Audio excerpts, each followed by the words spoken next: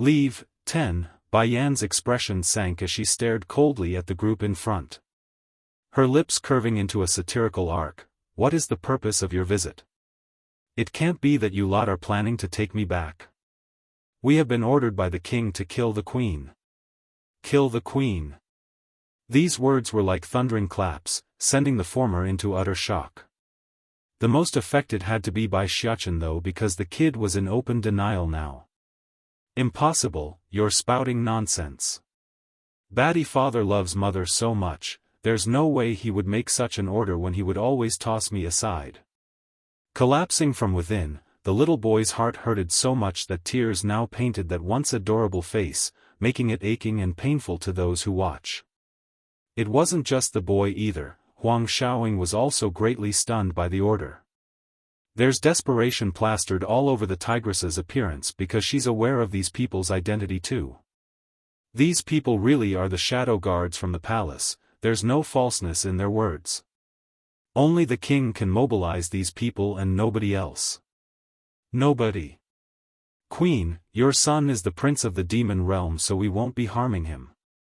However, His Majesty's will is to not let you leave. You have two choices, either return with us or die here today. Although Qing Shui's order to her conspirator was to kill Bai Xiaofan as well, but regardless of what that venomous bitch wanted, the man still had enough sense to realize the flaw in that plan. If he did order the death of the little prince, it would cause some serious concerns for suspicion, that's he withheld that part of the command and even changed Bai Yan's too. Well, it's not like that person wanted to give mercy, just that he knew Bai Yan wouldn't return no matter what since she's already stepped out of the demon realm. He really said it like so? Did he forget that we are in a contract? If I die, he too will be also greatly damaged by the backlash. The shadow guards were completely amazed and quite frankly taken aback by this piece of information. Nevertheless, it didn't take long for them to recover from the shock. His Majesty is a powerful being. Even if his strength is damaged in the process, it will only take a few days for him to return to normal. Bai Yan clenched her fist until the bones were crunching. So that's the case. The contract never did matter, it was all a ploy to fool me. Mother, he wants to kill you, Batty father wants to kill you. Gradually a dangerous light started to envelop the boy's eye, causing him to take on a more mature and spooky appearance. Why is he doing this? Why did he make such an order? I don't believe this. I won't believe it. Bai Yan's face grew exceptionally dark. Huang Xiaoying, Little Rice, the two of you are to watch over my son and Dragoni. Gently pushing her son away, she confronts the group in front, ready to begin battling for her freedom. I will come back to the demon realm one day, just that it's not now. With the wind blowing against her pristinely red dress, the majestic appearance of her wardrobe and personal aura gave the woman the perfect air of a royalty. The perfect image of someone that stands at the top of this world, just like her husband. Queen, His Majesty still has feelings for you. As long as you come back with us to the demon realm, then everything can be worked out. The leader of the Shadow Guard furrows his brow, troubled by the impending fight. He never wanted to make a move against the queen, nevertheless, if he had to choose between a human woman or the man whom he swore loyalty to, it's going to be Ditsang. Mistress, Little Rice looked on worriedly at Bai Yan, causing his young heart to thump with immeasurable pain like it's been stabbed by a needle. Like her man, Huang Xiaoying also refused to believe reality and shook that head in denial. Hubby, what is happening? I don't understand this. Why is His Majesty doing something like this to Her Highness? Ho ho, Little Rice sneered at the question and made a disgusted and disappointed face. Me and Mistress accidentally came across something the king didn't want us to know, that's why we left the demon realm. Originally Mistress still wanted to hear an explanation from the king, but, to think that bastard would put out the order to kill. Bai Xiaofan's fury, 1, atop of the edge cliff, the pain as the result of the betrayal has long left the woman numb to her core. Apologies then, Your Highness. Drawing their sword, the shadow guards began to move against the woman standing alone in the middle. Since Bai Xiachen was being protected by Huang Shaoying against his will, the boy could do nothing but stare lifelessly at the sky with those blood-filled eyes of his. Highness?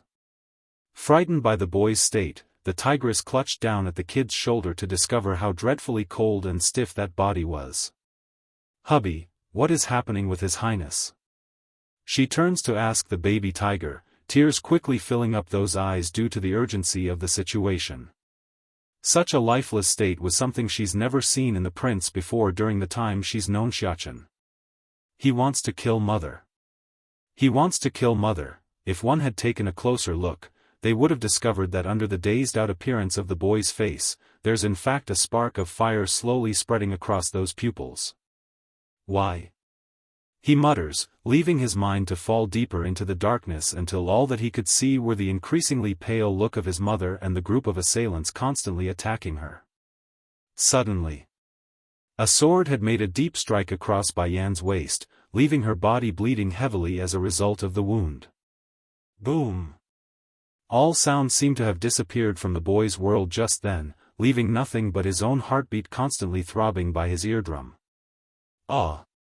Clutching that little head tightly, he lets loose an excruciating scream of terrible pain that caused even the sky to rumble. For the poor birds that has had the misfortune of flying through the area at the moment, the shock wave had completely killed them off by turning their brains to mush. These people, they all deserve to die. Everyone in the demon realm deserves to die. Anyone who hurts mother deserves to die. Then, without so much as another word, Bai Xiachen had gone silent, in mind and mouth. His eyes were blood red, not in the oppressive or threatening kind, it was the light of carnage and destruction, destruction for all those whom he deems as an enemy. Son.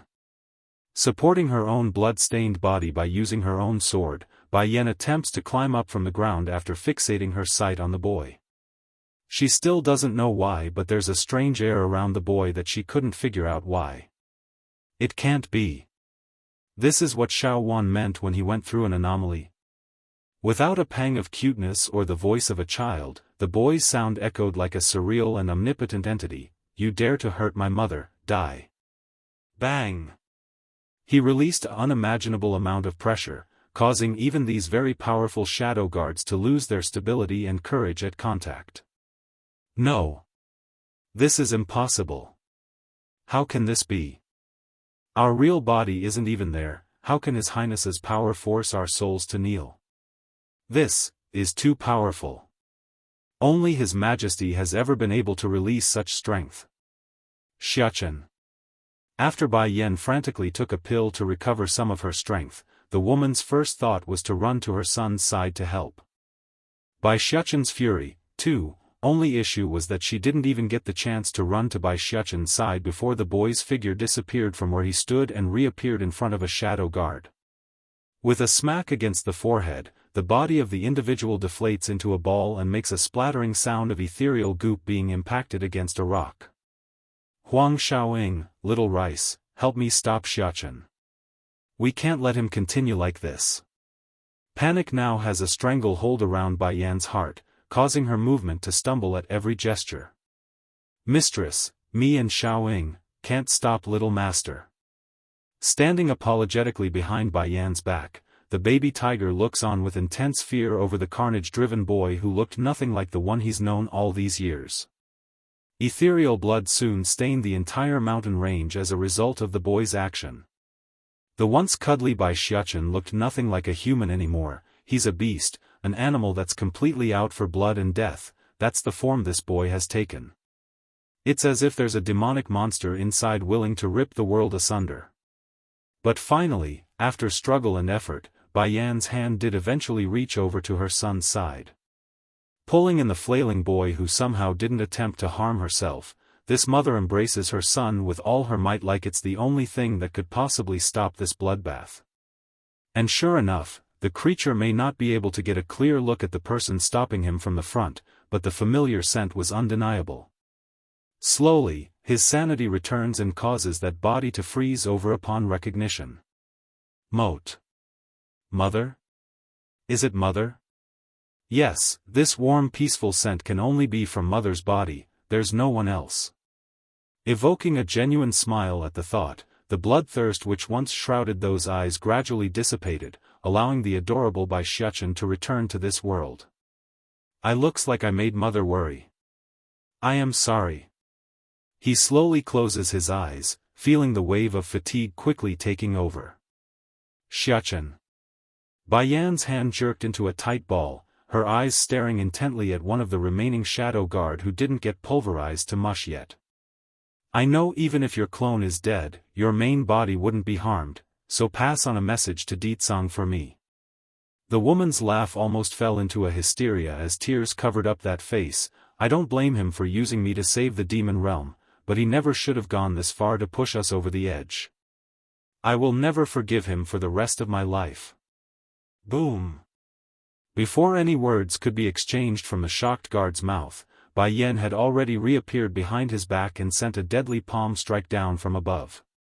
Due to being injured from the start, this individual didn't waste much of her energy, thus making it a quick process. However, the bigger problem now lies in caring for her son, which Bai Yan was now feverishly trying to feed her medicinal pills to. Bai Xiachen's fury. 3. Why? Why are none of these pills working? After seeing so many of her medicinal herbs and pills being useless and her son remaining unconscious, Bai Yan's heart finally crumbled after putting on a strong facade for so long. Mistress, Huang Xiaoying gave a pained look at Little Rice before landing her eyes on Bai Yan. The prince, he might not make it.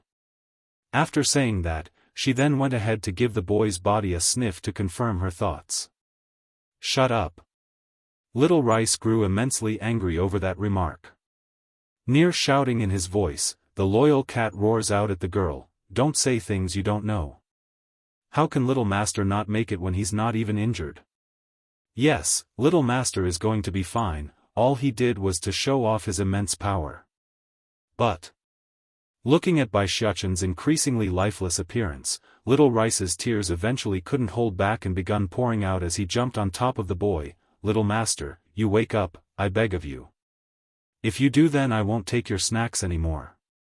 I will give you all of the delicious food, and I won't say anything to rebuttal you again. Please don't scare us and wake up, okay?" Sobbing and making a wailing cry now, "Your father have already abandoned Mistress. Without you, what will Mistress do? What will I do?" Bai Yan's distress wasn't so dramatic. Nevertheless, her distraught face and the piles of empty bottles on the floor was more than enough to show how desperate this mother was inside. "Mistress, can't you see what's wrong with Little Master?" Little Rice's eyes were laced with red due to his intense emotion running through his veins. Bai Yan did not answer his words, only allowing her fingers to touch the boy's face before muttering to herself, "Xiachen is my world.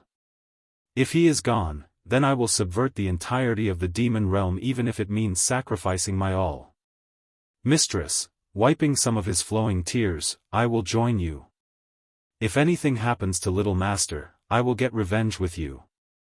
Swoosh swoosh swoosh. It was then a group in black suddenly lands from above, thus surrounding Bai Yan and her group once again. "Mistress, they are puppets." Little Rice fiercely eyed the uninvited guests with wariness. Fully aware of the unexpected newcomers by now as well, Bai Yan slowly closes her eyes knowing full well what awaited and got up. "You take care of Xiachen while I handle them." "Mistress, then you," shaking in his heart, the baby tiger needed no more elaboration since things have come this far. These puppets are far more powerful than the ones at the market. To think Ditsang would really not let Mistress go and send even more people at us. "At the order of the king, we are here to slay the queen and prince." The middle-aged man of the group stepped forward and loudly announced their reasoning for coming. Over that proclamation, Bai Yan's hand reflexively clutched harder against the handle of her sword. "He wants to kill Xiachen?" "Yes, since the queen and prince aren't willing to return to the demon realm with us, His Majesty has decided to sentence the both of you to death." The middle-aged man said it with a blank expression. Of course, a puppet had no emotions to begin with, so of course there wouldn't anything extra on the face. Little Rice promptly jumped up and roared, "You lie, the demon realm had prophesied that no one except mistress can give him a child. Does he want to be forever without an heir? Ha! The puppet grinned and scoffed a laugh. The queen knows too much. Without the existence of this woman, the prince wouldn't willingly stay in the demon realm anyways. Xiaofan. 1. Ha ha ha. Bai Yan's sudden laughter bordered on the line of madness, just that this time she didn't shed any tears compared to her last. So that's how it is, so that's the reason he wants to kill me and my son? In that case then the scenes I saw in my mind aren't worth mentioning anymore.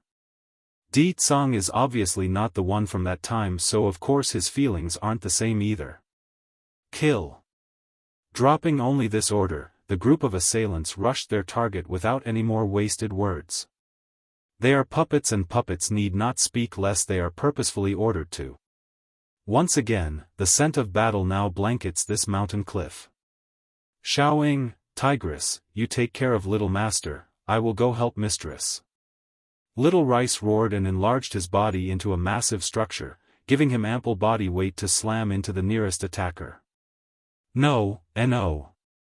For Dragoni, who has been forgotten during most of this fighting, the poor girl could only hide herself to one side with horror as the fight unfolded for the second time. The little missy wanted so dearly to help. Then when a blade was about to run through Bai Yan's heart from behind, that's when the dragon girl finally lost it and went blank in the head. Transforming into her bestial form, Dragoni made a hard dash over to the one she wishes to protect and rips the sword-bearing assailant a new one across the shoulder. Hoo! You bad people aren't allowed to harm the queen. The pain should have been excruciating, more than enough to stop any foe. Sadly, the attacker didn't even flinch upon losing an arm and continued with the strike at Bai Yan's heart. All of a sudden, a rumbling sound cuts down from the sky during the critical moment, letting the thunder strike at the puppets from all direction. Nothing but puppets, begone. The voice may be soft and mellow, yet it was more damaging than even the lightning strikes from above because the puppets were instantly annihilated by the shockwave and vaporized from existence. Xiaofan. Upon realizing what has happened in mere seconds, Bai Yan's first instinct was to look up at the dark gloomy clouds that now covered the sky. White-robed, magnificent and surreal like a painting, this familiar figure should have brought warmth and security to the woman down below. However, you are not Xiaofan, who are you? The man in the air may be extremely similar to Xiaofan, mostly the face and stature, but the air around the man was far too different. The former had a warm and kind air while the latter that's present had a cool and untouchable presence. But more than anything else, Xiaofan had dark black hair while the man up top had pristinely white hair of silvery color. God. Note, I could have used the Chinese pinyin for the dude's name instead, but it would have wrecked the point of his name. Pretty dead giveaway on what the author has planned for the dude. What? My name is Chewy God, you can call God is fine. The anger from the man's face retracts quite a bit upon facing Bai Yan's gaze. Despite this fact, Little Rice didn't let down his guard. The baby tiger in his new and much bigger form now stands ready beside his mistress's side for any signs of danger from the new foe.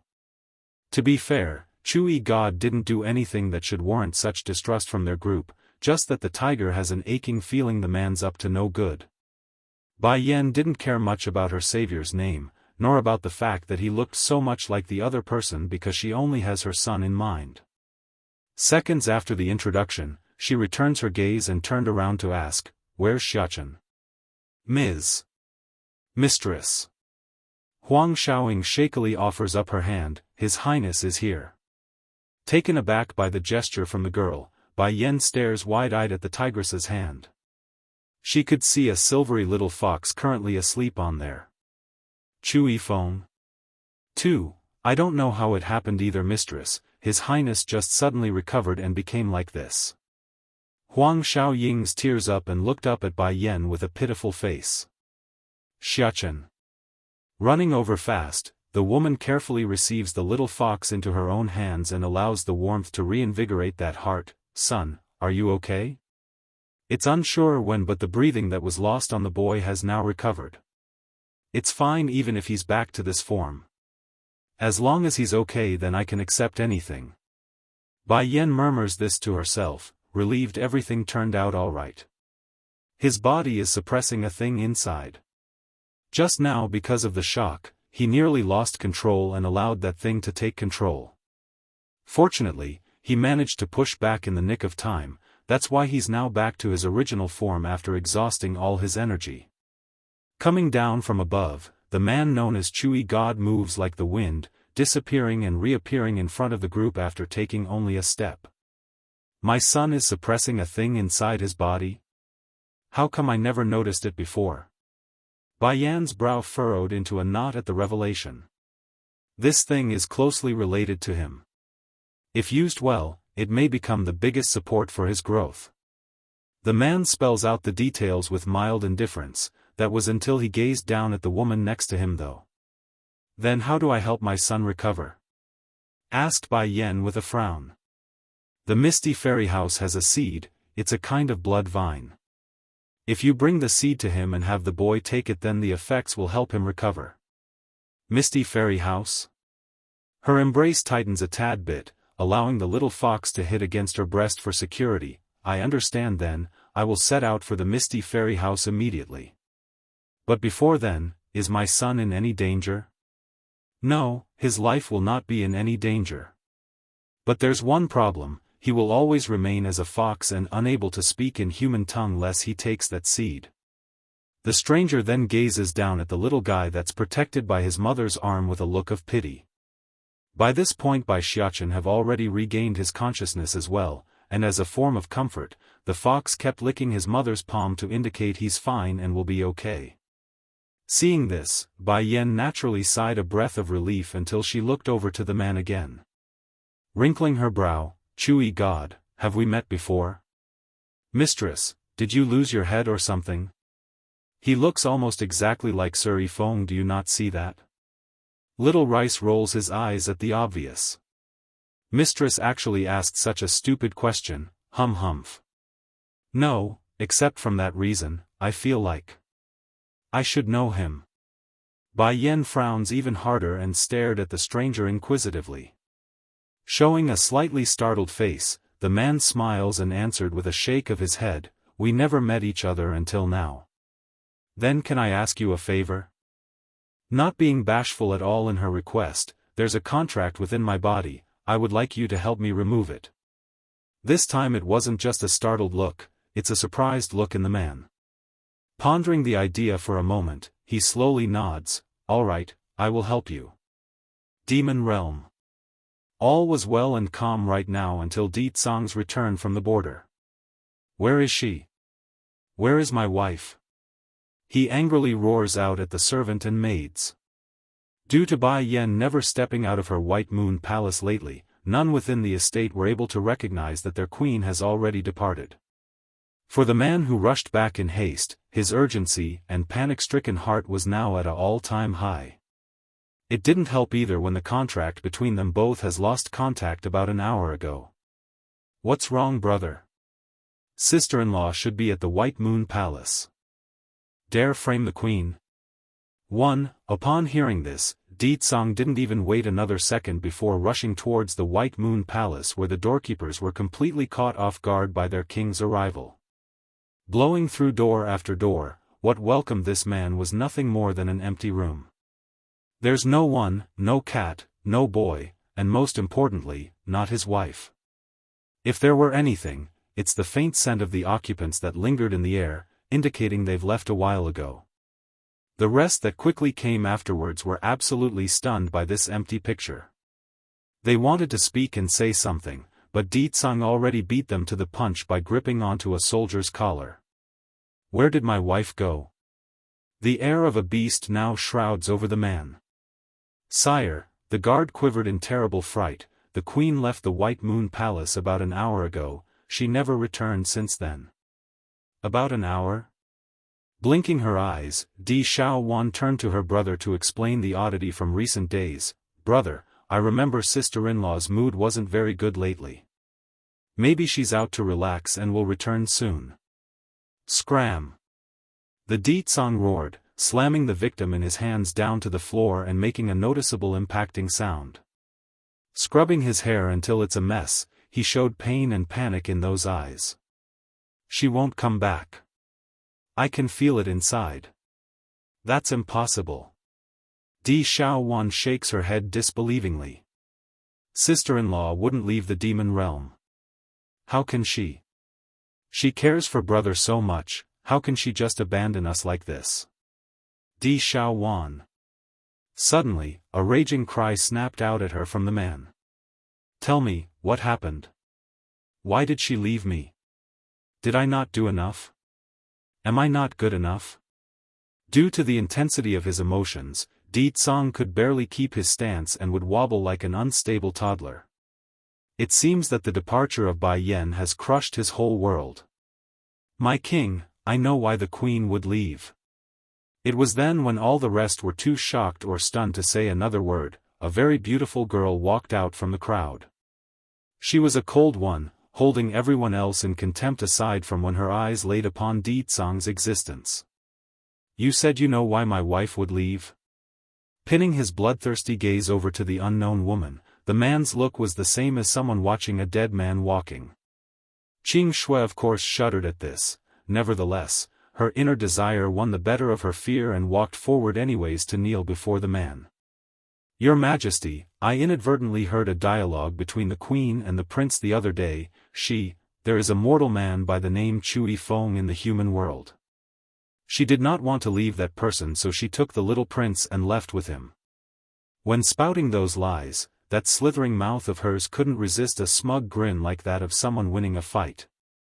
As far as the demon realm and the occupants here are concerned, Bai Yan's affair there remains the biggest secret, with only her closest friends and relatives knowing the details.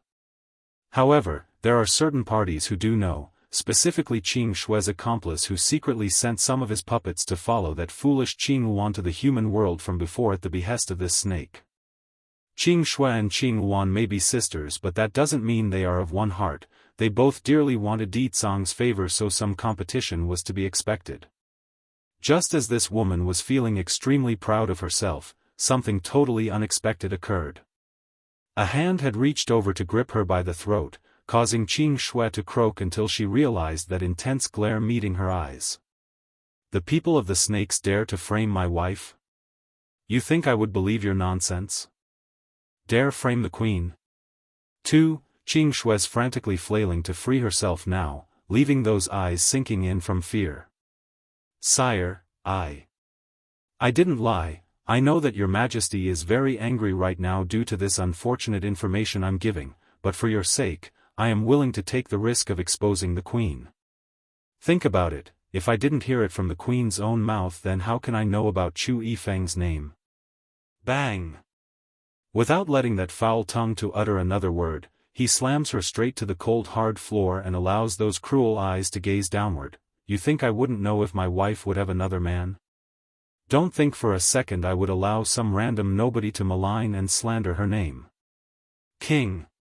Raising her head to look up, Qing Shui's whole body trembled with intense fear as her face turned ghastly white. How can this be? Under normal circumstances, wouldn't a man be furious after hearing their wife cheated on them? Moreover, that damn human is already gone. How can His Majesty be so logical at a time like this? Why? Why is this happening? Likely not satiated yet from the act, Tsang stomps his bone-crunching foot straight down at the snake's stomach, causing the very air to leave that lung. Sire, I really didn't lie. In this entire world, only I am worthy of being by your side. An unclean and filthy entity like that doesn't deserve to be, But before her words could be completed, Tsang's feet had stomped down for a second time, causing such excruciating pain that it literally left her speechless. Have her restrained for later disposal. The man coldly orders the guard, and go bring me the young miss from the Fox clan. Young miss of the Fox clan? Everyone was confused and startled by the request. Is the queen's departure related to the girl? Unlike everyone who only showed surprise at this though, Xiaofan's eyes were practically spewing fire. If the truth does come to light as to who caused Bai Yan to leave without a word, this princess would surely rip them to shreds this time around. Not long after, 2 guards had returned with the young lady in question. As a result of the serious air around the place, the girl didn't need any persuasion to realize this was no simple audience, rather an interrogation. Your subject greets your majesty. She quickly gets to the knee and pays her respect. Fire Plume, had you go inform the queen of my message before, did you do that? Di Tsong's fist could be heard making a crunching sound as he spoke. Huh? The girl blinked her eyes, clearly confused by the question, but majesty, I never met General Fire Plume before. What? Having a drastic change in his expression, the fire bird immediately rushed over to give the lady a good desperate sniff. And sure enough, the answer he got from this was enough to turn that face into a look of horror. Turning around like a rigid robot, sire, this one, she's not the one I met from before at the mountain. It looks like, her scent is a little different. Poor guy, the red man was so scared that he could cry right now because he knows the blunder lies entirely on him. For one, when he met this young miss from the Fox clan from way back when he first came to the demon realm, he was at a far-off distance so he couldn't really get a clear smell of her scent. Then when the incident up at the mountains occurred where he had Qing Shui pass on the message, the encounter was too brief and short, making it impossible for him to confirm anything. Getting down to his knees in a begging position, sire, the fault is entirely on my shoulders, please punish your subordinate for being incompetent. Brother. Di Xiaofan abruptly jumps over after recalling something. I remember now. Sister-in-law was acting really weird about 20 days ago. She was going to look for you, but when she returned, her entire person's changed for some reason. Also, she asked some very odd questions too. Di Tsong's gaze finally moved from the red man to his own sister. Sister-in-law asked me if second elder is loyal. Dare frame the queen? 3. The whole crowd has fallen quiet after the princess's word. Why should the queen ask if second elder is loyal? Why didn't she ask about the other elders, instead it's only him? It can't be, the queen's departure is related to second elder himself? Di Tsong's gaze darkens into a grim look. Have second elder come see me this instant. Inside the residence of the elder council. The man that's known as second elder has been feeling a little uneasy lately ever since his meeting with that fake king. Old 2, what's the matter? The first elder tightly furrows his brow and asked his peer. They've been working together for many years, so how could he not tell the other side's been keeping some secret? Startled at first, the second elder answers honestly after a brief struggle, it's about the queen's matter. The queen? The first elder's brow wrinkled into a deep frown now. What happened to her highness? After being silenced for so long, it's normal for a person to want to share their woes. 20 days ago, His Majesty the King summoned me, ordering me to have my people tail the queen in secret. Taking a sip from his tea, the first elder didn't find this odd or surprising. In fact, his reaction appeared pleased even, that's to be expected. Sire is so concerned for her highness that it's normal for him to be worried about her safety. But that's where you are wrong, my brother. His Majesty personally told me he only married the queen for the sake of the demon realm's safety and to bring the little prince back with him. Also, for the prosperity of this world, he's willing to sacrifice any women, including his wife the queen. Clack. The sound of porcelain crashing to the floor could be heard reverberating across the air due to first elder dropping that teacup. Are you sure that is His Majesty and not some fake? I am sure. That person, whether it be appearance or scent, it's exactly as His Majesty's. A person's image can be changed and disguised, but what about the scent? Impossible, this is absolutely impossible. The first elder promptly got up, his hand clenching into a ball. Something is not right about this. It's impossible for His Majesty to give you such an order. That man, he would rather abandon the entire demon realm for the sake of the queen. Showing astonishment, the second elder asks for more details as to why his brother would say that, but first elder, how can you be so certain that the king would be that infatuated with the queen? In this world, no two people can have the same scent, that's not possible. I don't know what's going on, but I do know His Majesty would never do what you say he did. Although he was still young back then, but he's heard more than enough stories about those two, thus reinforcement his belief even at this stage. This won't do, I have to see His Majesty, I must get a clear answer. The first elder sounded very flustered and emotional, causing those old eyes to show a look of incredulity. There's no way I would believe what I'm hearing unless it comes directly from the king himself. The second elder now sounded anxious, but sire ordered me not to tell anyone. If you bring this up before him, then he would surely kill me for it. I can't deliberate about this anymore, I have to see the king.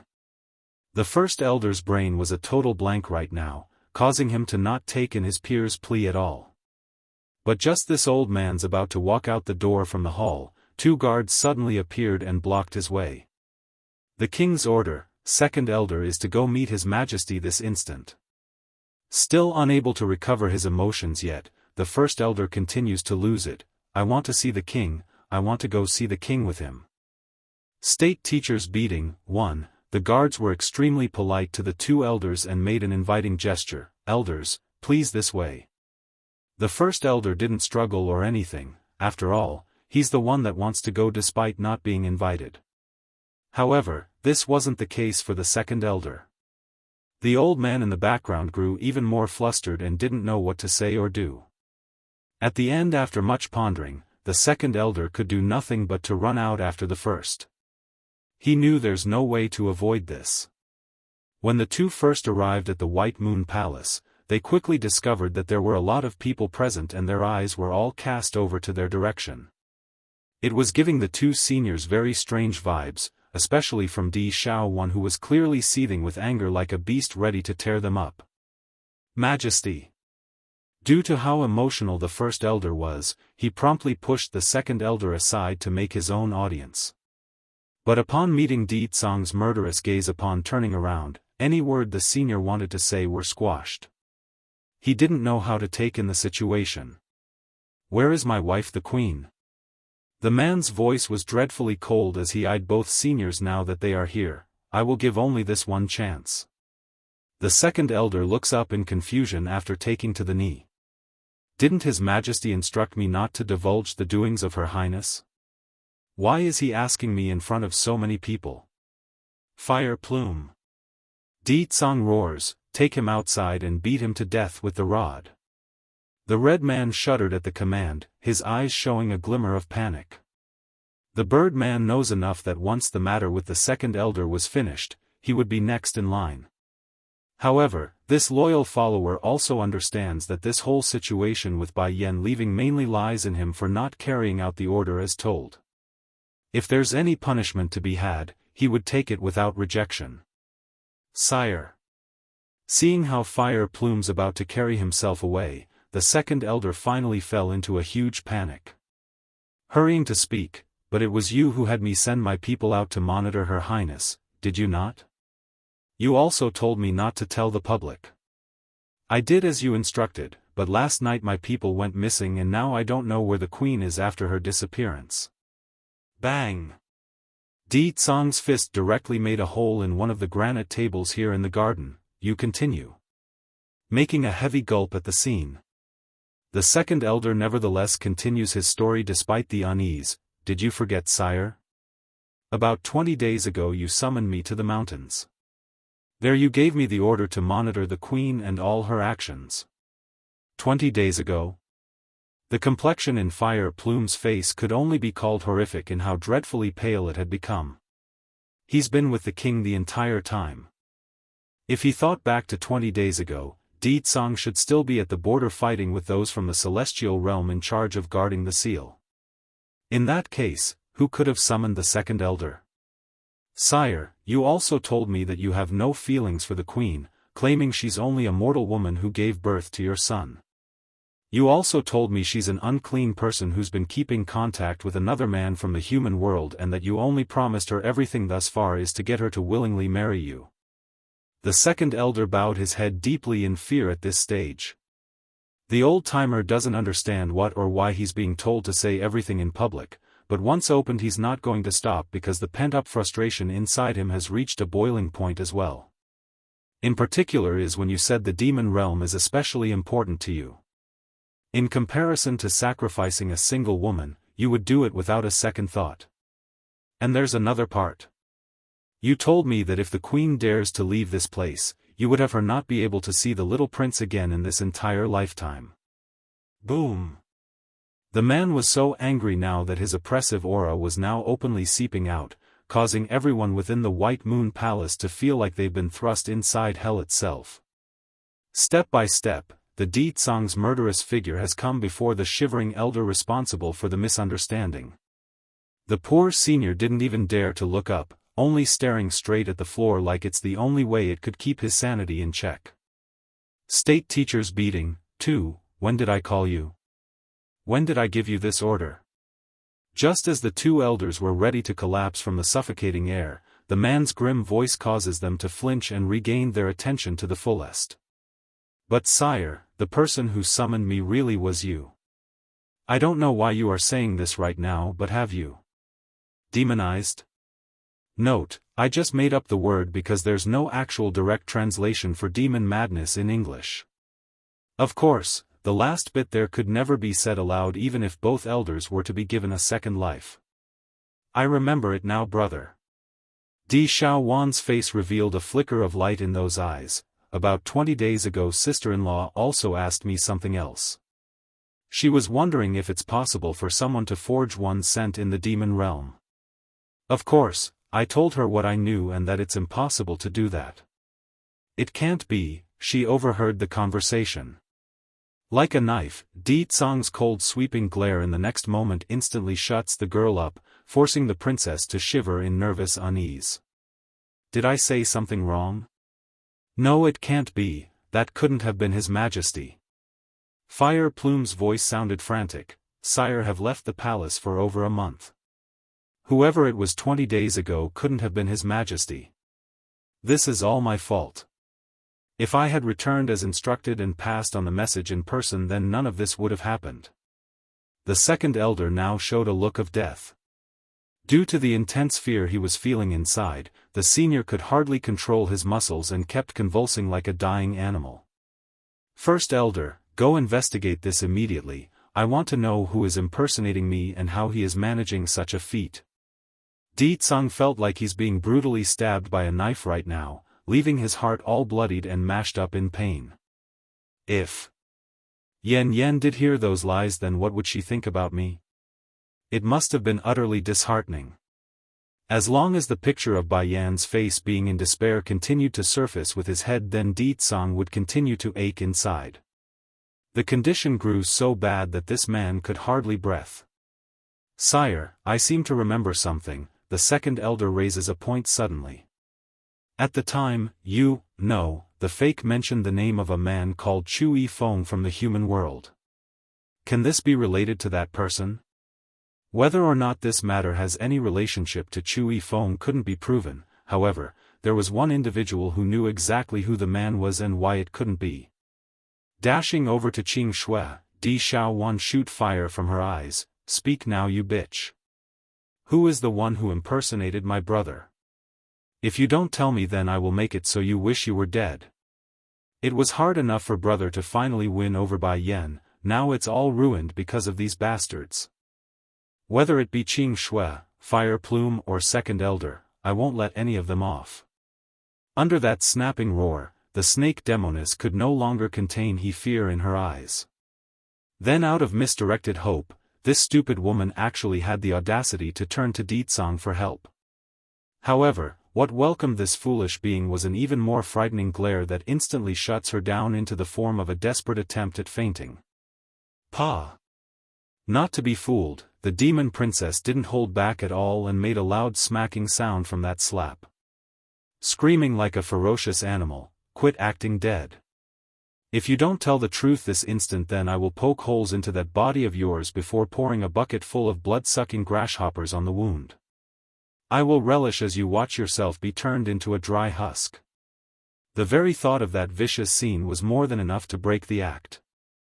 Hurrying to plead for mercy with those lies, the snake bangs her head repeatedly. I am really innocent. I only heard that name from the queen's mouth. You must believe me, princess. State teacher's beating. 3. Even up to this point the woman is still being stubborn in the mouth.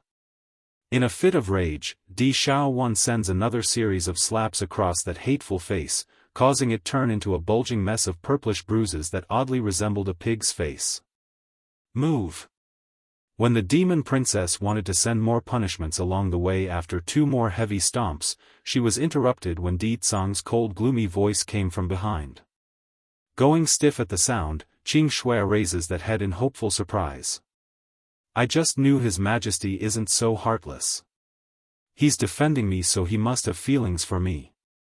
Sire, I am fine, so don't blame the princess. Struggling to support that aching body, the snake attempts to make a shy and embarrassed face. However, what she managed to force out resembled nothing of a tempting beauty, only a repulsive and disgusted face of a dead person. And as a final blow to shatter that illusion in this stupid bitch's head, Di Tsang's next wave of the hand summons an electrifying cage out of thin air and thrust it downwards. Terrific screams promptly escaped the lung of the snake caused by those jolting bolts. Ah! Out of fear for her life, the woman heavily rattles the cage to no avail. Let me out of here. As if to meet that plea, the bars ignited as surge of currents blew those fingers back and forced the snake to back off again. Bolt after bolt, lightning after lightning, the execution of cindering thunder kept smashing down no matter the cries for help. In the end, what remained was nothing more than a charred creature of undiscernible image. It doesn't move because of the excruciating pain. I will not say it for a second time. Who was impersonating me while I was away? It's, the remaining flicker of light in Qing Shui's pupil finally dies away. Just as her tongue's about to spill the bean on the man due to intense horror in her heart, a light voice once again came from the outside and cut in on the commotion.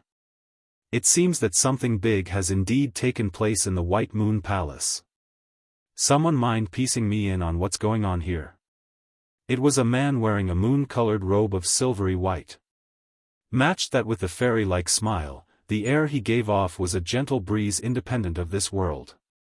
The first to cry out had to be Di Xiaofan, for she immediately recognizes the voice. State teacher, my sister-in-law and nephew is missing. Huhu, arching his brow at the news, the man known as state teacher slowly came before Di Tsang and made a genuine smile. Sire, I've been in closed-door training lately, so I'm not so up to date on the situation. Mind telling me some more details so I can help in search of Her Highness? In this palace of the demon realm, only this charismatic man could gain some level of respect before the king. Retracting some of his bloodthirst from the eyes, Di Tsang reverts back to his calm demeanor. Before that, I want to ask state teacher one question. Do you know of a method to forge one scent? If so, how would we go about finding this impersonator? The state teacher suddenly breaks out into a hearty laugh at the question. It seems I've been discovered. I did use a special method to forge a substitute for you several hundred years ago. This individual is meant to be used against God when the time comes. Aside from me, no one is able to differentiate the difference in that person, including those from the celestial realm and God himself. But sire, how did you come to learn of the substitute? Not letting the idiot say another word, Di Tsang was done and directly sent the heaviest punch he could muster across the ignorant bastard's face. Dumbfounded by the sudden assault, the state teacher looks up from the floor after falling from the blow. What met his eyes were the furious gaze of the king, who was seething with rage. So it was you. Di Tsang's fist continues to make a crunching sound due to the intense anger he felt.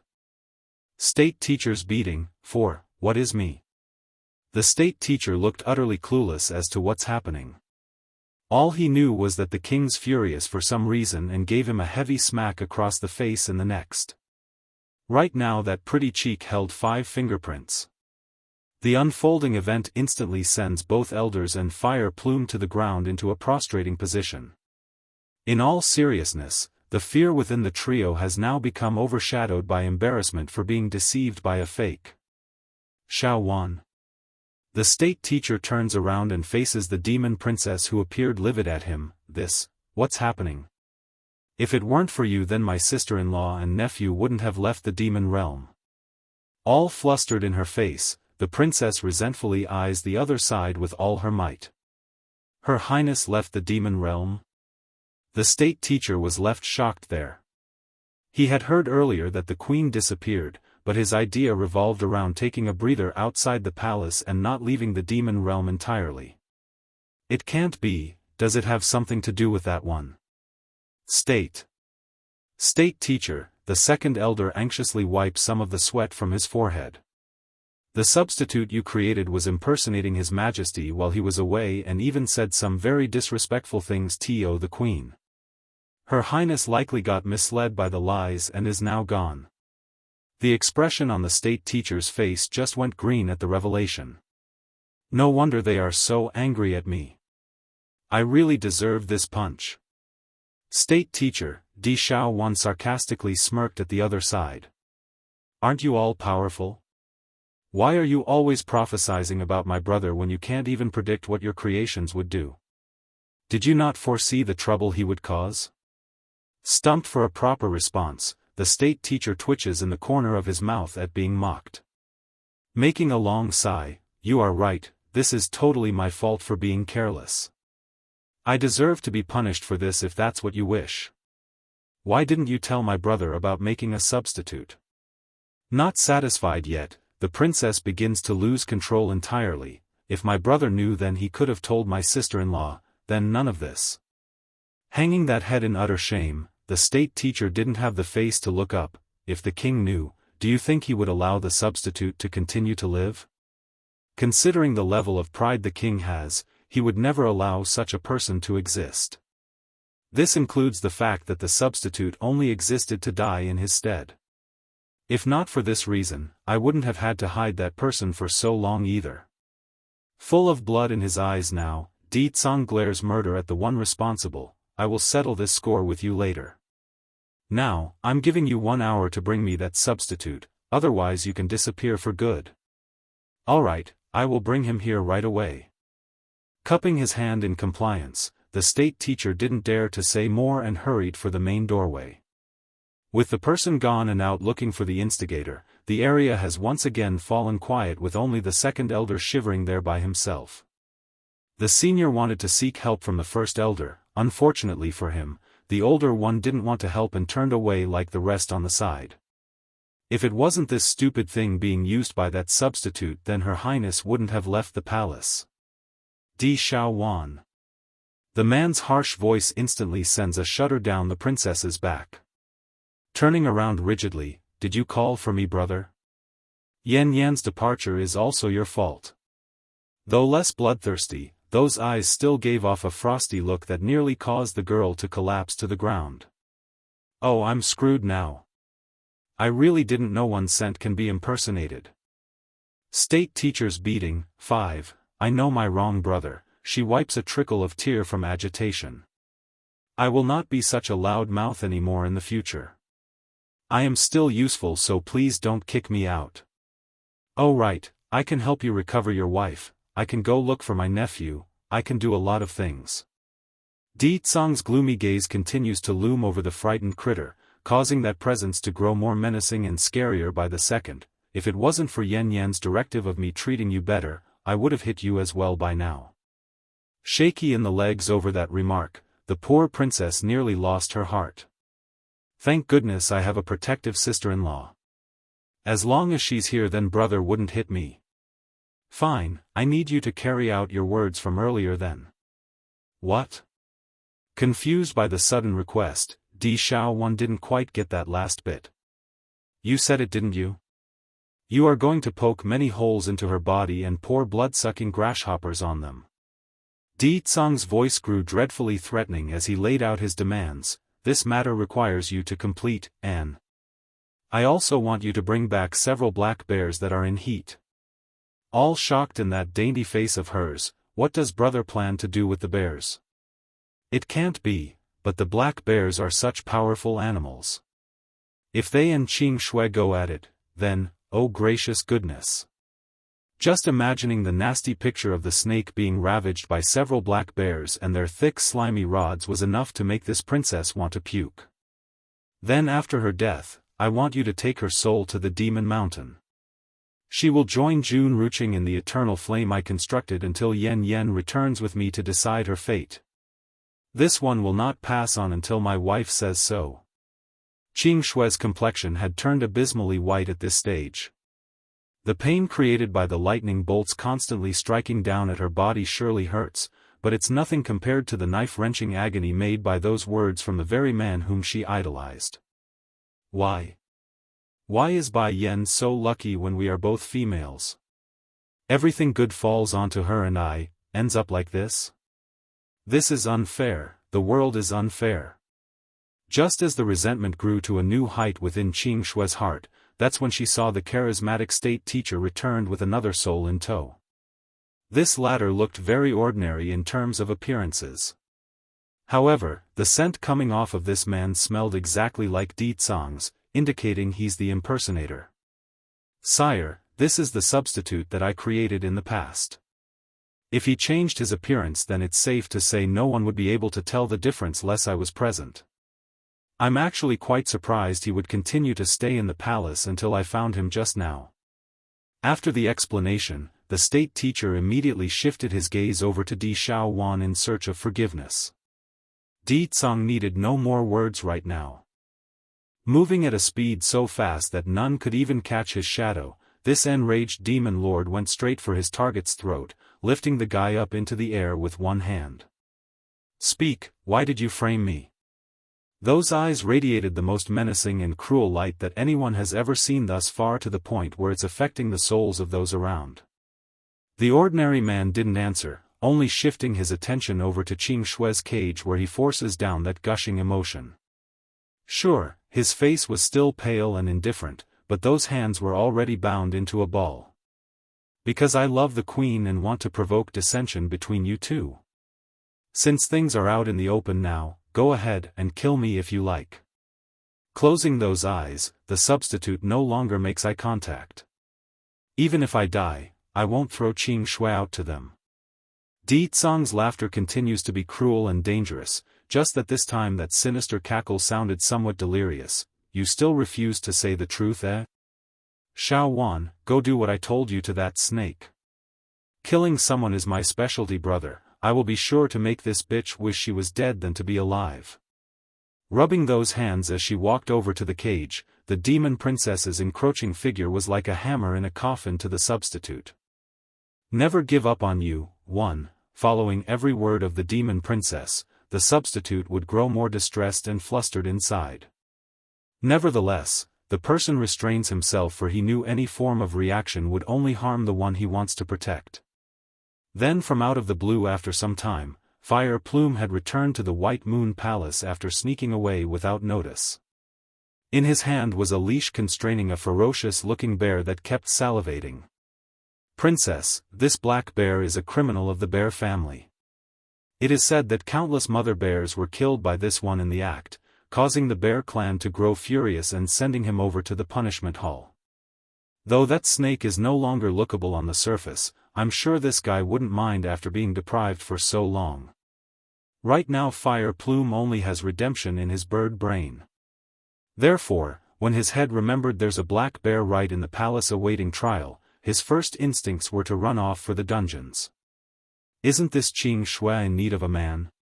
Fine then, let's have her get a taste of this black bear lest she keeps thinking about the king and causing the queen to leave. Waving the guards to move, Di Xiaofan immediately gives her order, open the cage and put the black bear in there. Now turning back to her brother with puppy eyes, brother, can you turn down the lightning bolts a little? Otherwise we won't be able to get a good look at the show. Bang! The cage suddenly flies into the sky, giving the captive inside a breath of fresh air and some much-needed relief. However, what's awaiting Qing Shui was something far crueler of a torture. Ah! A cry of despair pierces the substitute's eardrum, sending that already flustered heart into a panic. The goddess of his heart was being tarnished by a black bear right in front of his face. This could only be called a form of extreme cruelty for any man. No. Finally unable to hold back anymore, the person struggles to climb up from the ground to only be firmly pressed against the floor in the next. You are here to watch. The one making the move was First Elder. Filled to the brim with seething rage, this is the result of you impersonating the king. None of the people present are idiots. They've long noticed the abnormal relationship between this substitute and Qing Shui, hence the reason why Di Tsang would go to such lengths to deliberately aggravate the foe. Please king, please let Qing Shui go. She is innocent. This is all my idea. She has nothing to do with this. Squatting before the demon lord's leg, the person bangs that forehead hard against the floor, leaving it all bloodied and bleeding in the next. Innocent?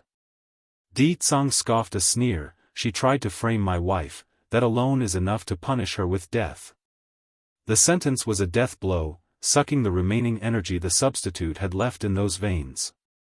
I clearly said I will handle everything. Why did Qing Shui come out in the open? Doesn't she know her actions are the same as seeking her own demise? Done talking to the bastard responsible for impersonating himself, Di Tsang now shifts his attention to the state teacher. State teacher, you will go investigate the matter. I want to know where my wife landed after leaving the demon realm. Affirming with a cup of his hand, the charismatic man known promptly began to move. However, he didn't even make it 2 steps out the door when he bumped head first into a flushed figure that was rushing over. Sire. The newcomer didn't pay any attention to the individual whom he ran over. Instead he squats there on the ground in the next second to face his lord and master. Based on that deathly pale complexion, it's obvious his soul suffered a great injury. Never give up on you, too, brother, the demon princess exclaims at the sight. Isn't that one of your shadow guards? How did he suffer such a heavy injury? There shouldn't be anyone here that would hurt them. At this moment everyone's attention had fallen onto the indicated person's body and none of their faces were looking very good. It's too obvious the news wouldn't be good. Sire, we have failed the mission you gave us. Not daring to look up, the shadow guard hangs that head almost to the floor. Because of their clone being effectively killed by Xiaofan, the person here was extremely weak and could faint at any moment. If not for his absolute loyalty and urge to report the critical news to Di Tsang, he would have lost consciousness like the rest of his comrades who went after Bai Yan's life. Mission? When have I given you any mission? All emotionless in his face, Di Tsang raises an inquisitive eyebrow and asked. Huh? Stunned by that, the shadow guard then replied in earnest without leaving a single detail out. Sire, did you not send us on a mission to kill the queen? During the exchange, we could have killed her and retrieved the prince.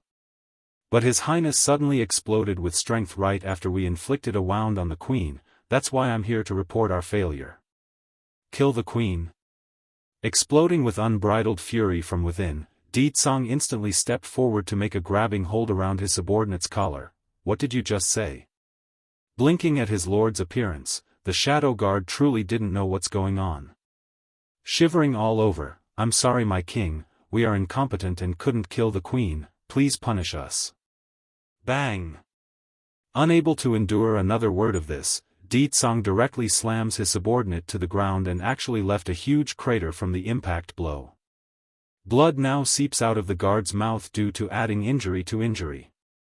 It wasn't just the demon lord here who's livid to the bone either, there were many others as well. Di Xiaofan being the first and foremost. The demon princess only thought the substitute wanted to get rid of Bai Yan, she never expected him to send assassins after her sister-in-law. Impudent scoundrel. The second elder suddenly rushed up and slashed down at the substitute's shoulder with a knife he took out from the sleeve. Next moment an arm now flies and blood sprayed the air, dyeing the senior's robe in the process. You not only used me while pretending to be the king, you also impersonated His Majesty's order and sent a death order for the queen? Even if we turn you to ash right now it would still not satiate our anger for you and that whore. Due to the intensity of his emotions, trickles of tears ended up leaking out the corner of the senior's eye, indicating how humiliated and shameful this second elder felt. This is all my fault. If it weren't for me and my foolishness, then the queen and prince wouldn't have left. If they didn't leave, then none of this could have happened. Back over in the crater, the shadow guard still didn't know what's happening at first. However, as soon as he heard the cries from the elder, he immediately realized what he's done. In that second, it was as if the soul had been sucked out of that body. The previous king is a fake? In other words, the order to kill the queen didn't come from the king and is a lie. Scared to the point where he's shaking sweat, the shadow guard felt like his whole world's about to collapse. He knows, regardless of it being his unit's fault or not, the shadow guards would never again exist after today. Climbing up from the impact crater, he grovels before his lord and master to await the impending punishment. I've said it before, my wife comes first before me. Whoever dares to bring harm to her or violate her order will face only one ending, and that is death. Sure enough, Di Tsang didn't care what reasons these people have, he only knows they've all harmed Bai Yan, and that's the only thing he needs. Never give up on you. 3. Sire, Her Highness also had us bring you a messenger. The shadow guard's tone was shaking hard to the point where he's sputtering. She said she will never forgive you in this life. She said. She will never forgive me in this life. Ha ha ha. Laughing wildly, Di Tsang's very existence seems to be swelling up with power, forcing all of the people present to go silent with unease. I once said that while I am alive, I would always protect her. To think the ones to cause me to break that promise would be my own subordinates. Sorrow etched itself into every syllable there, showing how despairing and painfully hurt the man was inside. Brother, the princess stared foolishly at her older brother, unsure what to do after seeing the trickle of tears slowly coming down that cheek. Brother, is crying? My brother, the one who never wavers or stands down under any circumstances, is crying? The girl felt very uncomfortable over this scene. She's never seen her older brother in this form, for that, she now resents everyone involved regardless of their intent. If it weren't for them being so blinded, then none of this would have happened. But brother, sister-in-law and Xiaofan is still alive. They are alive, brother. I'm sure the two are still waiting for you to go get them. You mustn't lose hope. She won't forgive me, she will never forgive me. Closing his eyes, that's red by this point, Di Tsang deflates and hangs his head like a lost cause. That is not true. I know it. Once you find sister-in-law and explain everything, then I'm sure she would forgive you. Pursing those lips, Di Xiaofan lowers her tone into a soothing whisper, and, did you forget that she waited over 20 days for you despite hearing what the fake said? She must have been waiting to get an explanation. But since you never returned, that's why she left. It has to be said, though this sweet Dumbaklutz may be silly and foolish at times, her ability to say sweet and comforting things at the perfect timing was spot on. Looking up with hope in his face again, Di Tsang grabs onto the last piece of straw laid before his eyes. Is that true? She really waited for me? She will believe in me? Of course, brother, I know sister-in-law would definitely come back to us if she learns the truth. Overjoyed at having her brother believe again, Di Xiaofan waited for the expected response. Then just as she's starting to worry after getting none, that's when Di Tsang's complexion grew extremely pale. The man clutched that chest like he's suffering immense pain. What's wrong with you, brother? Why are you looking so terrible? Startled by the change, the demon princess hurried to step forward in order to help support the man's crumbling body. Poof! But before the girl could help, Di Tsang had already blocked her off with his hand. Taking a step backwards, that mouth suddenly spewed a mouthful of blood. Brother! The girl exclaimed with extreme fright in that voice. She doesn't understand what's happening, so she's very flustered at the moment. What's happening? Brother was just fine a few seconds ago, why is he looking so weak all of a sudden? That's right, the girl could clearly sense the lifelessness in Di Tsang's aura. The contract, it has been broken. The contract between me and Bai Yan has been broken. Painfully closing his eyes again, Di Tsang knows his last hope in finding his wife was gone. If the contract remains, then he could have used the connection to locate his wife again after heading into the human world, but now. Never give up on you, brother. The princess quietly murmurs her word, for the lifeless look in her brother was something she didn't expect or thought possible. Ha! Struggling to support himself, Di Tsang eventually reaffirms his back after a brief moment. Bai Yan, you think just because you broke the connection between us that it's enough to leave me behind? I will find you again even if I have to search the ends of the world. Brother, you, seeing how her brother's about to head for the outside from out of the blue, Di Xiaofan hastily follows suit out of worry. However, she was stopped as soon as she took a few steps. Thankfully her speed wasn't that fast, otherwise she would have clashed directly into the man from behind with her clumsy nature. That woman from the snake family, and this substitute. Di Tsang's mouth curved into a sinister grin. I leave them to you for handling. Until my return, I want you to make sure they suffer until they wish they were dead. Scratching her nose, the princess responds with a nod like a good girl this time. And those of my shadow guards, I never want to see them again either. That part about dismissing his shadow guards came as no surprise to the princess. Di Xiaowan knew from the start that's bound to happen. As for Fire Plume, second elder and state teacher. Di Tsang's voice now sounded gloomy and frustrated. When I come back with Bai Yan, she will handle them as she please. The one known as state teacher was a very special person in this place. Not only does he hold a superior position to all the rest within the demon realm, he's pretty much one of the few individuals who survived all the way back to the time where everything first began. Brother, are you going to search for sister-in-law now? Blinking her big curious eyes, Di Xiaowan didn't want to be left behind while things are a mess right now. Sadly, as usual, she's been left behind in the next, for that purplish and silvery figure was gone. Xiaowan, retracting his gaze from the direction where the king has left in, state teacher shifts his attention back to the one whom he cares for the most. I'm sorry, I know this incident is the result of my carelessness. Snorting at the one whom she has always been kind to, it's clear the princess still held a serious grudge by the way she ignores him and walked away. Xiaowan. Note, I don't know why, but something just clicked in my head and I realized Di Xiaowan means kings of the little clouds. I wonder why I never realized that. Too much translation opinions lately. Falling into a slight panic upon realizing he's in deep trouble this time, the charismatic man attempts to reach out and pull at the girl's sleeve. Though the act was immediately avoided with a quick step to the side, it did nevertheless stop the princess from further movement. What do you have to say? Despite having thousands of words in his throat in which he wants to say at this moment, he could not blurt anything out.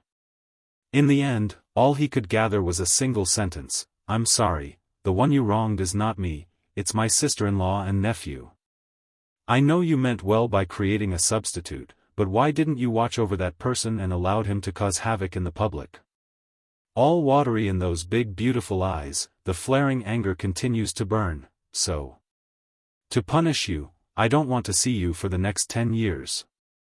Dropping the explosive decision on her suitor, she then turns away without looking back for good this time. Oh, I'm so screwed, she is really angry at me this time. Why can't she just beat me instead of ignoring me? The poor man thought, feeling guilty all over. State teacher, the first elder spoke with a slight twitch in the corner of that mouth. The princess is only saying all this due to her momentary anger. I'm sure she would come around after everything calms down a bit and when the queen and prince return safely to us. Making a bittersweet shake of his head, the charismatic man thought otherwise. No, she is for real this time, she won't forgive me so easily. The first elder became speechless. After a good moment of silence, he eventually thought of something else to say. The princess always listens to the queen. If you can get Her Highness to speak on your behalf, then I'm sure it will turn out well. Towards this one who practically kept the demon realm in order after the king went into dormancy, first elder always held him in high regards, hence the reason for the suggestion. As for the second elder, this bastard actually kept such a big mess from me. That's his own doing, he can't blame anyone for the consequences. Never give up on you, 5. What should I do first, elder? Fire Plume asks with his legs shaking. You? The first elder casts an almost cold and reprimanding look. Didn't His Majesty say it already? When Her Highness the Queen returns, she will be the one to decide your fate. However, since you didn't mean for such outcome on your own, the fault can't be entirely on you, so at least your life is saved. Gnashing his teeth, the Birdman immediately shifts his gaze over to Qing Shui, who caused all this. Against that miserable look of the snake demoness, Firebird felt an abnormal satisfaction over the picture despite his own circumstances. He's never been much of a sadist, but this time he wants the other side to burn and suffer as far as one could take it. If not for this blasted woman trying to get above her class, then none of this would have happened. Damn this bitch and her accomplice. Outside Fairy City, the gates are strong and unbreakable as usual, making the job of these two individuals in charge of guarding it all the more god-awfully boring. But then that soon changed when they saw the amazing figures slowly coming over to their spot. First was the dashing red female and the silvery fox in her arms, then it was the little girl walking alongside with her hands holding the older woman. The two together could only be called the perfect image of an adorable daughter with a gorgeous mother.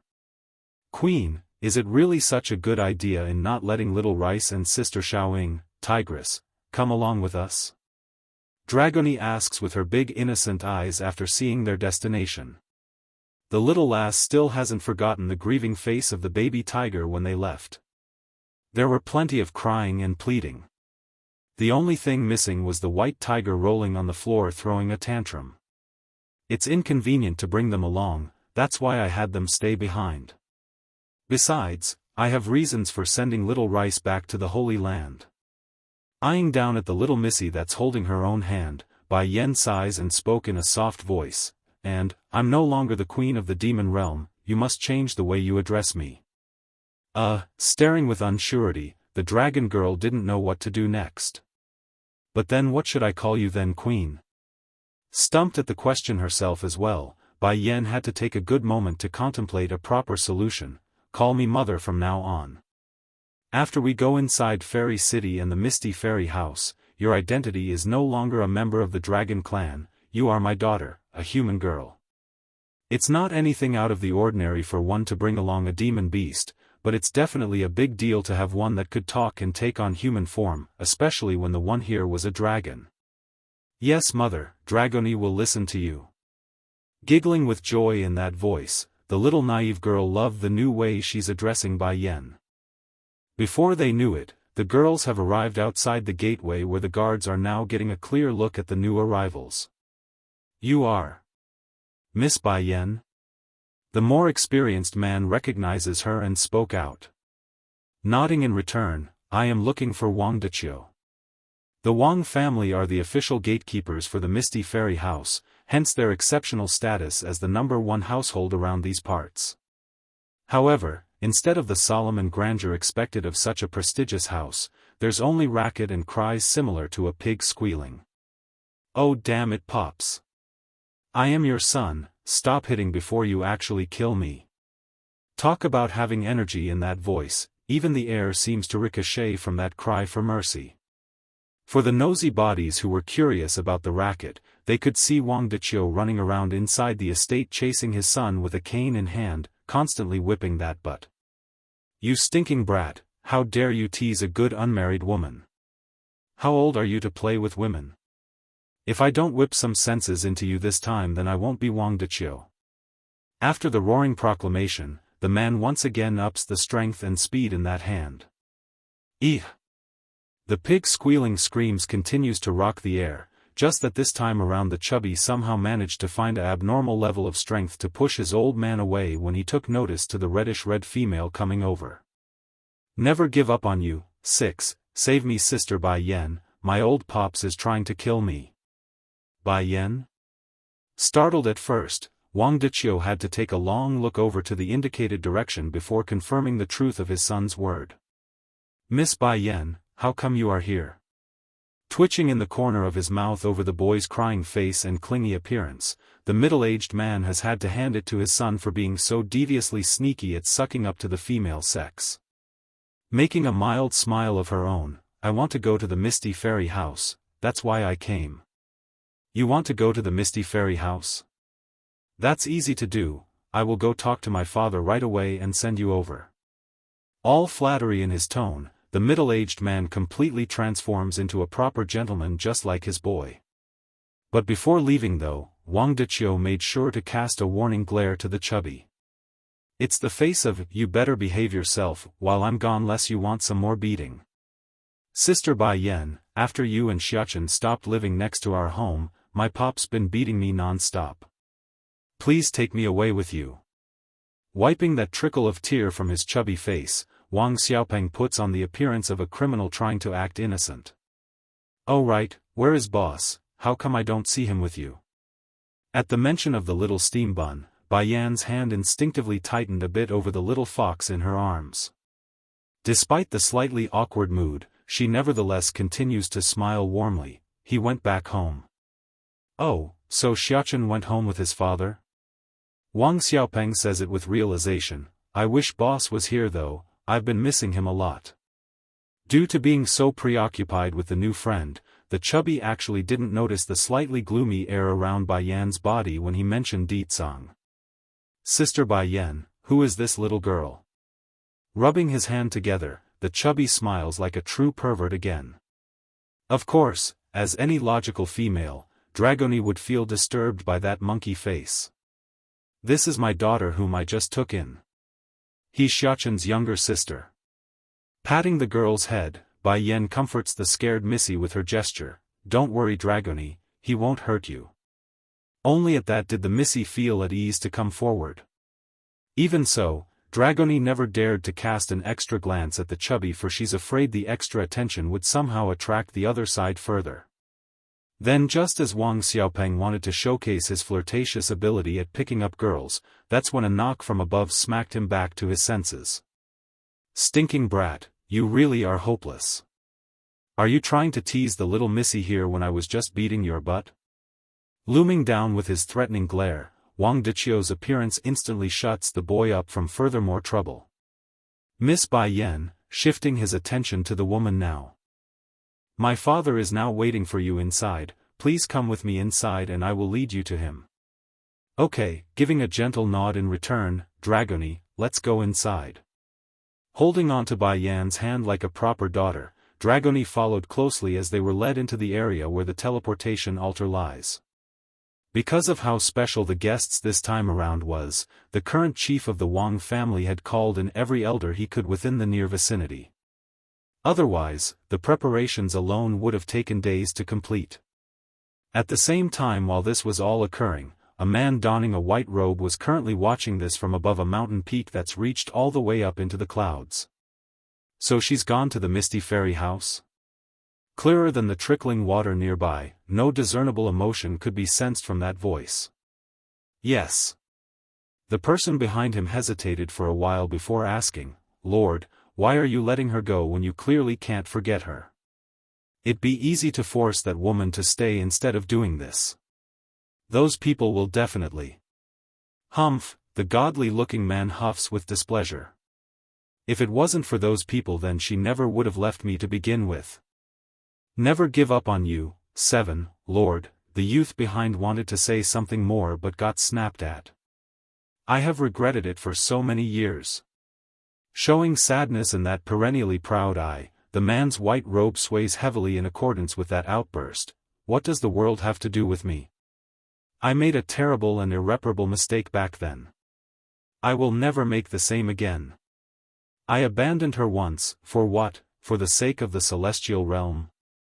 I abandoned her. Gently closing his eyes, Chu-Yi God reminisces the cheerful smile of that wondrous girl in his fading memory. Sadly, the image could only remain forever in his mind and never again see in reality. Returning to attention upon being stung by his own lost thought, go back, I won't return to the celestial realm with you. But you are, the youth sounded anxious. I will no longer meddle with the celestial realm. In this life, I only want her. The proud man rudely cuts in and made his statement, leaving no room for discussion. Yes, milord. The youth lowers his head in compliance. But Lord, where do you intend to go next? I am going to see Di Tsang. The last part greatly shocks the youth. It can't be. Lord is going to see Di Tsang. They fought so hard back then. Are they planning to turn the human world upside down this time around in their fighting? Not waiting for the worried body to ask for further details, Chui God had already disappeared from the spot, leaving only a gusting brush of wind in his wake. Within a certain valley, a purplish figure had just materialized out of existence, allowing the man to firmly land on the ground. This smoothness immediately warrants a frown on Di Tsang's face. Compared to the first time when he broke through the seal years ago, he's completely unharmed right now, whereas the last nearly crippled him for days on end. Is it because I now control the spell matrices pertaining to the barrier? Yen, the issue only lingered in that head for a brief while. He didn't want to keep fussing over the small details. This life, I will never give up on you. He makes this vow facing the sky, determined and unyielding in that sentence. Even if she stabs a knife in me, I will take it, so long she forgives me anything will do. But then just as the man's ready to depart in his search of his wife, something unexpected occurred. From within the void of blinding light in the sky, a handsome and unparalleled individual appears and confronts his long-time enemy, Di Tsang. It's been a long time. Not to be intimidated, the demon lord openly sneered in return. When did we ever meet? Just because you forgot doesn't mean we haven't met. By this stage the white-robed man has already reached Di Tsang's spot. Between the purplish figure and the white contrasting aura, their existences were like opposing powers, evenly matched without any room for leniency. This fact immediately causes the demon lord to turn serious inside. In all the years he's lived, Di Tsang could for without doubt say this newcomer had the powers to match his own, a worthy opponent. I only came today in order to tell you this. If you can't protect her, then let her go, I will protect her instead. Regarding the she in that sentence, Di Tsang naturally knew who this stranger was referring to. Therefore, he's not going to let another comment like slide. Releasing his powers in full blast, everything around the pair trembled in fear. From the pebbles on the floor, to the particles in the air, everything was shaking over their might. You have always been like this. As long as the matter concerns her, you will do anything. Never give up on you. 8. Someone came to rob me of my wife. If I still don't make a move, then I be giving you bastards extra thoughts. Smirking very dangerously, a coat of ominous energy now surrounds the demon lord in readiness for combat. I remember you were exactly like this as well. Back then you would do anything for her, even if it means acting as a beggar in order to win some pity points. I didn't pay you any heed because I thought that with my bond with her, our long-standing relationship of someone who grew up together, would be enough to stop her from going to anyone else. Letting his word pause there, a mild fluctuation of emotion finally takes hold in Chui God's voice. But in the end, she chose you. Honestly, I envied you in the past. You were able to let go of your pride for her, abandon your dignity, and even forsake the world for her. If I could have done the same, then maybe she wouldn't have given you the chance at all.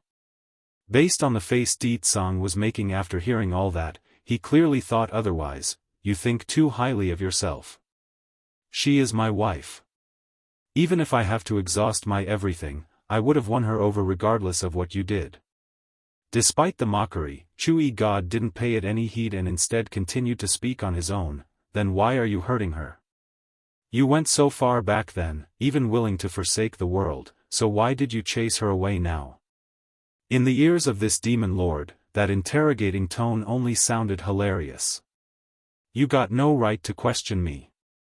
What I did or didn't do is none of your concern, nor his wife's business as well. Yen is my wife, the mother of my child. All that is related to her should only concern me. No, you are wrong.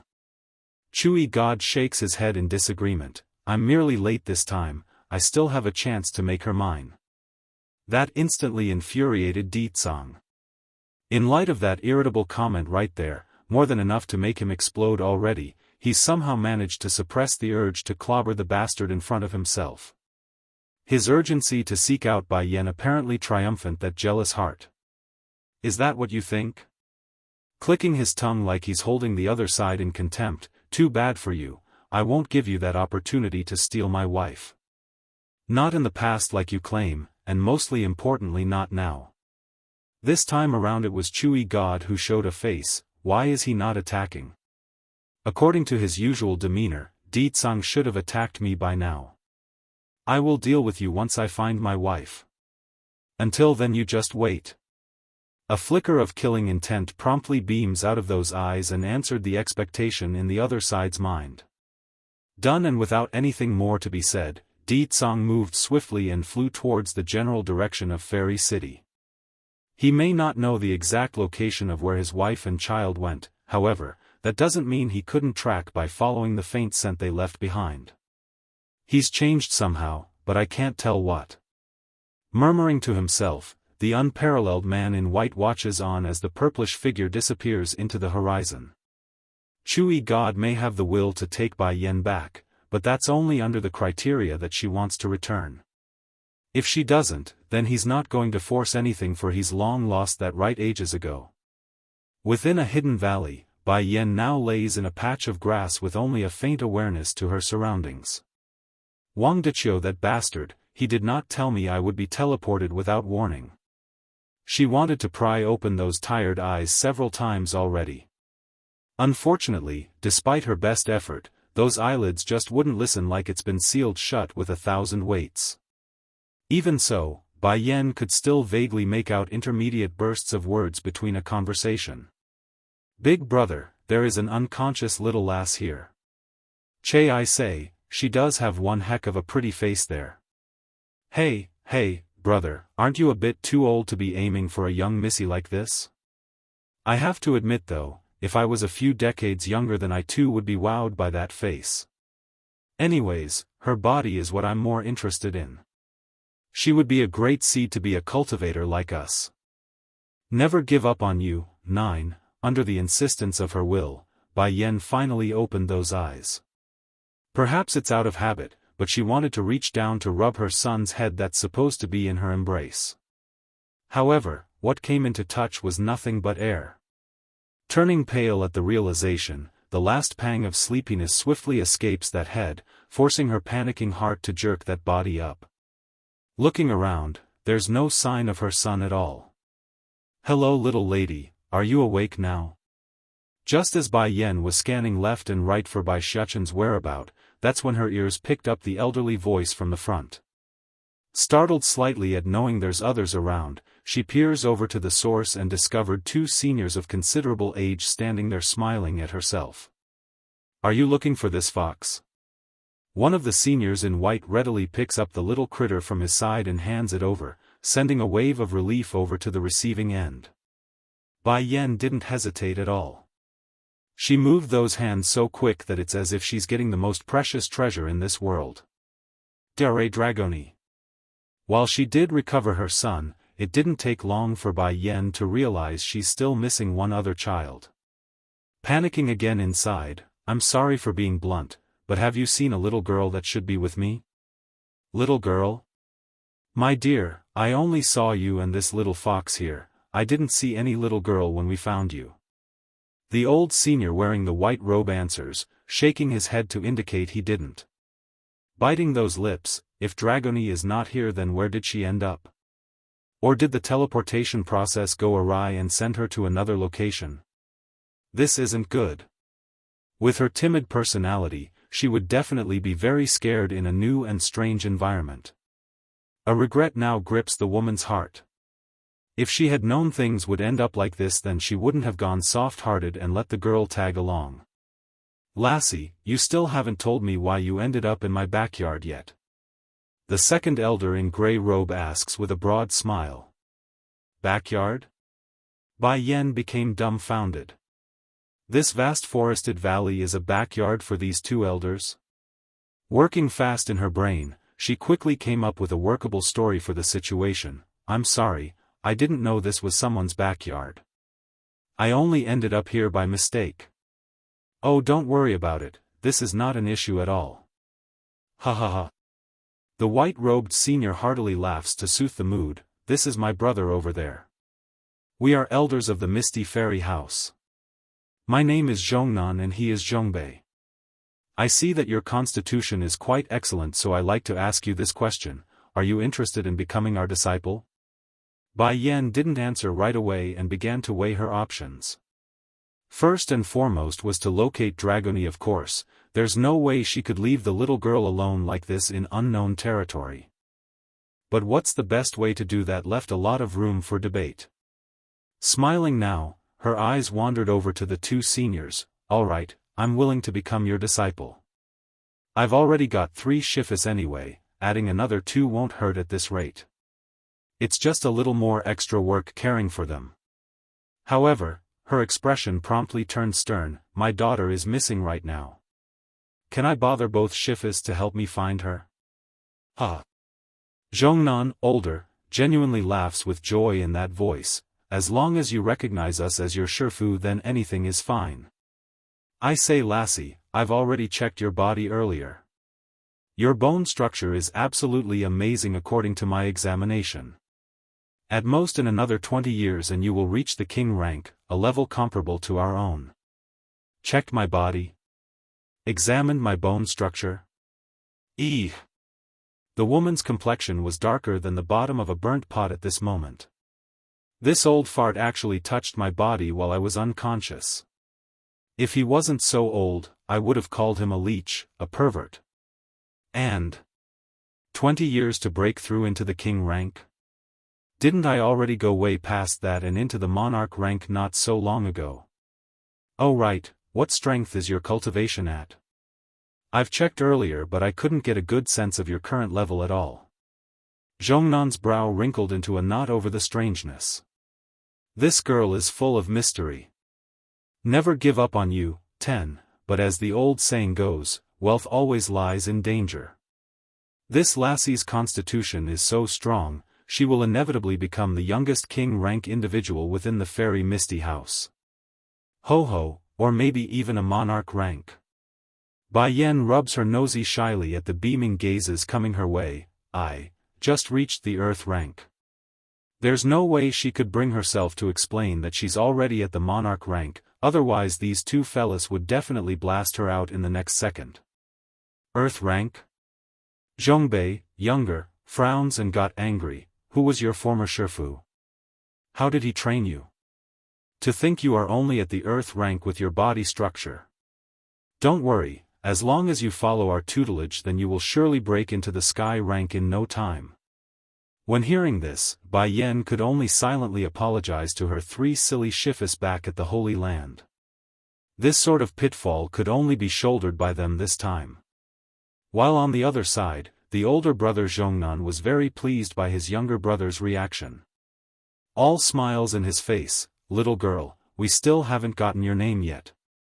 Mind telling us since you've recognized us at your shifas? It's Bai Yan, and he is Bai Xiachen. Bai Yan promptly raises her son up to show the 2 seniors, all the while making a proud and warm smile at the same time. Towards this demeanor, the elders definitely found it strange, for it's the look of a mother introducing their child. How can a fox be her child? That's just silly. Hurrying to sway their head to lose that idea, Zhongnan and Zhongbei didn't even want to go down that route. When Bai Yan eventually came out of the hidden valley under the guidance of her new shifas, she soon understood what they meant by this being their backyard. It's exactly like they claim. There's no lie or falseness that this vast stretch of forested land was their home. Fortunately, there are other ways to reach this valley, otherwise Bai Yan would have trouble explaining how she managed to get in without rousing suspicion. And since her arrival at the Misty Fairy House, the 2 elders have kept their promise in searching for Dragony. As for Bai Yan herself, she on the other hand was being forced to train day and night while under the scrutinizing eyes of them both. In the end, this poor woman could only hold back her urge to go out and do as they say. It's too obvious if she starts running around so early. Of course, when talking about training, Bai Yan wasn't really improving her cultivation. For an earth rank cultivator, the amount of energy fluctuation in the air was minuscule at best in comparison to her own level, that's why she could only pretend by sucking in a small amount into her body. Now that leaves the poor baby fox who's been bored out of his mind. After a few days of this, Bai Xiaofan's finally had it and started moping to his mother on this day. You want to go out to play? Bai Yan arches her brow and asked. The little fox hurriedly nodded, for being bored to death wasn't out of the question at this point. Son, you must be patient for a while longer. Once I locate the blood vine, then I can restore you to your former self. Sighing helplessly, Bai Yan also felt frustrated at her current predicament. According to Chui God's information, the blood vine was considered a treasure to the Misty Fairy House. If she wants to get her hands on the herb, then the best course of action would be to win over the two seniors' trust. Hanging that head in disappointment, the little fox promptly pulled those ears down like a dejected child. If he was still in his human form, it would definitely be the look of a puppy-eyed crying boy. But, Bai Yan suddenly made a mischievous smile. Today, your two grandchefs are out for a trip. We can take this chance to go out and look for Dragony, how about that? The news immediately brought delight to her son's face. Raising that head, Bai Xiaofan now shined with sparkles in those eyes. Fake goddess, 1, within a luxurious mansion, a loud beast-like roar rock suddenly rocks the place, sending everyone inside into a state of urgency. Chief, the young lord's condition is acting up again. Among the crowd of people gathered presently here was an old man wearing a linen-colored robe. I suggest we go seek out Bai Changfeng, the leader of the medicine sect. Perhaps he would have a cure for the young lord's condition. The one called chief and current lord of the Misty Fairy only wrinkled his temple before eventually issuing out a sigh of frustration. I've already went to him not long after his birthday. Sadly, after I listed all the symptoms of my son to him, I was told he couldn't do anything to help and didn't know of any cure. An uproar promptly burst out among the crowd. If Bai Changfeng couldn't do it, then who else in this world could? It can't be. The young lord is going to have to spend the rest of his life like this? However, Bai Changfeng did leave me a message. The chief of the Misty Fairy House allows his high-standing gaze to loom over the group, signaling he's quite serious in what he's about to say next. A sickness of the heart must be cured using the cause. I remember my son Yunfeng met a girl after leaving home back then. Pity, fate likes to toy with the males of the Misty Fairy House. Because we are unable to choose our own marriages here, I could only task some of you to bring him back. After that, Yunfeng has been in this state ever since. Now, according to the instructions I got, as long as we find that woman, then the demon in Yunfeng's heart will unravel. The chief's hand had clutched into a tight ball by then. Elder Muzhen, you were one of the main people I sent out that year to bring back my son. Do you know where that woman went or who she is? The female known as Elder Muzhen was a woman who maintained her appearance very well. In fact, due to that young-looking face, it's very hard to detect the traces of aging there if not for the long strands of white hair exposing her true seniority. One could easily mistake her for a fair maiden like all the rest. Slightly lowering those eyes to hide the flicker of darkness in there, the female elder stepped forward and spoke, reporting to Chief, that woman is not worthy of being a member of our fairy Misty House. If she does come, then she would surely stir up a wave of trouble for everyone. Why is that the case? The chief's expression turned heavy and grim. Back then years ago when his son got into a fling with the unknown girl, he himself couldn't leave due to a certain matter at hand. Therefore, whether it be the girl's face or her family background, he knew nothing aside from words of mouth. Now to be informed of this unfortunate news by Muzhen, the idea that emerged in his head just now was again strained.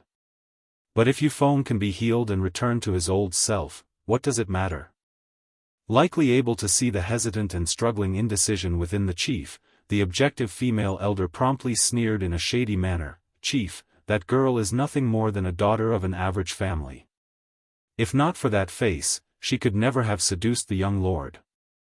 Yunfeng wouldn't be such a superficial person." The chief's face now grew ugly at having his son being called out for being superficial. I refuse to believe my son is a bastard who only knows how to take in one's look.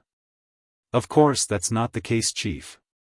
That woman isn't only born proficient in seducing the opposite sex, she's also highly skilled with musical instruments and understands how to string men along, hence the reason for the young lord's fall for her. Muzhin's heart immediately grew venomous and could be heard in the undertone of that voice. Furthermore, the girl isn't a chaste woman either. When I went to retrieve the young lord that year, I personally saw her hooking up with multiple males. The chief's heart promptly sank at the last bit. It's one thing to be born ordinary, but to think she would be like that as well. In truth, this father never wanted to do what he did back then, even if the girl was so terrible. However, if he didn't, then the Misty Fairy House would surely offend that person. By then none would be facing a favorable fate. Chief, I also want to add, the main reason that girl left on her own is because a secular family of the main world tempted her with gold and treasure. And since the young lord never revealed his background or influence, the girl chose to go her separate ways after failing to resist the temptation. Fake goddess, 2, bang. The chief slams his fist against the nearest table and allowed the burning flame in his eyes to seethe forward. How dare she abandon my son for a mere mundane? Under that violent appearance of their lord, the audiences were all too scared to utter a single word in protest. However, there was one individual who didn't falter in fear, and that's Elder Muzhin. The woman was secretly snickering inside over her own success. Want to let that woman enter the Misty Fairy House? Quit dreaming. I've killed that girl years ago, so how can she ever show herself again? Forget it, the chief tiredly closes his eyes in acceptance. Leaning against the chair he found behind himself, I want to rest. All of you retreat for now until my summoning. Yes, Chief. Arching their fists, the crowd promptly left for the outside. Throughout the whole process, both Zhongnan and Zhongbei brothers were keeping to themselves on the sideline without uttering anything. They knew under such circumstances their opinions are going to be ignored regardless of what they said. As such, the attendance today was nothing more than for show. Now that it's done and over with, it's normal for the two to leave and return to their home where their new disciple should be waiting. Wu Wei, Chief. Just as everyone has finished departing this place, leaving only the lonely father in this luxurious mansion, that's when an impressive-looking woman waltzed in through the door. In comparison to Elder Muzhin, who kept up a fine appearance despite the old age, this newcomer in the light blue dress could only be considered a true beauty. How come you came? The chief hurried to greet his wife after hearing her voice. Didn't I say I will handle Yunfeng's matter? Handle? Jun Tianyu, wife, only sneered in return after hearing that. You've been saying you will handle our son's matter for how many years now? Do you have a solution? If those alchemists can't cure my son, then why are you hesitating in looking for that girl? But, Muzhin, I don't care what she says or what she claims about that girl, I only know I want to save my son from his current state. The motherly instinct in Jun Tianyu was now fully coming out, causing her very existence to exude an aura of pain and sadness. Regardless of her character, I will take her into our home so long as she can turn things around with our son. Seeing his precious wife quickly devolving into a sobbing state, Chief Wu Wei could no longer contain his emotions. Hurrying to pat the woman on the back to help soothe that mood, don't worry, I will definitely find a way. Bai Changfeng may not be able to cure our son, but that doesn't mean other alchemists out there couldn't. I'm sure there are others who could. Fine. Jun Tianyu suddenly stared straight into her husband's eye and said, I will give you 3 months. In that time, if you can't do something about our son's condition or find an alchemist who could cure him, then I'm leaving on my own in search of that girl. 3 months? Now it was Chief Wu Wei's turn to make a frown. He only said those stuff in order to get his wife to stop crying. Who could have guessed the smart woman would use it against himself like so? Oh my goodness, where am I supposed to find an alchemist who could rival Bai Changfeng of the medicine sect? But then a flash of light sparked within the man's eye, like he just remembered something. I remember now. Wife, Bai Chong Feng mentioned High Granddaughter is also an alchemist and a very good one at that. Maybe she can cure Yunfeng's illness. I went there before after the man's birthday, but sadly my timing was off and the girl was gone already. Really? Then what are you waiting for? Hurry and send some of our people out to search for that girl. The mother's face now glistened with hope. Even if the possibility was slim, she's not going to give up, not when it involves her son's future. Making a bittersweet smile, Chief Wu Wei could only shake his head over the woman's quick change in mood. As negative as he was over the chance of success regarding his own idea, he couldn't exactly go back on his words now. At the same time, while things were moving at the other end, Elder Muzhin had just finished returning to her own manor. Taking a sip of tea from the cup handed to her by the maid, the woman coldly snapped at the poor girl for no reason. Go call Tian Ling over for me. Yes, Elder. The maid swiftly retreated, too afraid to meet eyes with the mistress of the house. Not long after, a senior old man quickly walked over and respectfully arched his fist. Greetings, Elder, did you summon me? Fake Goddess, 3, Tian Ling, did things go as I instructed back then? Is the woman really dead? Muzhin slightly narrows her eye as she asked the man. Please be assured, Elder, I've done exactly as you instructed. Not only is she seriously injured while I confronted her, she also fell off the cliff during the final moment. There's no way she could have survived from that height. That's good to hear. Heaving a long sigh of relief, the woman turned cheeky like she's done something to be proud of.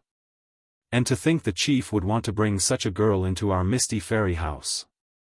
Based on what can someone like that join our ranks? Moreover, the young lord is the one fancied by the goddess. A spark promptly flashed within the Tian Ling's eye at the mention. Elder, it's been many years since then, I'm sure the goddess has long given up on the young lord. Why don't you? Outrageous. The woman snapped, roaring out at the implication of those words. I am an elder of the young master, how dare you imply I would have ulterior motives against him? Those words must never be mentioned again. It's true this elderly old woman has fanciful ideas about Yunfeng, young lord, however, that's something she could never bring to the surface. Forget about the chief or his wife, even the other elders in the misty fairy house would gun for her life if they ever learn of this.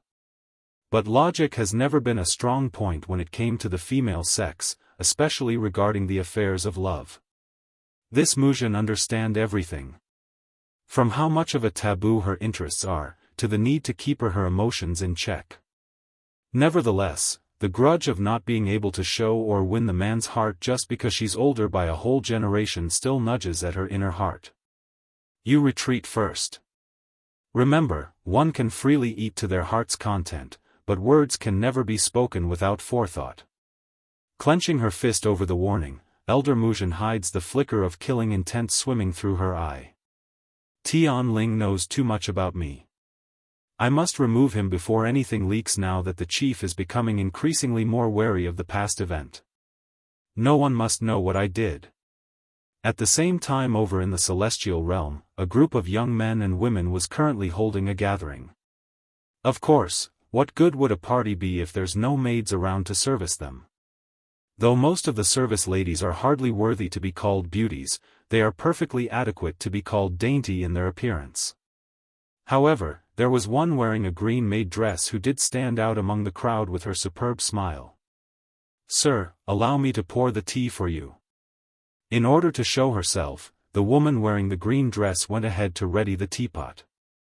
Unfortunately for the lady though, perhaps it's just bad luck or carelessness, a droplet of the fluid inside the pot ended up spilling over during the process and landed on the young man's hand. Hiss. Without surprise, the young man promptly slapped the woman's face after being tinged, causing the unsuspecting female to jerk backwards in painful fright.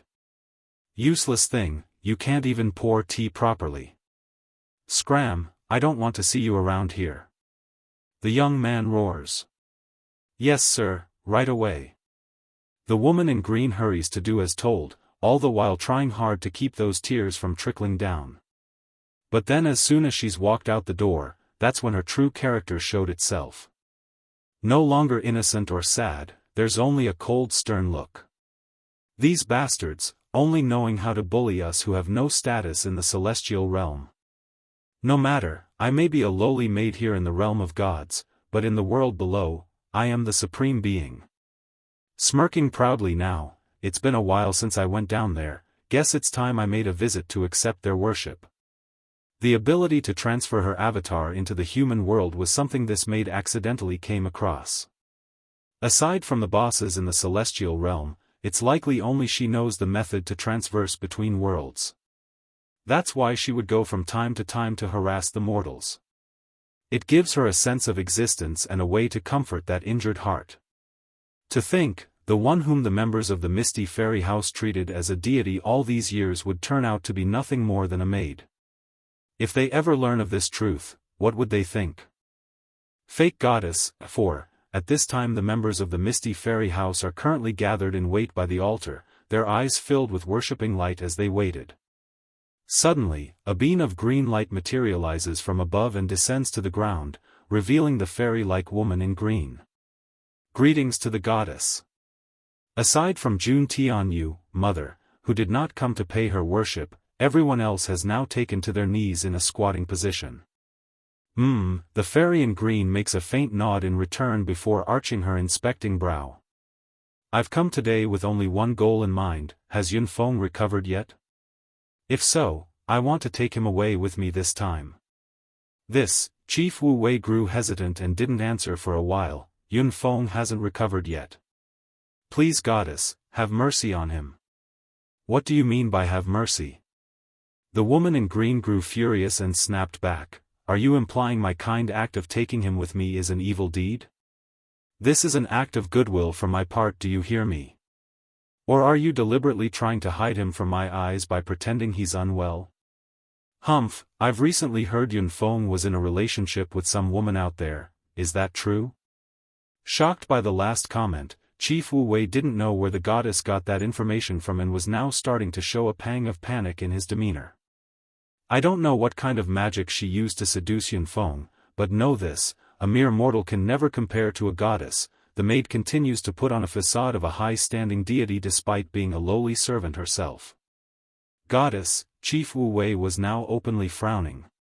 In all the years you've come to us, we've been nothing but respectful out of you being a goddess. However, Yunfeng is my son, can't you spare him? When recalling about the horrid state his son was in due to this so-called goddess, this father would immediately get riled up inside. If not for this woman, then my son would never have turned into his current miserable state. Impudence.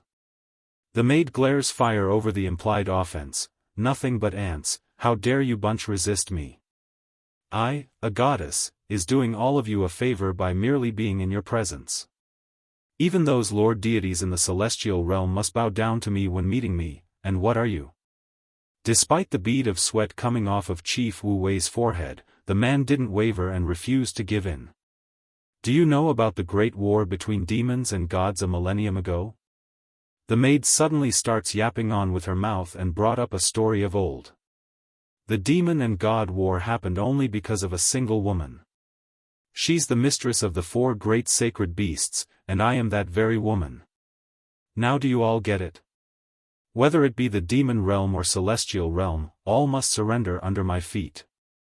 As for you all, humph, nothing but lowly existences that can't even be worthy to lick my feet. Perhaps it's due to her own arrogance and assumption that none from the celestial realm would descend upon the mortal world, plus the demon realm has been sealed off for ages already, therefore she had no reason to believe her lies would be found even if she exaggerated things to unrealistic level. Sure enough, the hearts of those present were all shaken by the proclamation. They didn't dare to doubt the woman's word at all and just wholeheartedly believed the story. But I had no interest in any of them from the start, it's they who kept entangling around me. Now be grateful that I'm interested in Yunfeng, otherwise none of you could even kneel before me. If one's nose were to suddenly grow longer over every lie they made, then this deceitful maid would surely have a nose longer than any being in existence. However, I'm a kind-hearted goddess, so I will give you all a second chance. In half a month, that's my limit. Afterwards I will return again for him." After saying this, the figure of the woman promptly disappeared like she's never there to begin with. Of course, the main reason this deceitful wench left wasn't because she's done spouting her nonsense, rather it's because her real body back in the celestial realm had just been beaten silly by those young lords and misses. As such, she had no choice but to retract her avatar lest she's discovered by the sharp-witted ones. Youth Exchange 1. Isn't today's Youth Exchange event being held on the dragon boat nearby? Let's go have a look. I'm sure it will be very exciting and fun to watch. Oh yes, let's go. I heard this time the precious disciple of Elder Muzhin is also attending. From the rumors I've heard, her alchemic skills are top-notch and is very likely to become the next Bai Changfeng from the medicine sect. Youth Exchange? In the middle of the main street, Bai Yan's footsteps had just stopped after overhearing the passerby's conversation. Stroking the little fox's fur, she curves the corner of her mouth upwards. "Do you also want to go?" Naturally the little critter nodded vehemently. Showing water in his puppy eyes, the kid looks up hopefully and easily won the battle. "Alright, we will go take a look then. Perhaps Dragoni would like such events too and we could find her there." At the end of the day, Bai Yan only wanted to try her luck to see if the missing lass would wind up at such a place. If she's going to aimlessly wander the streets then it's better to try at a big event where plenty are gathered at once. Then all of a sudden, the mother felt a slight tingle in her hand. It was her son licking the palm of her hand. For a moment, Bai Yan actually fell into a trance and remembered back to the first days of her son being born. Back then the boy was still in his fox form as well. "Don't worry my son, I will definitely help you recover." Bai Yan's embrace tightens a notch as she brought the fox up to her cheek for a calming hug. "No one can separate us. I won't let them." Dragon River, the prescribed location where the dragon boat was moored. According to legends, it said that the river was once home to a dragon, hence its name. Just that it's been many centuries since there's been a sighting. At the moment, 2 guards were busy inspecting the visitors with careful scrutiny as the guests boarded the luxurious-looking river boat. If one didn't have a slip then they wouldn't be able to get on it seems. "Son, why don't I take you to some other places to look around? The event requires an invitation before being allowed inside. There's not much to see anyways. What's more, there's no way Dragoni could be aboard if it's a closed-off event, thus making her visit moot." Unfortunately, her thoughts were soon interrupted by a sly-sounding voice from the side. "Selling dragon boat invitation, selling dragon boat invitation, only needs 10,000 gold for it. If you don't buy then it's your loss." 10,000 gold. 10,000 gold for an entry slip. Talk about worst timing. Going dark in her face, Bai Yan turns to the owner of that voice where a sly-looking fatty was holding several invitations in the air with his sloppy hand.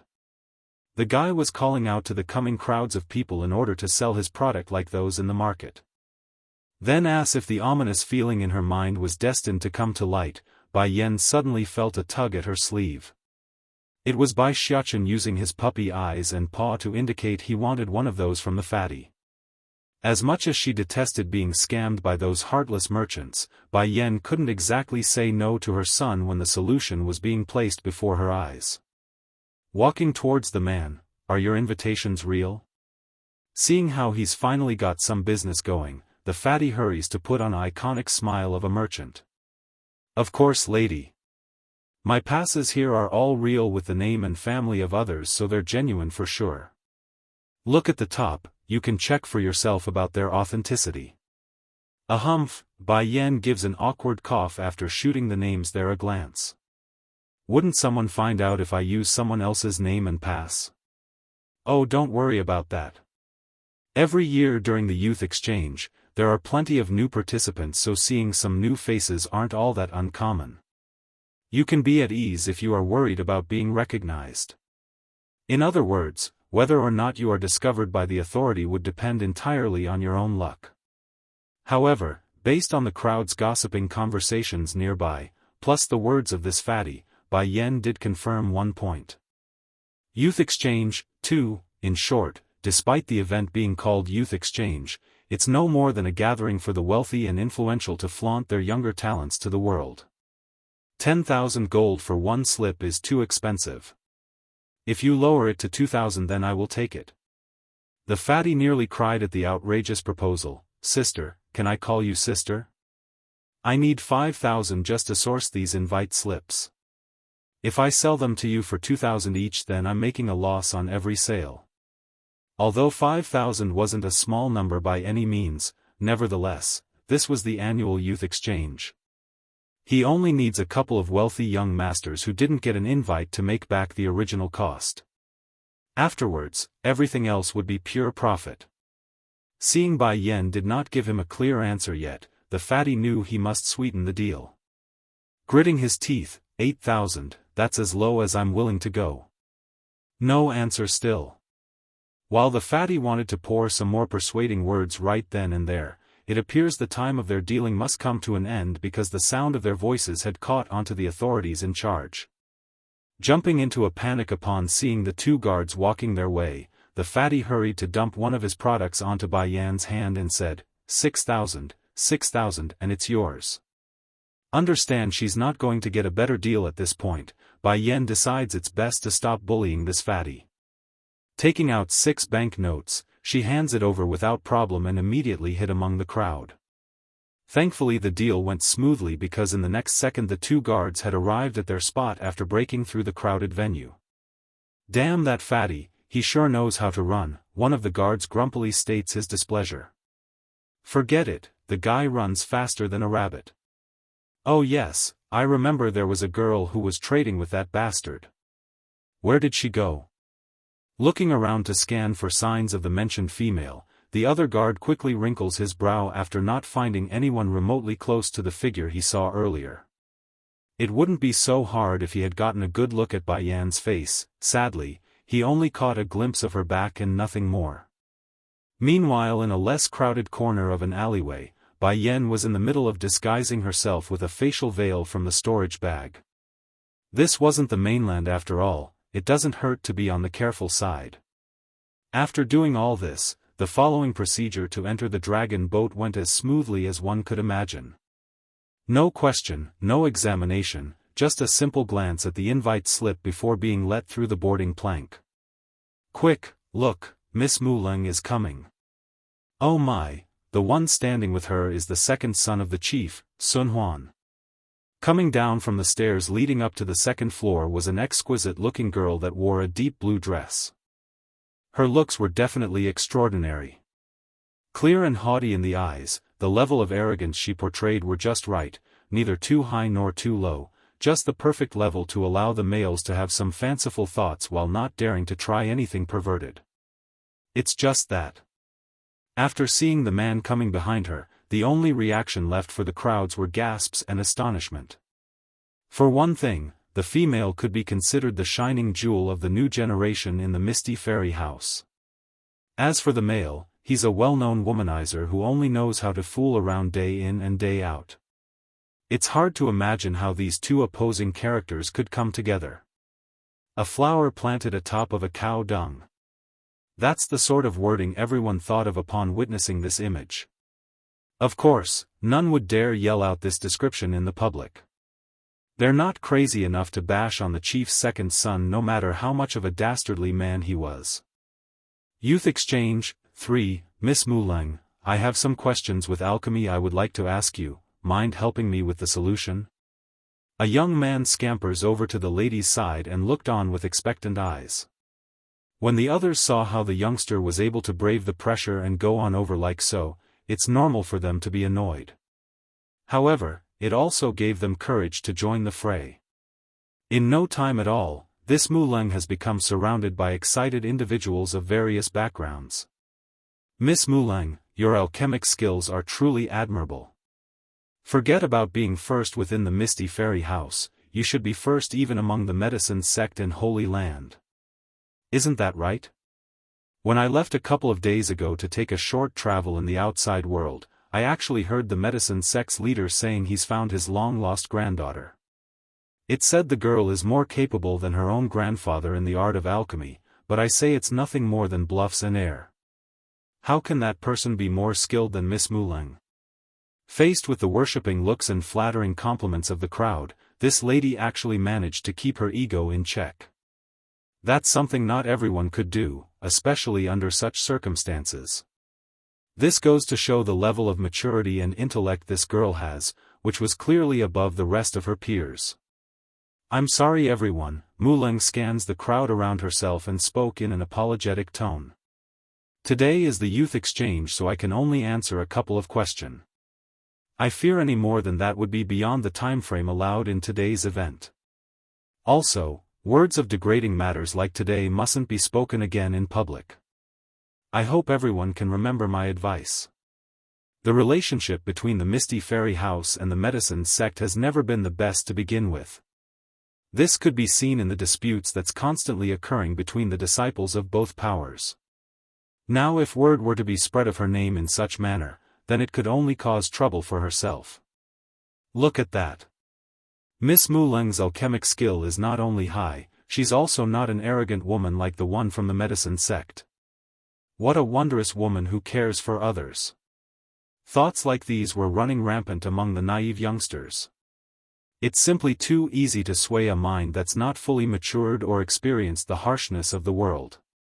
Meanwhile, at one corner of the boat, Bai Yan was listening in on everything with her brows arched. It can't be right. I still got hit when lying on the floor. What's this all about?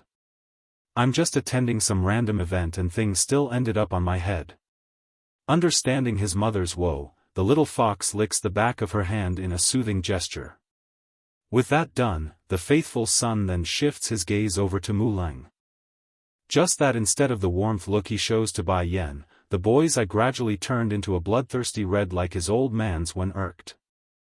The lecherous man standing next to the shining girl didn't care for all the attention. He's used to this sort of fan craze in his life, even if it was the negative version. Instead, he's now focused on Bai Yan, who's standing in the corner. What's wrong? Muleng asks, her brow furrowing after noticing the oddity. Did something happen? It's nothing. That said, the womanizer known as Sun Huan then retracted his gaze before being caught. For some strange reason, he's getting a familiar vibe from the unknown woman wearing that veil, like he's seen her somewhere. I must be imagining things. Although Muleng didn't raise a comment over this, she did however turn her head over to the same direction as her partner. Almost immediately, her forehead had wrinkled into a knot before eventually loosening them again with a smile on that face. It getting late everyone, let's go inside first. During the exchange, I'm sorry, but I will have to limit it to 10 questions. The crowd got quiet and turned to their seats as instructed. Thankfully the dragon boat was a huge vessel and could accommodate this many. Otherwise, some poor saps would have to standing during the entire occasion. Miss Muleng, I have a question to ask you. Youth exchange, 4. A young maiden had taken off from her seat to be the first to ask a question. Though Muleng's answer was nothing but a half-heated attempt, it's nevertheless still good enough in the eyes of these youngsters who listened intently to those words. In their eyes, even if the advice resulted in failure or doesn't hold substantive help to themselves, it's still coming from the number genius of the younger generation. Just that fact alone was enough to sway them to believe the high-standing lady. Of course, not everyone would react the same way.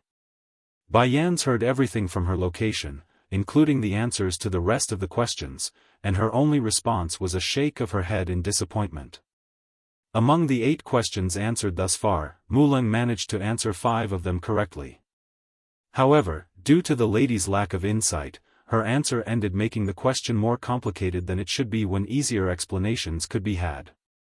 As for the remaining 3 that came out of her mouth, they're bound to result in failure when those people go back to try the method mentioned today. But it's not her business and ways, so Bai Yan didn't want to get involved. Sadly, as the old saying goes, trouble comes knocking even if you don't look for it. Due to Sun Huan's extra attention from earlier, Muleng herself had also taken extra care to pay a closer look at Bai Yan whenever she could. So, when the woman unintentionally shook her head in disappointment after hearing the 8th answer, it immediately fell into the eyes of the shining girl on the stage. Pausing in her speech, "You there, why are you shaking your head after my answering? Could it be, miss, are you disagreeing with my findings? If so, please enlighten us here today. I'm a very open person and is fine with criticism." In actual fact, Muleng does hold a lot of confidence in her own knowledge regarding matters of alchemy.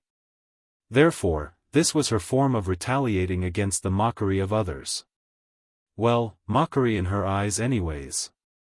For a moment, everyone's eyes were now focused on the indicated woman who's wearing the facial veil. "Which family are you from? How can you be so rude? It's not every day a famed alchemist is willing to answer our dilemmas. If you are here then you should just quietly listen, why shake your head?" That's right. Muleng is the #1 person in the Misty Fairy House, so her advices couldn't be wrong. Even if you envy her, you should still try to hide it and not make your thoughts so obvious. Otherwise you will just be left behind and tossed overboard, you know. Everyone's clearly disgruntled by Bai Yan's interruption, so their gazes are now cold and angry, like the fault lies entirely on her. Seriously? I just got hit for the second time even though I'm lying down. Pausing in her fingers that's caressing the little fox, Bai Yan curves the corner of her mouth into a smirk. #1 person? According to my memories, I thought the #1 person is Yun Feng, the eldest son of the current chief. Ha! The young man who spoke out first with the taunts began to laugh humorously. Yun Feng? That's from the older generation. For our generation, the #1 spot unquestionably lies with Miss Muleng. In actual fact, everyone present understood the only reason Muleng could be called the #1 genius of the Misty Fairy House was due to her Shifu being elder Muzhen. Couple this fact with the lack of a third-generational heir thus far, it's normal for everyone to recognize this lady as the strongest contender right now. What's more, even if the current chief's son had a child, that's for the next generation, so it's no threat to them who are now mostly in their teens or coming close to adulthood. Oh. Bai Yan continues to smile meaningfully. Then what if the second young master of the Misty Fairy House had an illegitimate child from the outside? Would her position as the #1 person still stand? Humph. Hearing the topic being diverted to himself now, the womanizer hurried to cut in lest some bad rumor start spreading. Holding up his hand to gain everyone's attention, "I know I can be quite the womanizer and definitely spent a lot of nights with various women. However, I must make one point clear, I do not have any children of my own yet." Had many women, but no children? Bai Yan cocked one of her brows in an inspecting fashion. Then shouldn't you go have yourself checked out by now? There's an alchemic master right beside you, why not have her take a look to give you some treatment? Since others are deliberately throwing the fault above her head, then it's only normal for Bai Yan to turn things around and shift it back to someone else. She's never been a person who takes bullcrap without retaliation. Youth Exchange 5. Originally the womanizer had wanted to take a sip of water then to help soothe some of the pressure off his back, but to suddenly hear that dastardly comment from out of the blue, he just couldn't take it anymore and splurged the liquid right out of his mouth. Do we have a grudge or something? Why is she gunning for me at every turn? The man eyes the veiled woman with a blaming look. Unbeknownst to Xian Huan, they really do have a grudge between them both, and a heavy one at that. Unfortunately for this man though, no matter what he did to think back to the past, he just couldn't recall who this strange woman was or if he knew her for that matter. All of a sudden, a single face popped into his head after working it so hard. It's a peerless contour of a gorgeous young lady who causes his balls to hurt upon thinking about her. The incident happened years ago when he made a trip to the outside world. He incidentally met a young lady who definitely had quite the look. That's why he went up to her in hopes of teasing her a few words and even took the opportunity to give a slight touch of the face. For that mistake, he paid a dear price of having his balls kicked out by one full sweep of the leg. As a result of that incident, this womanizer never dared to leave the Misty Fairy House again. He's still having traumatic nightmares because of the brutality he faced that day. Compared to the mean and cruel world out there, he would rather enjoy his life in the warm embraces of the kind and gentle ladies of his home. It's just that. In comparison to the woman in front of himself right now, the lassie from back then was very frail and thin, while this one here had the assets of a fine beauty. They couldn't possibly be the same person in his view. But the major giveaway was the lack of a child. The lassie may be young back then, but she already had a baby son that's inseparable from her side.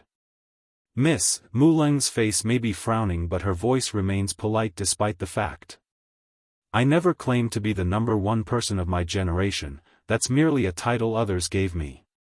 In my opinion, strength speaks for everything. Whoever is more capable should have the right to speak. Now please keep quiet while I speak and not interrupt me again.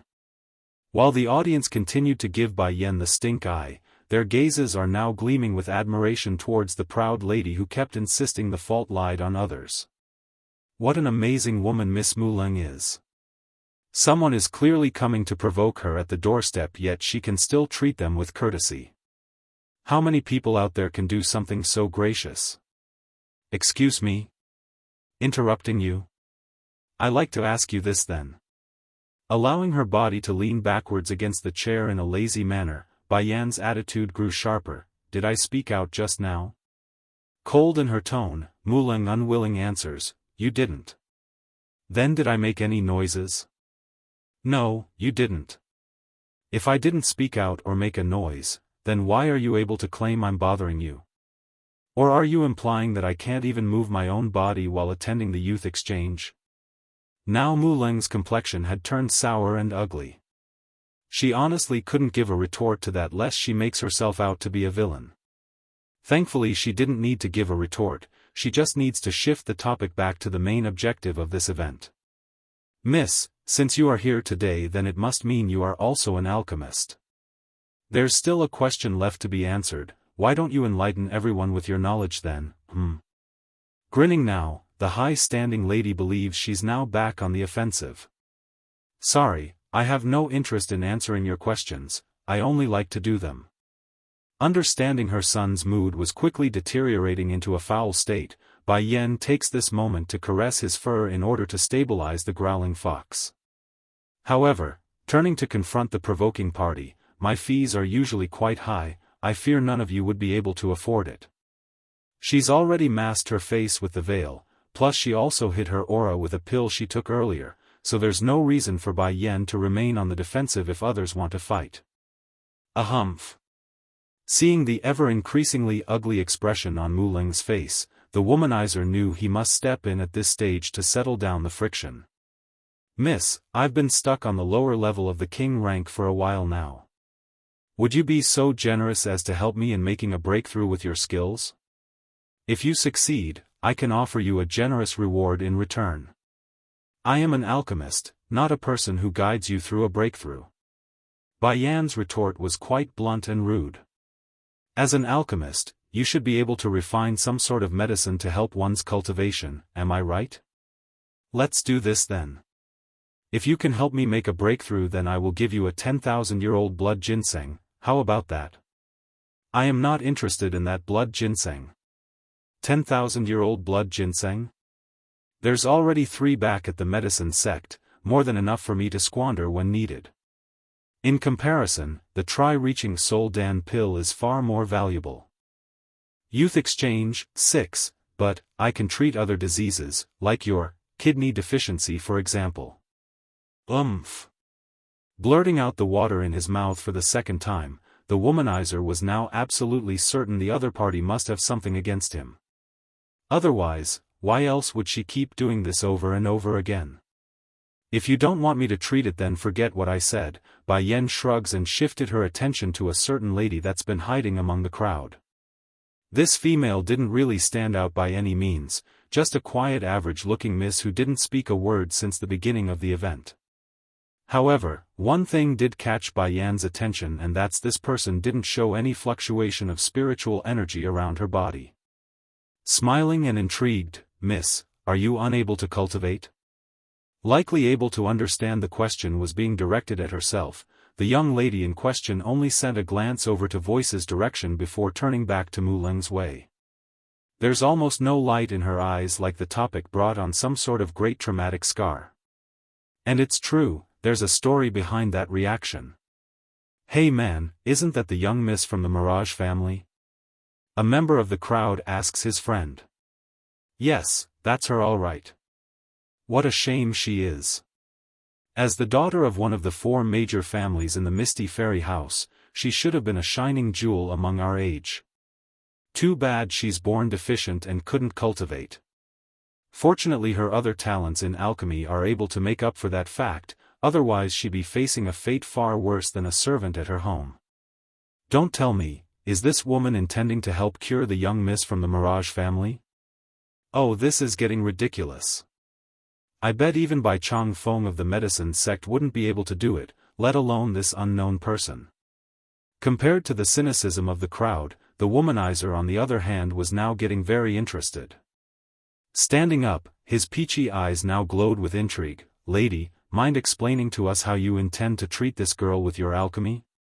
Bai Yan just shook her head and said, there's no reason to bring a knife out to kill a chicken. I do not need to make any pill with my alchemy. What's more, refining a Dan pill for this occasion would be too expensive and time-consuming. Therefore, she never intended to do anything so laborious from the beginning. Mulung's smile now got frosty and intimidating after hearing those arrogant words. Oh, then please wow us with your ability then Mississippi. It would be a real eye-opener to witness someone curing a patient without using any pill or medicine. If this woman wants to shame herself, then why should I stop her? She can go ahead and try. Have Sister Huan Yin be able to cultivate? Ha! You come and help me. Bai Yan didn't care for the high-standing woman's provoking words, instead she now turns to Sun Huan, who readily came over to offer his aid. What do you need me to help with?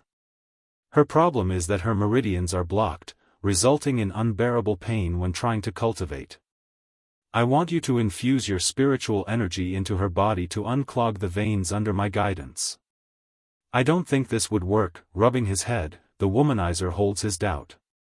I know the old relics up there have already tried to help Huan Yin using this method before, but it was all useless because the effects were unsubstantial.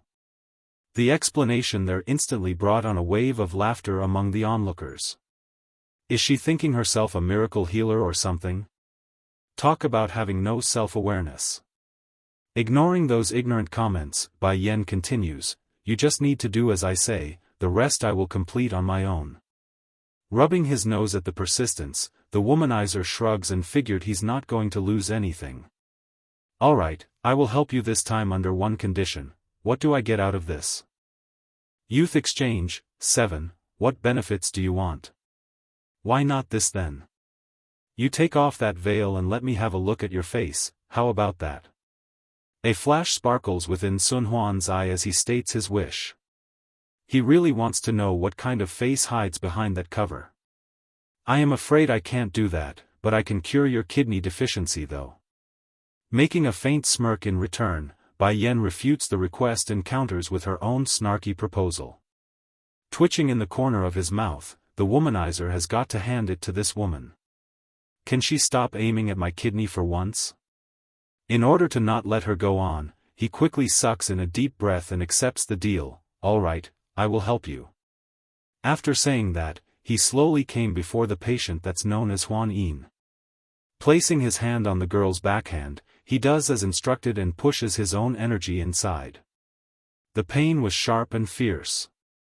In no time at all, the patient was shaking all over as her lips turned a bleak dead white due to the pain. If you want to step into the path of cultivation, then endure it, this is only your first step. Jerking to attention over that sentence, Huan Yin immediately turned up to look. She didn't know exactly who Bai Yan was, but that pair of beautiful deep black eyes were powerful forms of support. Biting her lip, the girl presses on and grew firm this time around. Bang! Suddenly, Bai Yan's palm materializes a cluster of flame that emulated strength and control. In a flick of her finger, the spark of heat was shot into the patient's body, allowing the burning sensation to course through the veins at every turn. This treatment lasted for over half an hour. During the entire duration, Huan Yin could swear to the heavens that she would have died many times over due to the torturing pain. Nevertheless, at every moment when her consciousness was about to turn dark, the stern yet supportive voice kept coming over and reinvigorating her spirit and soul. Now, finally finished and without need to keep going, the patient collapses at the closest opportunity. Huan Yin, the womanizer asks with a frown after catching the girl. Is she going to be alright? No matter what, Huan Yin was still his niece, so the man must hold some responsibility here. Otherwise, he won't have a good excuse to explain to his mother, who's also from the Mirage household originally. Restore her blood with a Vitality Dan pill. Here, feed her this and then have her try absorbing some of the energy particles in the air. Taking the beady little thing from the woman's hand, the womanizer hurried to stuff it into his niece's mouth. Sure enough, that pale complexion on the girl's face swiftly changed back to a pinkish red of good color. But the best part came afterwards. Though Huan Yin had lost most of her consciousness at the beginning when she fainted, she did however gain enough of her senses after being caught to pick up the last remark from Bai Yan. Without any need for persuasion, after coming to, the patient herself promptly got into a meditative pose upon awakening and discovered the truth. The spiritual energies in the air were swimming into her body through the skin before eventually reaching her meridian through the veins. There were no sharp pain like usual, in fact it was smooth and unimpeded. Did she do it? Is she able to cultivate now? Is the one recognized as a useless trash from the Mirage family finally able to cultivate?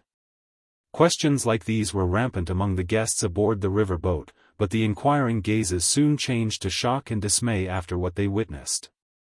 There's a very clear level of energy fluctuating around Huan Yin's body. How did you do this? Due to the emotional moment, Sun Huan's first reflex was to make a grab for Bai Yan's shoulder to get a better answer. Unfortunately for the man, Bai Yan had no intent of letting anyone touch her, especially from someone who's known as a player. Sliding to one side, she easily dodges the hug with careful finesse. Merely relying on others to infuse their energy into her body is not enough. It also needs the help of someone's flame to help burn away the filth clogging up her veins and meridian. Only by cleaning out those wastes will she be able to be like a normal person. Pausing for a moment to think on her next part of the explanation, Bai Yan didn't want to blow it out of proportion. It's just that no one would dare to perform this kind of experiment because they would very likely burn away her meridian in the process. It's true the procedure is risky to most, but if the controller has a firm grasp of his powers, then the risks are superficial at most. Youth exchange, 8, an uproar explodes out of the crowd. Thank you so much. Huan Yin's voice was filled with emotion as she reached for Bai Yan's hand to give her gratitude. There's so much things she wanted to say right now but didn't know how to express herself. I don't know what more to say. Without you, I would never have been able to cultivate in this lifetime. Eventually that heartfelt voice had devolved into a whimpering cry, indicating how much this truly meant for the girl who's been mocked numerous times behind her back. Sure, Huan Yin's ability in alchemy may be very high, much thanks to her own effort, but make no mistake, being unable to cultivate remains a huge regret that she couldn't shirk off. But now, Bai Yan has saved her. So how could she not be excited? You don't have to thank me. If you want to thank someone, then thank Sir Xian Huan here. It's he who used a blood ginseng to save you. At first the womanizer still didn't process what she meant by that due to the suddenness of the claim, but that soon changed to an exploding jump into the air. Hey. When did I promise to give you the ginseng? Just now. She smiles like a fox in return. I promised you a blood ginseng only if you could help me make a breakthrough. You didn't do that, so why should I give you it?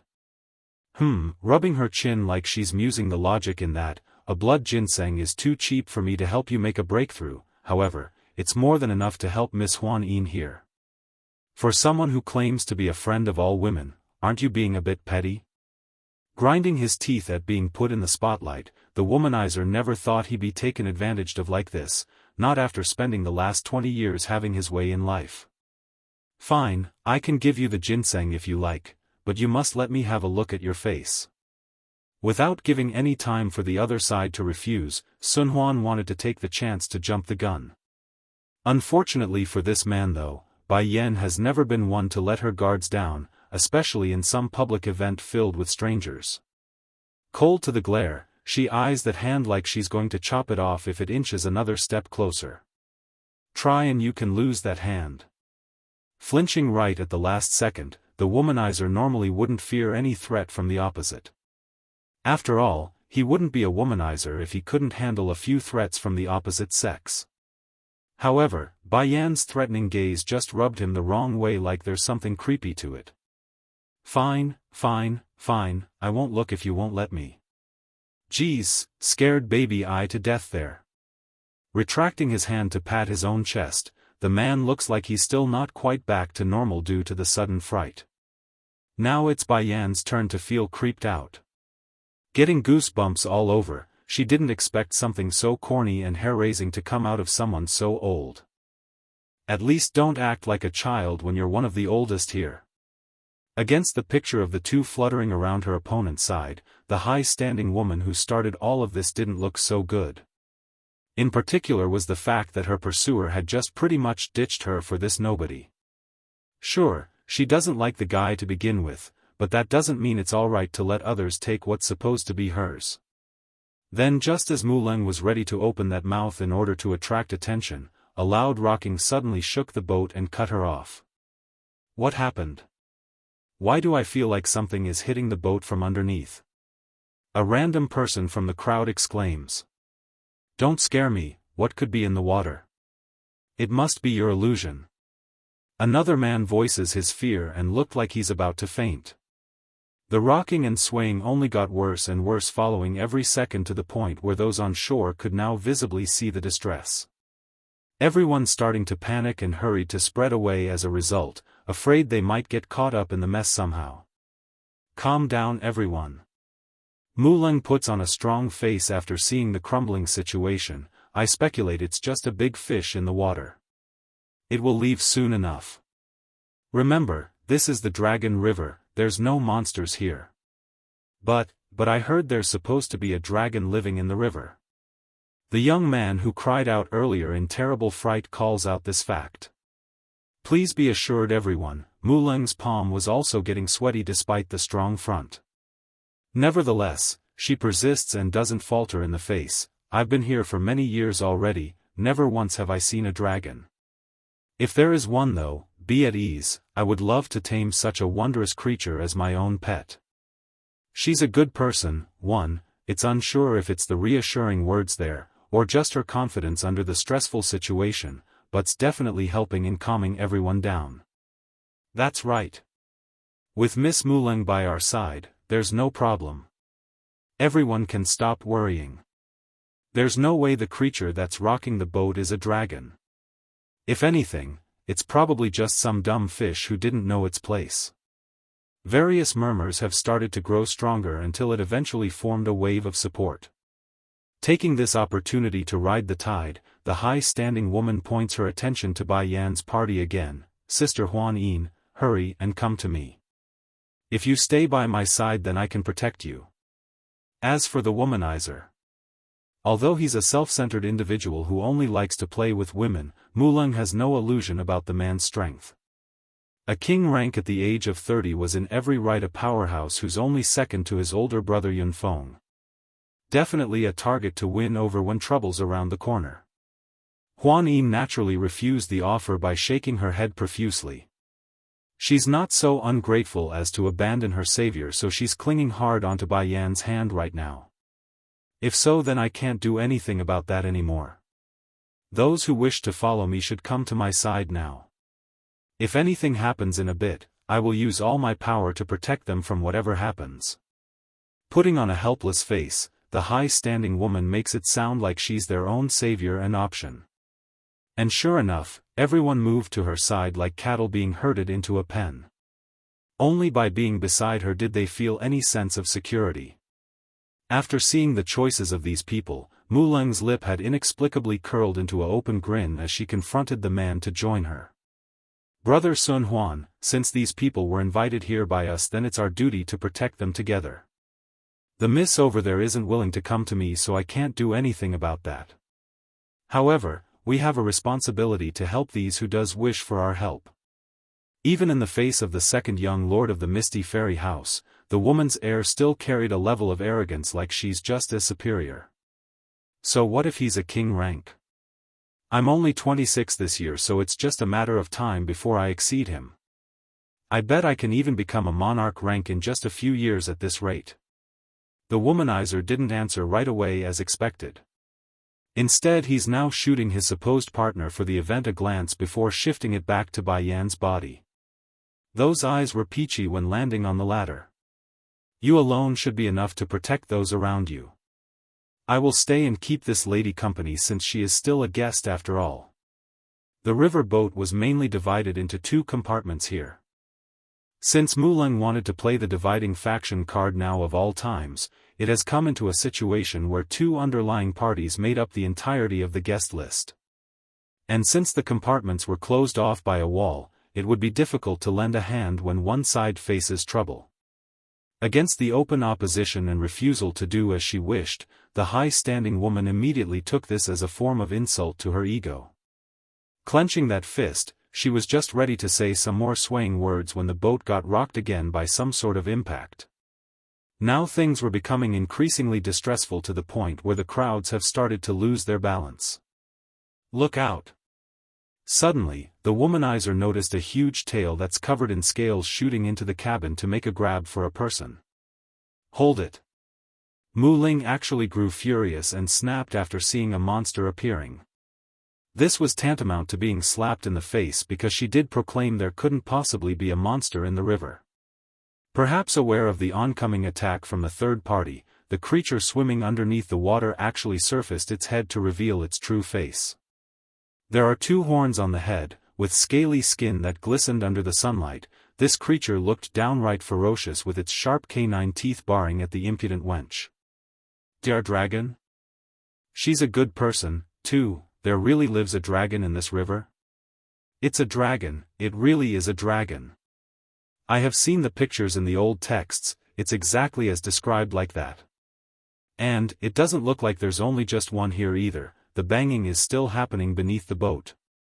But we have Miss Muling here, there's no need to fear everyone, she will keep her promise and protect us. While various remarks were being thrown in the air, the high-standing woman herself didn't feel so high and mighty now. The promises she made earlier were no more than boastful bluffs. There's no way she could take on a real living dragon with her meager skills. Save me. Someone please save me. The one being swept away by the dragon tail screamed for help. In her moment of panic, the girl's first instinct was to seek the assistance of Muling because she's the one who stood out the most and was at the forefront of the deck. Unfortunately for the desperate victim, her supposed savior didn't move an inch, only standing there without action like a hesitant bat. This reaction didn't go unnoticed by the girl herself, of course, which gradually caused the flailing and crying to quiet down due to despair. The victim may not want to die or be kidnapped away by some unknown serpent, but she's not so done in the head to not realize Muling had no requirement to save herself. After all, they're not family or friend, merely guests of the same event. Eventually someone did make a move though. For a womanizer, Sun Huan doesn't disappoint in his title because he couldn't stand the idleness showed by everyone and rushed forward with his fists blaring power. The man may not be the best character around, but he sure knows how to show off his heroic side when it counts. Sadly, a dragon would remain a dragon. In one sweep of its tail after noticing the approaching assailant, the attacker was sent flying from the impact. Sun Huan was sent flying? But he's a lower-level king rank cultivator. If he can't do anything, then who else is going to stop them? Numerous gasps and hisses could be heard from the onlookers who were too afraid to do anything, both from ashore and on the boat. Scram male, I only want girls. The dragon doesn't even flinch and showed a disdainful glare at the womanizer before diving straight into the river. Meanwhile, at the same time, the dragon that's been banging at the boat from beneath the water was also done with its deed. There's now a big hole in the side, allowing the river water to gush into the lower cabins. Ah! The cold water poured into Huan Yin's mouth after she was suddenly caught by another tail that came sweeping in through the hole. She wanted to struggle and break free. Unfortunately, her strength was nowhere being strong enough to resist as the lack of oxygen quickly left her sight blurring away. Am I going to die today? It was so hard for me to be able to cultivate too, but now I'm going to die. Frustration and sadness plagued that pitiful smile as she closed those eyes in acceptance. But fate has kindness. Just as she's about to hit rock bottom, a hand suddenly reached out and grabbed her by the wrist. Before Huan Yin knew it, air, fresh and powerful air filled her lungs, refreshing her already muddled consciousness with life again. I didn't die. In that moment of her life, the girl could not believe her luck. She had already given up and stopped struggling underneath, but now her face was above water and gazing up at the sky. Then all of a sudden, a bolt of electricity zapped her brain upon remembering what had happened and the hand who helped herself.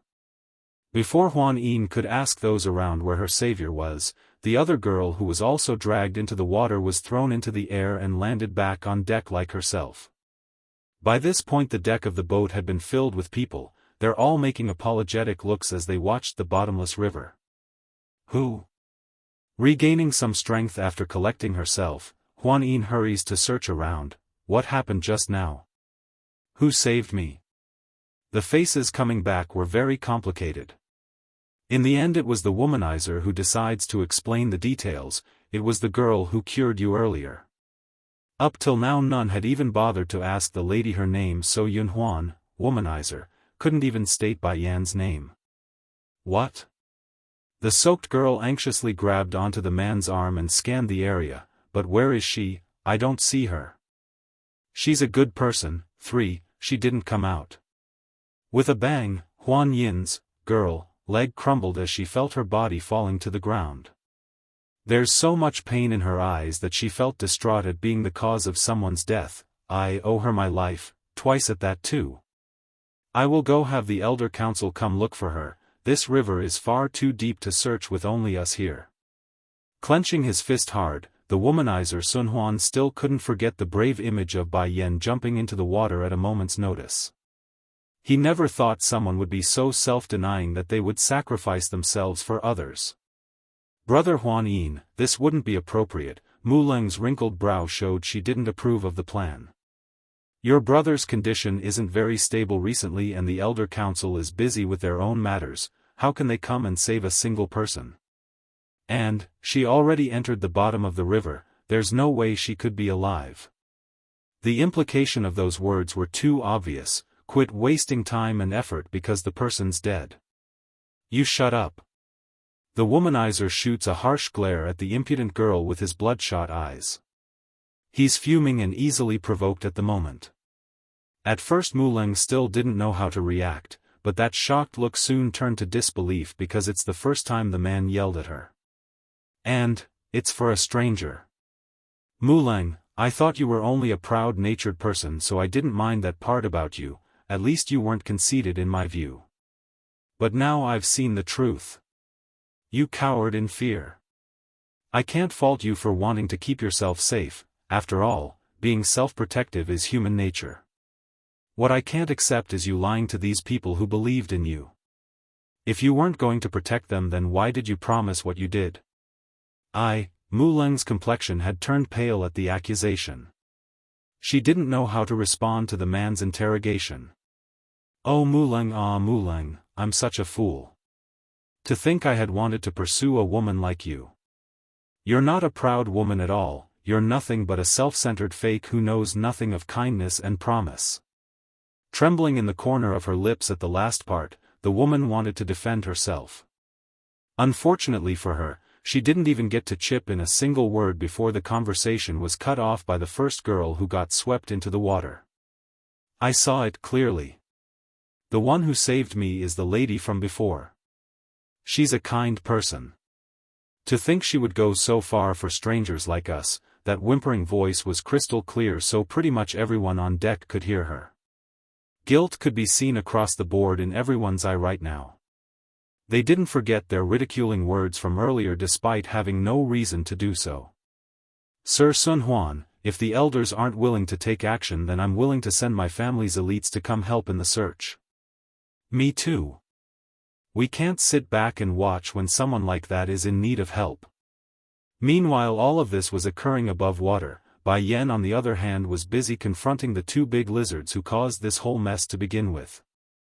In truth, she could have released her son to deal with them using the bloodline pressure at the start.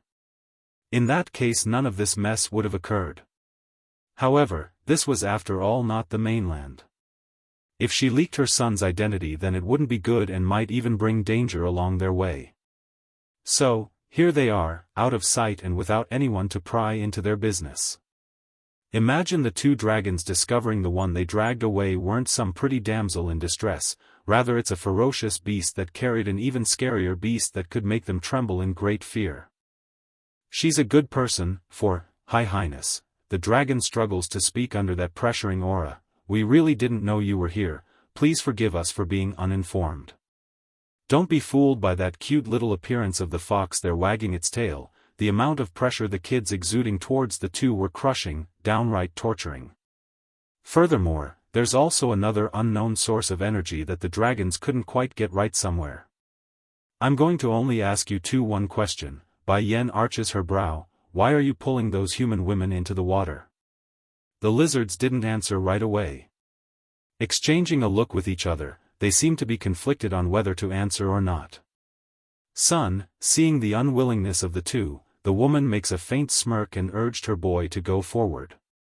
It seems they won't talk, so you can go ahead and do it. Rubbing that paw together like a devious and sly fox that he was, Bai Xiachen readily walked towards the dragons like a predator facing its prey. Every step he took, the two would feel the pressure increasing twofold, leaving their heads unable to even get off the ground at this stage. I will speak. The gold dragon was the first to give in from the pressure. Shaking with great fear, it's because of our family's mistress. She's injured and needs the blood of human women to stabilize her condition. But because of her unwillingness to harm a human, her injury's been getting worse over the years till it's become life-threatening at this stage. Talk about poor planning and pure bad luck. If they knew by simply coming out for a trip would send them bumping heads into the royal family, then they would never do something this stupid. I beg you, please let us go. Mistress only has us around her, there's no other dragons living here. We can't die, or at least until our mistress meets the one whom she's waiting for. Pleading here was the other silver dragon. He's also the one who swept the girl called Huan Yin from underneath the boat after breaking a hole in the ship. Take me to see that mistress of yours. After a minute of contemplation, Bai Yan orders after finishing her decision. In truth, she's been sensing a familiar vibe around here ever since she stepped onto the riverbed. It's just that she couldn't quite pinpoint where it's coming from. The silver dragon grew hesitant due to being taken aback by the demand. However, his brother the gold dragon didn't have any issue with this and easily nodded that head. Okay, I will take you to see my mistress. As members of the demon race, these two shouldn't have any enmity against the mistress. Following from behind, Bai Yan eventually found herself coming before a luxurious-looking palace underneath the water. As the two lizards stated, there doesn't seem to be any other dragons living around these parts or inside the structure for that matter. So, their trip was rather uneventful without any resistance or interference. Bang! But just when they're about to reach a certain bedroom that's clearly reserved for the owner, the door was suddenly blown right open. Immediately, a beautiful woman wearing a long green dress had rushed out of there and turned to scan her surroundings with anxious light. Seconds later, her eyes eventually fell upon Bai Yan's face, who had long removed the veil during their trip over. There's the initial confusion at first, then that soon changed to excitement and overflowing joy. You are the one I'm waiting for? Bai Yan's heart shuddered with shock at the question. Staring right back at the woman who seemed oddly familiar, she asked with uncertainty, You were waiting for me? Yes, I have been dreaming of this day since my birth. Not being polite, the dragon lady strode forward in careful delight as her happiness melted away the sickly color on that face. That dream had a voice. It always told me she would come for me. Whether it be 1 year or a decade, she would come back for me. She's a good person. 5. So, I have been waiting all this time. I never lost hope that the one I'm waiting for would join me eventually. The woman with the green dress stumbles to a halt, her face showing hope and surprise when reaching out with that hand to touch Bai Yan's face. I could sense it when you approached the palace. You are the one, the person I've been waiting all this time in the past century. What is your name? Bai Yan's hands were slightly shaking when reaching up to meet the other side's. There's so much emotion flowing in those pupils that words are in no way enough to describe them. Tsing Yi, my name is Tsing Yi. I thought I wouldn't make it with my injuries, but now I could finally meet you. Upon thinking of how close she came to not meeting Bai Yan, a trickle of tear would come rolling down the corner of the dragoness's eye. Tsing Yi. Hugging the woman, Bai Yan could feel her heart pumping with pain over what she's heard. I'm here now, don't worry. From now on no one can hurt you again because I won't let them. Tsing Yi has the blood of the azure dragon in her veins, so the woman's identity speaks for itself. However, Suzaku, Vermilion Bird, did mention azure dragon was a man. Well, a change of sex during a reincarnation couldn't be ruled out here, right? I believe in you. The woman's voice sounded very nice to the ear, like the flowing water of a mountain creek. Tsing Yi, let me see your body right now. Letting go of her hug, Bai Yan inserts her spiritual feelers through the skin in order to examine the dragoness. Almost immediately, her expression had turned grim. Who caused you to become like this? The current azure dragon could hardly be considered the great sacred beast that's been described in those stories. In fact, her life force was on the edge of flickering out. If Bai Yan came even a day later, it's very likely the dragoness would have died on her own. Casting that face down to the ground, Tsing Yi's aura turned weak and gloomy. The misty fairy house is home to a clan of dragons. Because of how well we are hidden from the world, the humans have never bothered us. Without interruption, Bai Yan quietly listens in on the story. 100 years ago, my clan had an infighting and my father was imprisoned as a result of the traitors among our ranks. They not only stole my father's position as chief, they also framed me, claiming I colluded with a human man and kidnapped my own father. It's funny they would say that honestly. How could I have colluded with a human to harm my own father?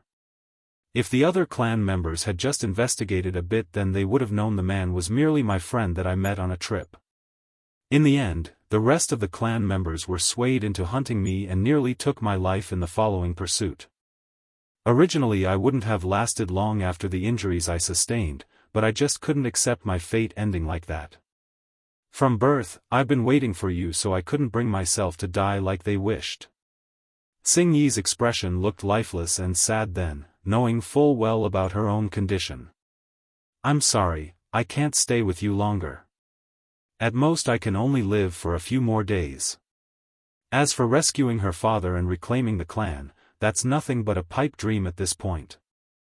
I will find a way to heal you. Bai Yan's complexion was seething with rage. Don't give up, Tsing Yi, I will definitely save you.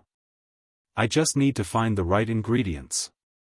Once I do, your injuries will immediately be cured with my help.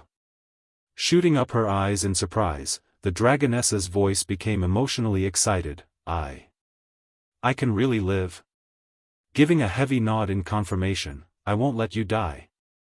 Also, going silent for a moment, Bai Yan then rummages through her storage bag before pulling out a bottle. This here will help you keep going for another 3 months. I will use this period to gather what I need. Do not give up until I return. Yes, mistress. Overjoyed in her smile, Tsing Yi collects the gift with careful precision. But please don't leave yet, there's something I want to do first. Can we form a contract? She's a good person. 6. Contract? Blinking her eyes, Bai Yan was rather taken aback by the suddenness of it all. Even so, she didn't refuse after recalling back to the events which took place when she contracted little Rice back at the bedside.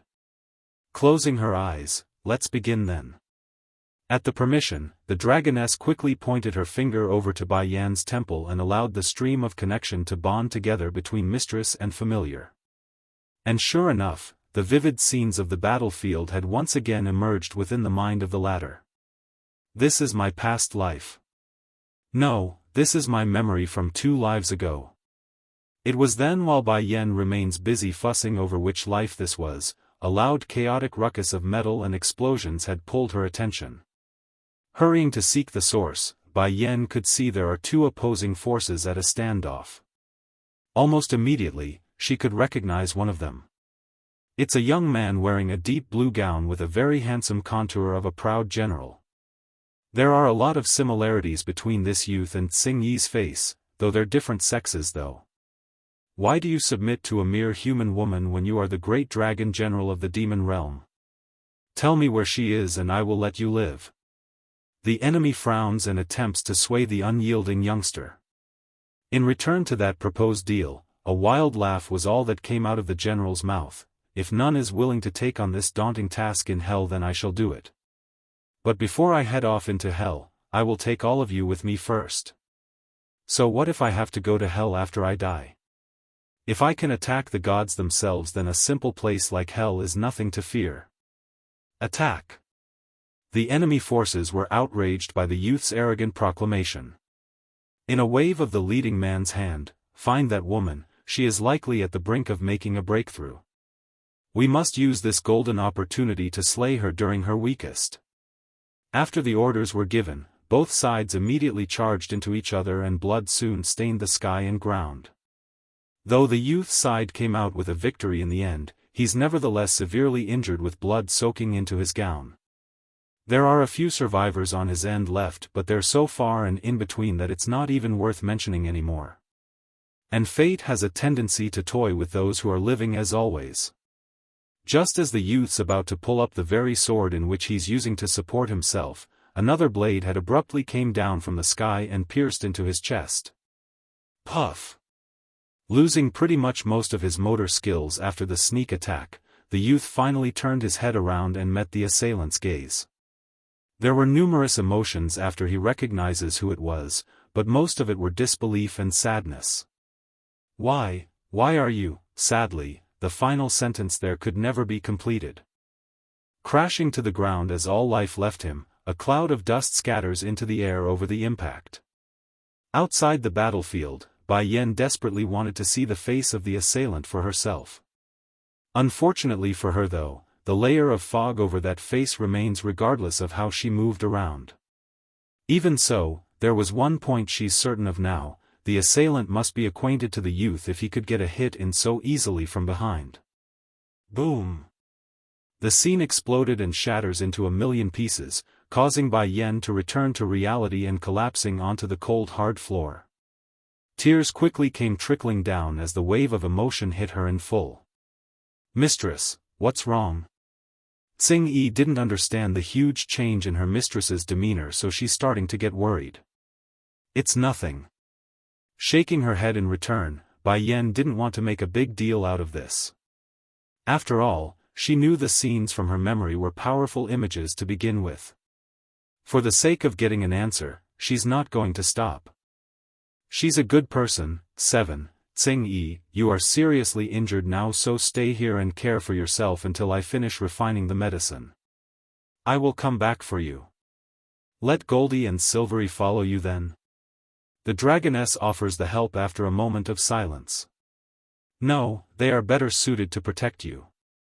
Besides, I already have a little guardian with me, there's no need for another too. Bai Yan then proceeded to pat the little fox in her arms to indicate her son would be the little protector. It getting late, I should leave now. As adamant as Xing Yi was of this idea, she knew her mistress wouldn't stay forever in the Dragon River. Then let them escort you at least, she purses her lip and offered again. This time Bai Yan didn't refuse and answered with a nod, when I have time, I will come see you. Uhu. The whimpering from the little fox meant that he's also of that idea, because he could come play with the new friend whenever he's bored. Goldie and Silvery were now both standing in attendance on both sides as they prepared to leave. The two are quite fast-witted actually. Since their mistress has become this lady's familiar, their attitude got extremely respectful with a lot of flattery tones in there during the trip back. Unfortunately for them though, Bai Yan has never been one to take bootlickers very well, so it only became a bother. Once at the described exit, she shooed the both of them away like they're contagious or something. Back over in the surface, Huan Yin, girl, had just returned to her home after everything exploded into a rescue effort for Bai Yan. The poor lady was dreadfully moody for the lack of result and hanged her head as she walked past her own father. "Hold it!" Huan Lifang hollers out to his daughter after getting no eye contact. Coming back to attention, the young lady turns without energy. "Father, did you call me? What happened to you today? Why are you so dejected?" Speaking like it's nothing, I can cultivate now. I can cultivate now." This news literally smashed the old man into startling amazement. Nearly screaming in that voice due to the joyous news, "What do you mean? Daughter, you can cultivate now? If she can cultivate, then why is she acting so dejected?" Biting that lip, the girl couldn't hold it in any more and allowed the tears to come forward. "That lady who cured me is in danger and is now missing. Father, please help, please send someone to save her." "What?" Huan Lifang was furious and exploded with rage. "Since the lady was the one who cured you, then of course we will go save her. She is the benefactor of our family. Just tell father who it is, I will send my people to crush them right away. And, she not only healed me, she also saved my life." The girl's voice started to stammer as she's about to openly cry. "At the time the boat was being attacked by a dragon. The creature dragged me into the water and I thought I was about to die when no one came to help me. That's when she dived in without any care for her own life to save me." "Dragon? This?" The father's eye now showed absolute shock over the stunning news. He's heard of there being dragons within the Dragon River, but never has he seen or heard of one being sighted. "It can't be, there really are dragons living in that river? Daughter, you go inside and rest first. I will call the higher-ups of the family and hold a meeting. Don't worry, we will definitely find her even if it's just a corpse. The girl only fell into danger for the sake of Huan Yin. We mustn't be ungrateful and just stand by to watch." Despite the promise from her old man, the dejected girl's mood remains as moody as ever. She knows, by this point the likelihood of survival was thin. Even if they do locate Bai Yan, then it would be as a dead body and nothing more. Meanwhile, at the same time over at the chief's residence, the womanizer Sun Huan had just arrived at his own home too when he started screaming out for help. "Mother, father, hurry and come help. Someone needs saving." Hypocritical Mulang, 1. In this usually quiet estate, the eager voice of this womanizer was no different from an injection of adrenaline, sending all of the occupants inside to rush out in search of the commotion. "What happened, Sun Huan?" Jun Tianyu, wife, asks her son after seeing that urgent demeanor. "Mother," he firmly grabs onto that arm, "hurry and go call everyone. Just now my friend's been dragged away by a dragon living under the Dragon River." "Wah!" The group of elders who followed from behind the lady of the house were all aghast by the shocking news. Their faces were either showing incredulous or disbelief. "Dragon? The Dragon River is really home to a dragon?" For a while there, everyone was exchanging silent looks because they knew there's just no way for survival after being towed away for so long.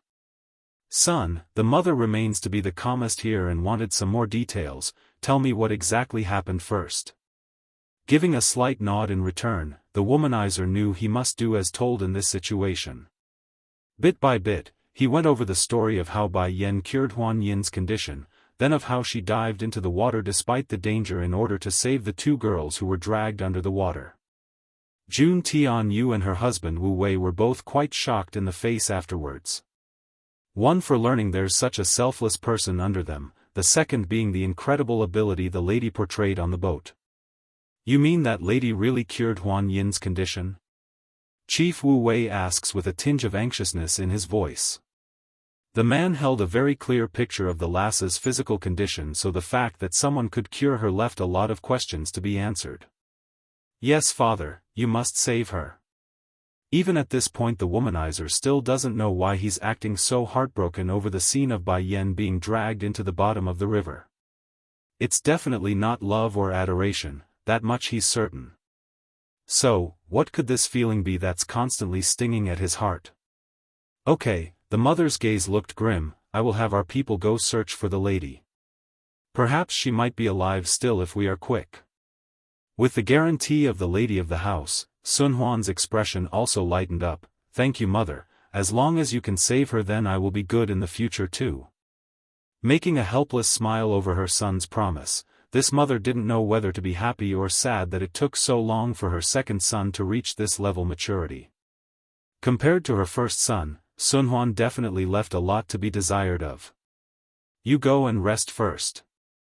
If there's any news then I will come inform you. Giving a nod at that, the man then turns away for his own room. Madam.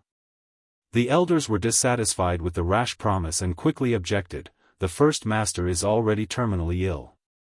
We don't have time to waste on searching for some stranger. Please reconsider the decision. Growing heavy in the complexion, the woman got stern in the voice almost immediately. This is my decision. No one is allowed to have any objection. Chief. The elders then shift their eyes over to Chief Wu Wei instead. Coughing twice at the added attention, the chief knew he must take a side. Everything is to be done according to my wife's will. Since Wu Wei has spoken, the rest of the elders could do nothing but carry out the command. Arching their fist, they quickly retreated away. Are you trying to take a chance with that lady after hearing Sun Huan's claim? Alone now, the husband turns to his wife and asks inquisitively. Hypocritical Muleng, too, Jun Tian Yu, wife, gives a faint nod. Yes, if she can cure Huan Yin, girl, then her ability must be quite good. I want to invite her to come look at Yun Feng's condition. But she's been dragged down to the bottom of the river by the dragon already. I fear her likelihood of survival is slim at this rate. Unable to hold in his frustration over this sad predicament, Chief Wu Wei felt a sense of bitterness in the mouth and sighed heavily. This may not be the case. As long as we don't see the body then it's very possible that she's alive still somehow. Even if the hope was slim, or just a flicker, this mother wasn't going to give up for the ask of her son. Inside the Misty Fairy House, all four major powers are ablaze with activity, causing the Dragon River to be entrenched with heavy security as a result of their search. And due to Bai Yan's need to hurry back, the girl was oblivious to the commotion her presence has caused for everyone. Nevertheless, her goal was achieved and the brother Shifus she newly recognized didn't realize she had snuck out. Shifus, did something happen today? Bai Yan asks after seeing the gloomy expression on the two that night. It's not a big deal or anything, you only need to focus on your training. Delighted now, the older Zhongnan spoke first. Oh yes, what is your level? We want to test and see your results. I think my breakthrough will happen very soon. There were flashes of light in both brothers' iris after hearing that. This is wonderful news. The girl's talent is indeed great, to think her breakthrough would happen so soon. A humph, the younger Zhongbei makes an embarrassed cough over his brother's lack of control. Patting the woman's shoulder, Lassie, I didn't misread you at all, your talent is by far the best we've come across in years. Aside from the young lord of our Misty Fairy House, there is only one other by the name of Muleng who could be called an absolute genius like you. Pausing at this point, he seems to be contemplating on what to say next. It's a shame that you started late. Don't worry though. With our help and the pace you're going now, it's not out of expectation for you to break into the higher level of king rank before 30. Towards that claim, the little fox in Bai Yan's arm immediately made a furrowed face like he's looking down at Zhongbei. Mother is already at the monarch rank yet he's saying king rank? Humph, that is so 3 years ago. Bai Xiachen murmurs this in the head, holding the old grandpa in contempt for the blindness. Though Zhongbei himself doesn't speak fox, he's still quite taken aback by the demeanor of that little rascal's attitude when he glanced down. Why do I feel like this baby fox looking at me funny? Disciple, Zhongnan, older, suddenly remembers something and made a frown. In the coming days I don't want you going out. Why? I just heard that in the river not far from here appeared a dragon and that someone's been hurt as a result of their attack. If you must go out then you must bring someone with you at least. Zhongnan's tone was very serious in there. It wasn't easy for him to take in such a satisfactory disciple after so many years. So, if the dragons hurt her then where would he complain to? Freezing in the hand, Bai Yan ended up twitching in the corner of her mouth. I understand. It seems that Goldie and Silvery caused quite the commotion today. I must remind Xing Yi after this so they don't butt heads during this period. Hypocritical Muleng, 3, it's good that you understand. Despite sighing in relief, Zhongnan doesn't let this go lightly. I will need to send a couple of people to shadow this lassie in secret.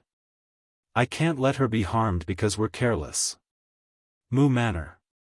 Clutching her sweaty palm as she paced back and forth between the big hall, Muleng felt extremely uncomfortable inside as she waited. But that changed as soon as her eyes fell upon the beautiful lady that walked in the door, Shifu. Smiling at her disciple, Elder Muzhen didn't hesitate to ask for why the girl's acting so strange. Are you waiting for me? Why are you looking so nervous? Yes, Shifu, pursing that lip, Muleng drops that head before speaking. Shifu, I think I've failed in getting close to Sun Huan. The proud woman never favored someone like Sun Huan to begin with, even if he was the second in line to the position as chief in the Misty Fairy House. So why did she go and seduce that womanizer? There were several reasons but it mainly surrounded the fact that she had a desire for power and her Shifu instructed her to do so. Give the specifics, I want to know the details. Stern and dark, Elder Muzhen orders. Bit by bit, the story of what happened on the dragon boat was listed in clear detail. Regarding the event that afternoon, the white-haired beauty has long heard of it before returning home, just that she didn't know her disciple had made such a huge blunder where not only does her reputation would take a huge hit and plummet, she also lost the favor of the second young lord in the Misty Fairy House. Lenger, do you know where you went wrong? Muzhen sighs at her disciple's carelessness. It's your boasting. Even if you didn't want to save those people, you shouldn't have promised anything. With Sun Huan's personality, he will definitely be dissatisfied you after learning the truth. Getting on her knees now, the proud girl now started to weep. Shifu, please help me, I can't fall like this after working so hard. Going silent, the old beauty didn't speak for the longest time. Go to the Mirage family's place and apologies to them. Though Huan Yin is only a relative of the chief's wife, the girl is highly favored by her aunt. In addition, Muzhen's gaze now turned sharp and fierce, you must marry Sun Huan at all cost. Now Muleng was absolutely shaking in her body after hearing her Shifu's final order, I understand. She only intended to string the man along at first when she originally got the order to seduce the person, now it's obvious her Shifu intends to marry her off for real this time. So, how could she accept this ending? First of all, her own talent far exceeds that womanizer. Though their level still doesn't stand on the same level yet, but the age difference says it all. It's just a matter of time before she surpasses everyone. If nothing else, go back to your room for now. Muzhen waves her hand, signaling her student to leave. Yes, Shifu. Closing those eyes, the girl hides the unwillingness in there and retreated as told. Leaving the main hall, Muleng begrudgingly bypassed several of the long corridors before eventually reaching a familiar courtyard. But before she could reach the doorway for her own room, a guard had walked in from the side to make a report. Miss, I have uncovered the matters you ordered us to investigate. Well, her brow arching into a glare, she sounded cold and intimidating. Who was it? Who was that woman who stole my limelight? She is the Ho family's daughter called Ho Chui Chui, but, when I went to confront the lady, she informed us that she didn't attend the event for various reasons and sold the invite slip to someone else. Who did she sell to? Muleng's expression was now getting hard and dangerous. We were able to locate the dealer very easily and even managed to get a portrait of the woman according to the description he gave. Miss, please have a look. Hypocritical Muleng. 4. The guard in question hurries to present the portrait in front of the lady. After careful scrutiny, Muleng's expression soon changed from smug to enraged anger. The woman on the portrait was almost surreal in how beautiful it was, far surpassing her own image in every way. In particular were those eyes. It's deeply attractive and the key factor in confirming it's indeed the same person she met on the boat. She is the woman who bought the invitation. Biting her lip, she asks with a frosty tone. Go deal with that dealer first, then go tell that Ho Chui Chui that if she wants to be a prominent figure around here then she is to do as I say. From this point forward Ho Chui Chui is the woman in this portrait, the very same person who saved Huan Yin. If her people could follow the trail and investigate up to this point then it's a surety that Sun Huan and everyone else would as well. By using Ho Chui Chui to impersonate this unknown woman, Muleng could use this to her advantage. After all, no one saw Bai Yan's true face thanks to the facial veil she wore. As for the air and temperament, that's easily solvable with time and training. Yes, milady. Getting the order, the guard promptly retreated away to carry out his task. Heaving a long sigh after seeing she's alone finally, Muleng was just about to put the portrait away when the door to her place was pushed open again. In a panic, she hurried to hide the scroll behind her back and away from the newcomer's prying eye. Shifu, are you looking for me? Wrinkling that temple, the old beauty arches her brow inquisitively. What is that hidden behind you? The girl's demeanor appeared somewhat edgy. It's not that she doesn't believe her Shifu or anything, it's just that there are some things better left untold whenever possible. Darkening in the face upon getting no answer from her disciple, the old beauty decides to take matter into her own hands. In a wave, the portrait being hidden was promptly snatched away. Shifu! Muleng exclaims in great fright at seeing the scroll being unfolded. While the young girl herself only wanted to hide the picture, Muzhen on the other hand showed a much bigger reaction than expected. It's as if a ghost had just appeared from the depths of hell and wanted to strangle this old lady. That's how pale the woman looked at this moment. Lenger, where did you get this portrait from? Muzhen's lip trembles as she spoke. It was actually so bad that even her hands were having a hard time keeping the scroll in check and almost dropped it on several occasions. Though Muleng herself doesn't know what's gotten into her Shifu right now, it doesn't stop her from giving the details. You mean, the woman in this picture is that very same lady? Muzhen's eye flashed meaningfully. Yes Shifu, that's her right there.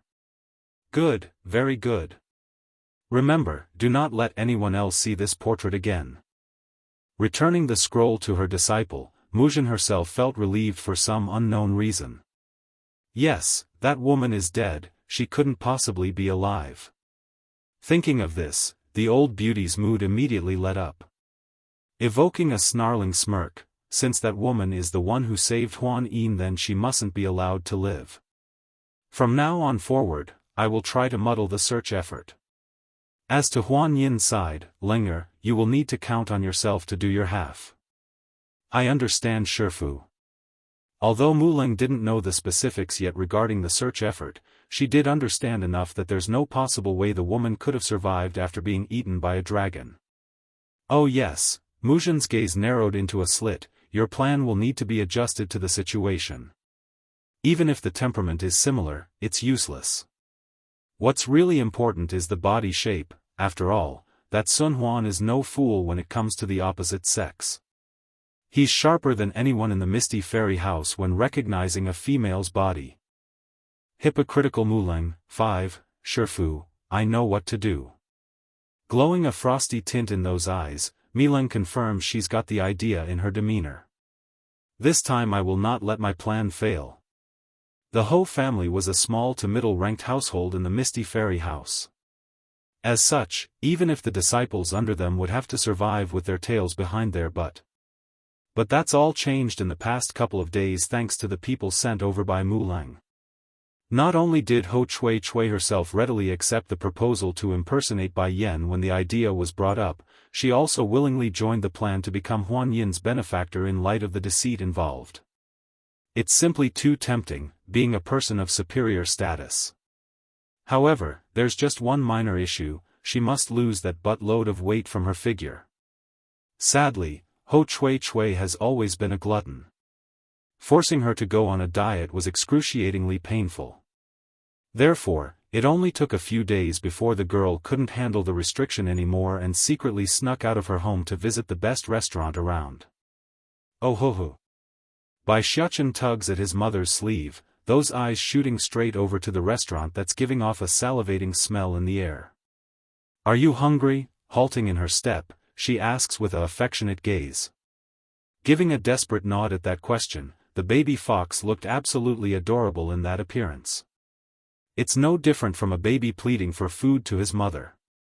In actual truth, the boy didn't really want the restaurant's food, rather it's his own mother's cooking.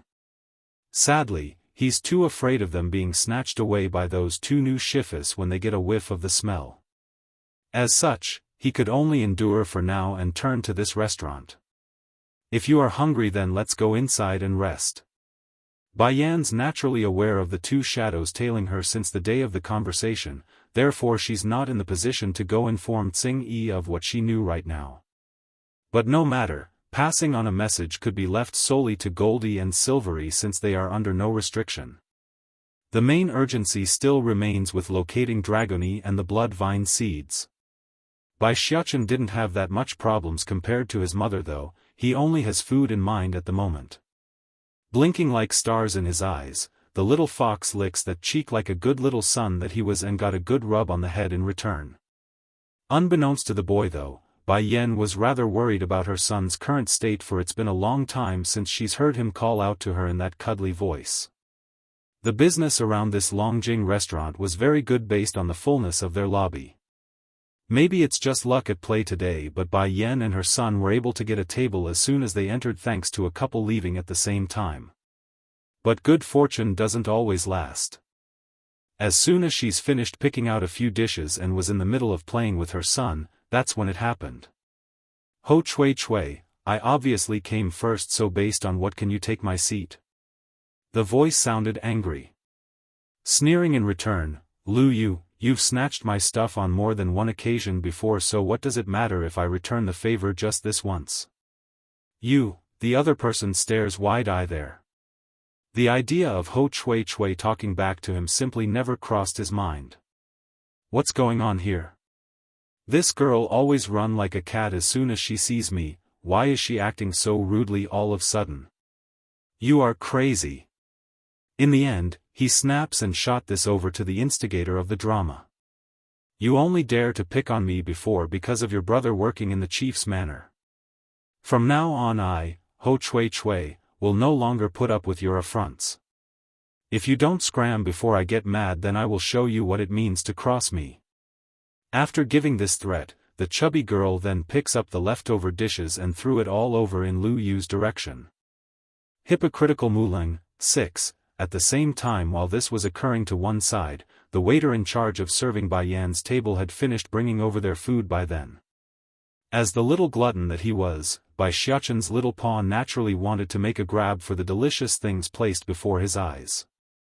Sadly, the flying leftovers from the troubling fight had come splashing over and ruining all of the dishes in their spot.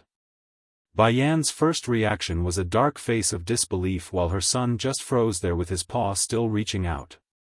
It's simply too ridiculous and out of the blue that both were unable to react aside from the kid leaking out a bead of tear from having his much-anticipated food being squandered away by someone else. It's unsure when, but a large crowd of people had gathered around the middle of the lobby of this restaurant by now, all of them attracted by the commotion. You want to splash me with the leftovers? Lu Yu grinds his muller over the insult. Not backing down, Ho Chui Chui completely flips the table this time and sent every dish nearby flying into the air. As a result of this, Bai Yan and her son were now fully in range of the oncoming splatters of meat and vegetables. If not for the woman herself moving fast and dodging in time, it's very likely the mother and son duo would be covered in food from the second shower. Enraged at this point, Bai Xiachen completely puffs up his fur over the utter destruction of his meal and made a direct dash for the chubby girl's stomach. No forgiveness. Ah! Ho Chui Chui never expected an attack from another assailant, let alone a tiny critter from some random direction. Therefore, she immediately faltered to the ground after taking several steps backward from the impact. Her eyes were furious upon noticing it's a nothing but a baby fox who assaulted herself. You damn beast, how dare you charge at me? I will skin you this instant and make a coat out of you. But before the chubby girl could carry out her wretched plan, a pair of delicate hands had reached over to pull the still fuming fox into a protective embrace. What did you just say about skinning whose fox? The voice and glare was dreadfully cold, sending a wave of frost down anyone's spine upon contact. In this moment, Ho Chui Chui actually found herself in a state of panic under that threatening gaze. She didn't know why, but it's just very frightening, like it's coming from within and not from over there. Nevertheless, the arrogance within this one seems to be bigger than anything else, even fear itself. In no time at all, her pompous attitude had returned. Is this little fox yours? The chubby girl purses her lip, flustered still despite having the courage to speak. Indifferent in the face, Bai Yan didn't answer the person. I won't ask you to apologize to me, but you will have to sell me that fox. Regardless of how stupid this chubby wench was, she's not blind to the fact that she's alone here. Against so many pairs of witnessing eyes, the only outcome would be her loss at this rate, hence the compromise. Now Bai Yan's gaze was getting extremely intimidating after hearing someone's outrageous demand of trying to buy her own son. In an instant, an oppressive and domineering aura had swelled out of her body like Di Tsang usually does, making her the female version of a demon lord. Why don't I use a copper coin and buy you instead? It just so happens that my baby fox here needs a waist cleaner. That instantly warranted a protest from Bai Xiachen at his mother. But I don't leave dung at random, mother. And I most certainly don't need a waist cleaner like that ugly one there. Compared to the protesting chirps of the baby fox, Ho Chui Chui on the other hand was obviously stunned beyond belief. How dare this woman try to buy me for his fox as a waist cleaner? What's more, only for a copper coin. Do you know who I am? A thin layer of anger now covers the chubby girl's face as she spoke. In the future I will be someone who enters the chief's manor. You actually have the nerve to compare me with a fox? Do you think that beast is worthy of me? Not going to waste time arguing with the fool across from herself, Bai Yan had already come before the foe. Indeed, you are not worthy of being my fox's cleaner. Can't let her live. 1. Ho Chui Chui was so shocked that her eyes were literally popping. Against that murderous intent, even her breathing had become difficult. Pung!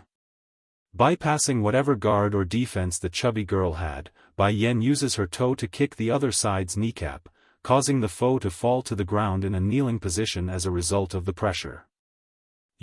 Enraged by the humiliation, Ho Chui Chui swings her head up to be only confronted by those deathly glares.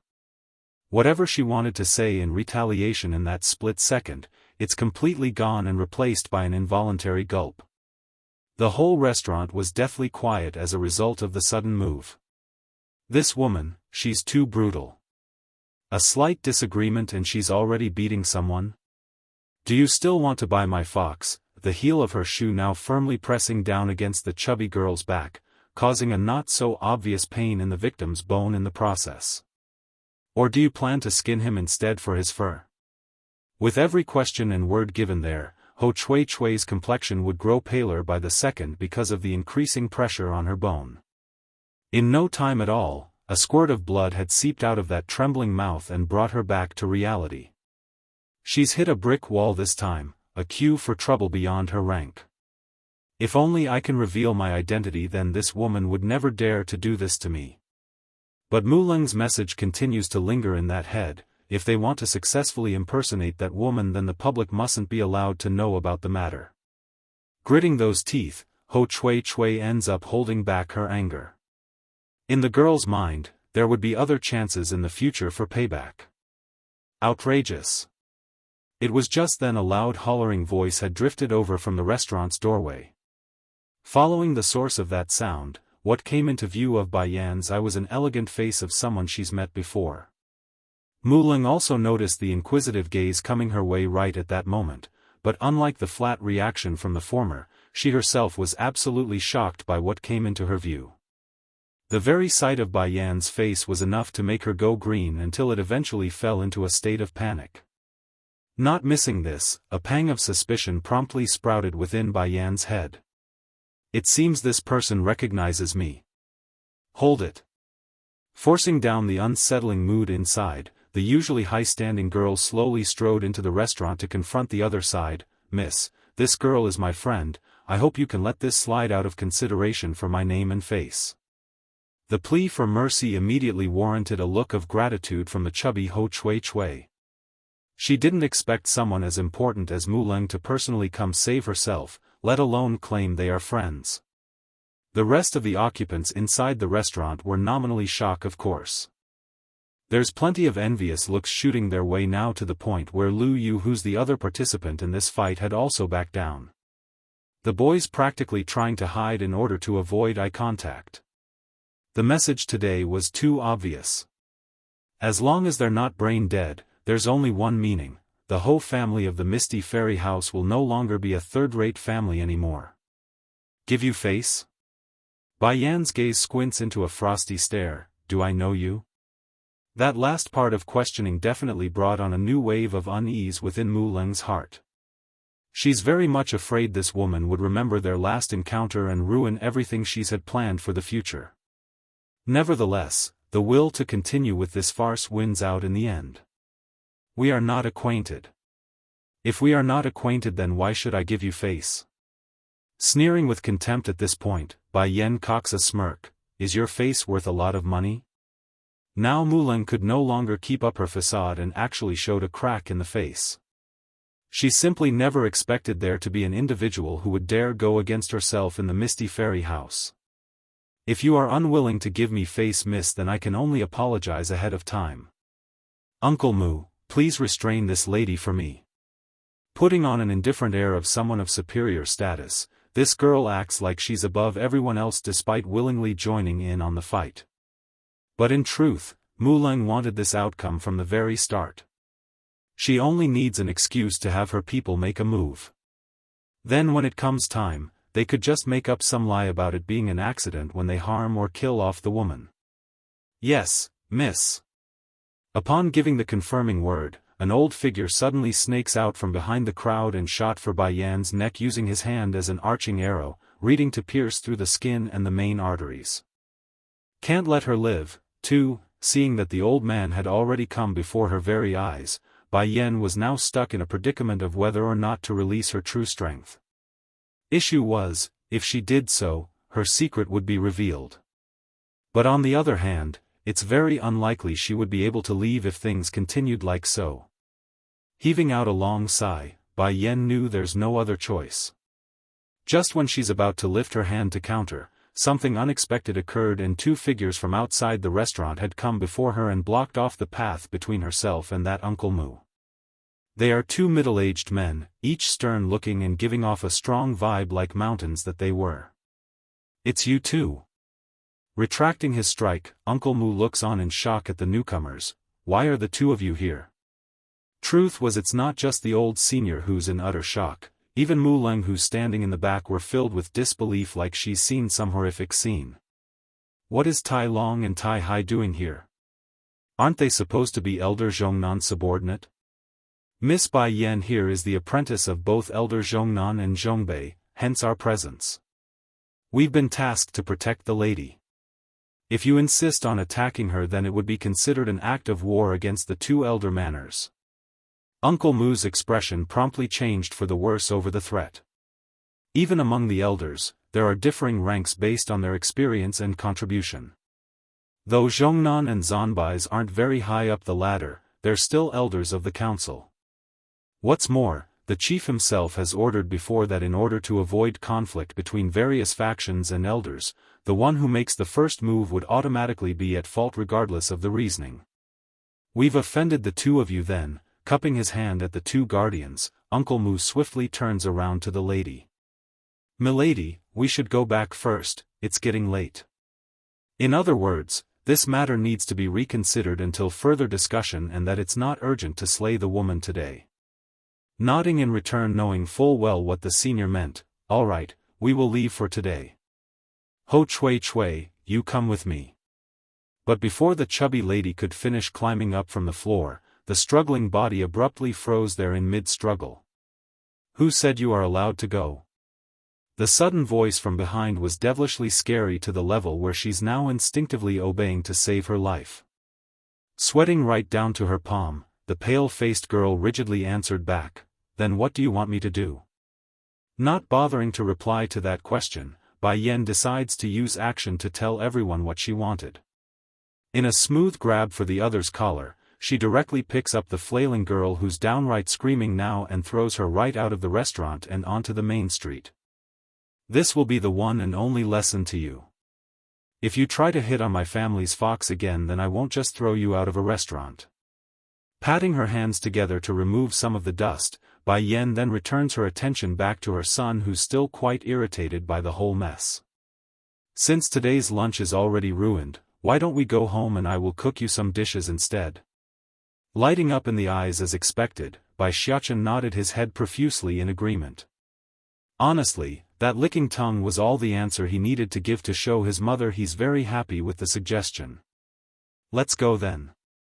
Under the astonishing gazes of everyone, Bai Yan ignores the looks and proudly walked out of the restaurant with her son in arm. And it's unsure if it's intentional or not, but when she came out of the doorway, her feet had ended stepping over Ho Chui Chui's body, who was still sprawled all over the ground from the painful toss.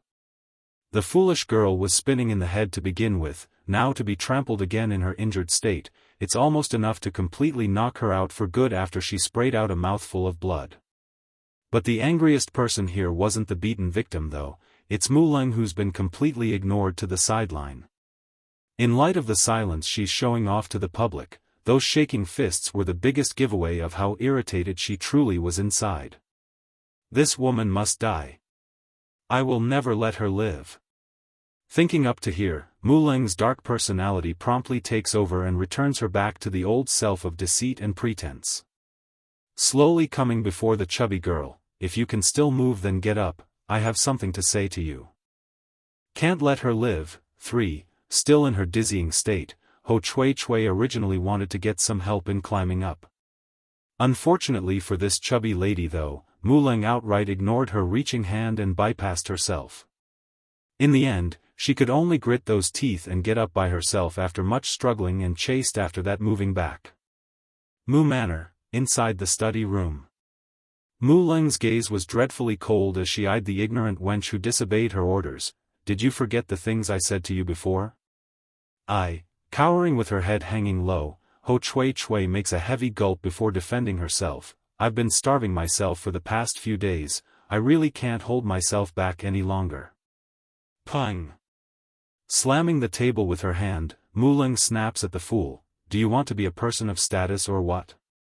Do you want to be that Huan Yin's benefactor? Do you want to get payback on that woman from today? Following the re-emergence of Bai Yan's face in her mind, Ho Chui Chui's face promptly turned ugly like a witch's. IDO. Since you do, then take this and eat it. Rummaging through her sleeve pocket, Mu Leng slowly pulls out a certain little pill to hand to the other side. A pang of unease swiftly takes hold after seeing the strange beady little thing. Please. I didn't do anything to deserve poison, please don't. Getting irked by the sudden outburst, the usually high-standing lady was quickly reaching her limit with this idiot. This is not poison, it's a Fitness Dan pill. Fitness Dan pill? Showing a startling light in her eyes, Ho Chui Chui didn't understand the meaning for this. Yes, that's right. Unlike a facial Dan pill that can only change a person's face, this Fitness Dan pill will change a person's body shape to their liking once consumed. Giving a good moment to let her words sink in, as for the new look you should take, I think that woman from today is good choice. Eat the pill and think of that person's body while doing so. In light of the doubt regarding the plausibility of said effect, Ho Chui Chui wouldn't deny such an opportunity like most girls out there would. Now I won't have to starve myself anymore. Miss Mulang, why don't you give me a facial Dan pill as well? This way I can completely become like that woman, how about it? Just remembering the stunning appearance of Bai Yan's existence was enough to make the chubby wench smirk with glee. If I can have such a sexy body and face, then what man couldn't I get? Even the young lords would fall under my skirt if I willed it. I don't have a facial Dan pill. One could even make out the veins on Mulang's forehead at this point. Humph, even if I did have one I would never give it to such a person like this. Oh. Replying with a look of disappointment, Ho Chui Chui nevertheless composes herself to get back on track. In a flick, she shoves the thing into her mouth and allows the image of Bai Yan's perfect body to manifest in her head after closing her eyes. Then by the time she opened them again, it was exactly as foretold. That chubby body figure was nowhere to be found anymore, only the thin dainty figure of a fine model that had the perfect assets in the much-needed places. This will only last for 3 months at a time. By then you will need to retake the fitness Dan pill in order to maintain this shape, you understand? Raising a smirk, Mulang allows the foolish wench to bask in the glory of her new body before bringing up the bad news. And I also need to tell you one thing. This pill also has a side effect. After taking it, you can no longer have children. What? Shooting up her head in terrible fright, Ho Chui Chui became ghastly. Please don't bluff me. As a woman, if I can't have a child, then how am I supposed to marry in the future? You don't have to worry about that. Don't forget, I'm the most talented alchemist within the Misty Fairy House. Over time, I will inevitably become a 7th-grade alchemist, and then I can make all the cure you need to regain that ability. Though the statement was a bit over the top in terms of arrogance, this high-standing lady was indeed a 4th-grade alchemist at the tender age of 20-something. As she ages, it's not out of the question for her to reach that amazing feat after a few decades. Can't let her live, for, really? Ho Chui Chui sounded hesitant nevertheless. But upon recognition of how talented Mulang was, she stuffed her doubt back inside at the end. Miss Mulang, I hope you won't forget me when you reach the 7th grade. Rest assured, I'm a person who keeps my promises and would never go back on my words. Now I'm going to first send you to the Dragon River for our plans to work, and do not ever forget the words I said to you. The appearance of Ho Chui Chui naturally couldn't be introduced by herself, otherwise that womanizer Sun Huan would definitely begin suspecting of something. Inside the study room of the Mu Manor. Elder Muzhen was just in the middle of going through her books when a voice from the outside interrupted her work. Though a bit annoyed, the old beauty summoned the individual anyways. Come in. Elder. The person was Uncle Mu, who was charged with following Mulang today to the restaurant. I inadvertently discovered something today while protecting the young miss. What's the matter? She frowns and paid closer attention. I've learned of Zhongnan and Zhongbei taking in a new disciple. A shocked look instantly takes over the old beauty's eye. Growing stern and cold now, those two old-timers actually took in a disciple? I thought after all these years they would be disheartened and have given up on life. Elder, should I send our people to assassinate the girl? A gleam of murderous intent twinkles within the old man's eye, indicating he's not beyond such dirty methods. The Misty Fairy House may not allow confrontation between its members, but that doesn't mean there aren't other methods under the table where they could take charge. For example, the slaying of the two brothers' first disciple was exactly such a case. In the end, Zhongnan and Zhongbei didn't even know their precious apprentice was murdered by someone else and only assumed it was an accident. But that's not the best part.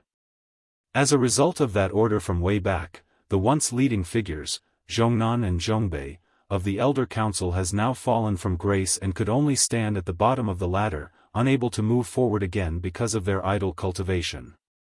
Humph.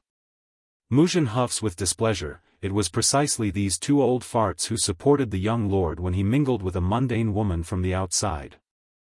I wanted to use forceful means to break off their relationship, but they kept insisting on going against my plan, sending my opinion to deaf ears. But what of it? If I can't beat them in the open, then I can beat them in the shadows. If they weren't so stupid to begin with, then they never would have fallen into their current decrepit state. Just thinking of the past would be enough to make Muzhan's eye flare up with fire. Furthermore, simply killing their first disciple and freezing their cultivation is nowhere close to being enough to dispel my hatred for them both. Mu, Senior, I will leave this matter to you. I don't want to see anyone related to those two alive again. If one dead disciple is not enough, then I will see to it their second one is dead as well. Be assured, Elder, I won't let that lassie live for long. There won't be any evidences to point the incident back to us either. Giving a satisfied nod over her subordinate's smart wording, they owe me. Even if I kill their disciple, it's their fault and theirs to bear. That girl from back then is nothing but a mundane, how can she deserve the young lord's love? And if those two brothers are going to side with that bitch, then they will owe me for life. If going by the inhabitants of the Misty Fairy House, the residences here could not compete with the mainland in terms of number, of course. However, the amount of land they controlled and occupied definitely matches up on that end. It's just that. For any family with a certain level of status, they would most certainly control a mountain range that connects to the main mansion regardless of it being thousands of meters long. Can't let her live. 5. At this moment atop of Back Mountain to the Zhong Manor, Bai Yan was just in the middle of meditating to absorb in the surrounding energy. Where did Xiaofan go? Opening her eyes, she was a tad surprised to find her son missing from the area and with no sign of his whereabouts. As a mother, Bai Yan's naturally worried and was quick on the uptake to look for the boy, especially in his current fox form when he's at his weakest. Just that when she did so, a fierce killing intent had caught her attention from behind and caused that moving leg to stop. Die. Towards the unmoving image of his target there, Uncle Mu's confidence promptly swelled and reinforces his will to attack.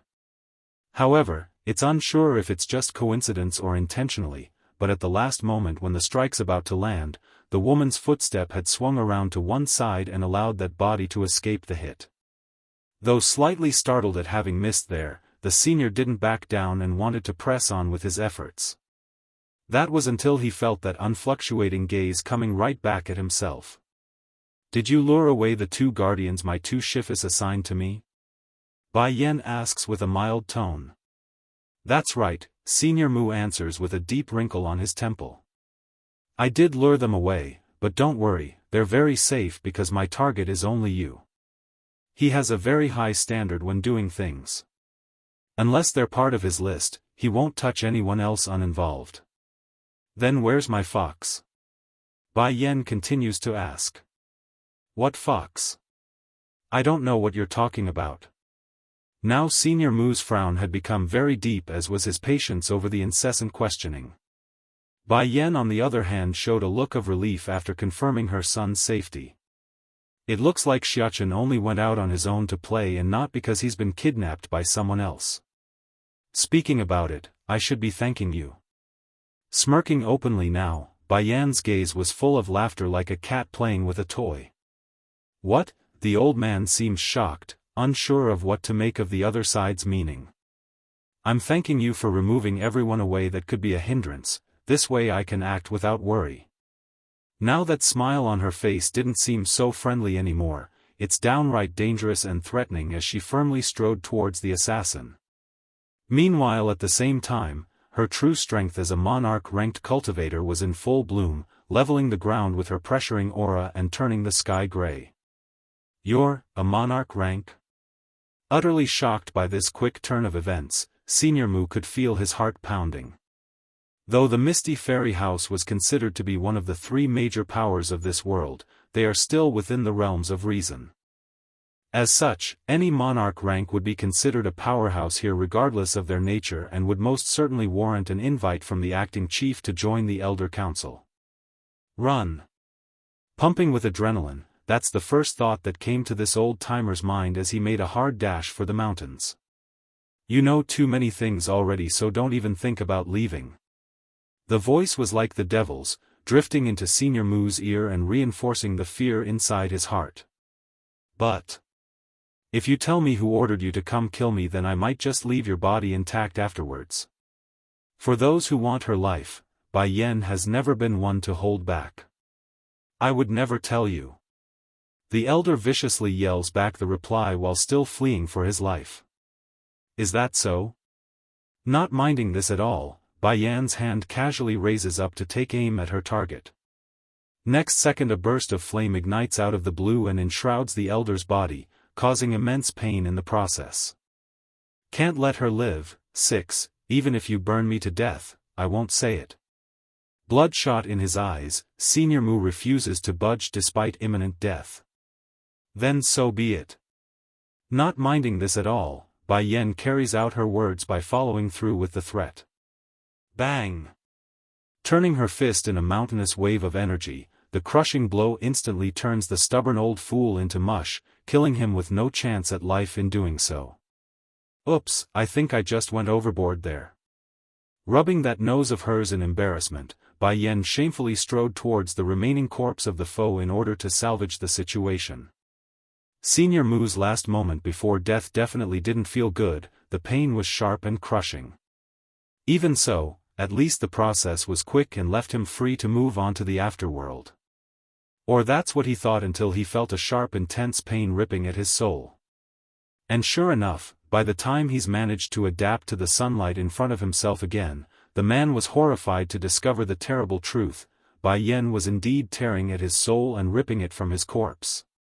This could no longer be considered a simple act of fear, it's downright torture.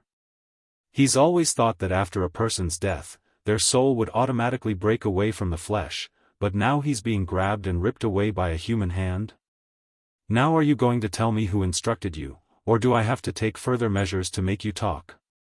Gripping the soul firmly in place with one hand, Bai Yan slowly moves a ball of blue flame with the other to reaffirm her threat. Monster. This was the only description he could use to describe Bai Yan's existence at the moment. This woman is a monster. No, she's more frightening than a monster, she's a devil. I will speak. When the soul's about to make contact with that eerie-looking flame, the senior's last ounce of stubbornness had finally crumbled. I will tell you everything, just keep that fire away from me. If it was just material pain then he could still bear it, but it's one soul, his soul. It's not common knowledge, but as someone who's from the Misty Fairy House, Senior Mu understands that damaging a soul meant the pain would manifest by several folds and more depending on the method. If you had obeyed from the beginning then none of this would need to happen, you know. All smiles there, Bai Yan squints those foxy eyes to show her mischievous side. In light of the mesmerizing face in front of himself, Senior Mu only found the woman's appearance all the more frightening. In fact, the more she smiled, the more his heart trembled. If I had known her strength would be like this then I would never have resisted. The one who sent me to kill you wasn't Mu Leng. It's her Shifu Elder Muzhen. Muzhen? Slightly wrinkling her brow over the name, do we have a grudge or something? Why would she send an assassin after me? No, you and her do not have a grudge, it's Zhongnan and Zhongbei. She has a grudge against the two brothers, that's why she sent me to kill you in order to get back at them. Pausing a bit, Senior Mu had to take a short moment to come to terms with revealing the biggest secret. Muzhen admires the young lord, that's why she's jealous of that mundane girl who could get the young lord's love. Now this came as quite the surprise for Bai Yan after hearing this explosive news. But isn't Muzhen older than the young lord? If I remember correctly, that woman could even be the guy's mother based on her age group. She's never been much of a discriminatory when it came to one's age difference. After all, there are plenty of couples out there who are dozens of years apart. However, the issue here lies in the fact that Muzhen has a one-sided crush on the poor man, and even went out of her way to go after anyone whom she's jealous of. Yes, it's a shame that our young lord doesn't have the right to choose his own love interest. What, Are you implying Muzhen could force Yunfeng to marry her or something? Bai Yan asks, intrigued by the old man's odd sentence right there. It's not Elder Muzhen who can force the young lord, it's a goddess from the celestial realm who is forcing him. Speaking of this goddess, Senior Mu's attitude immediately took a turn for the better. His eyes were full of admiration and worship when speaking. That goddess is not only from the celestial realm, her position is extremely high as well. Do you know about the war between gods and demons from a millennium ago? They say it's all because of her after she captivated the leaders of both sides. Can't let her live. 7. Bai Yan's complexion had gone dark over the claim. The demon lord. Does he mean Ditsang? But then who would be the leader of the gods? All of a sudden, her mind remembers back to the battlefield where she dreamed of an encounter with that white dashing figure. Can it be, the white figure from there is their leader?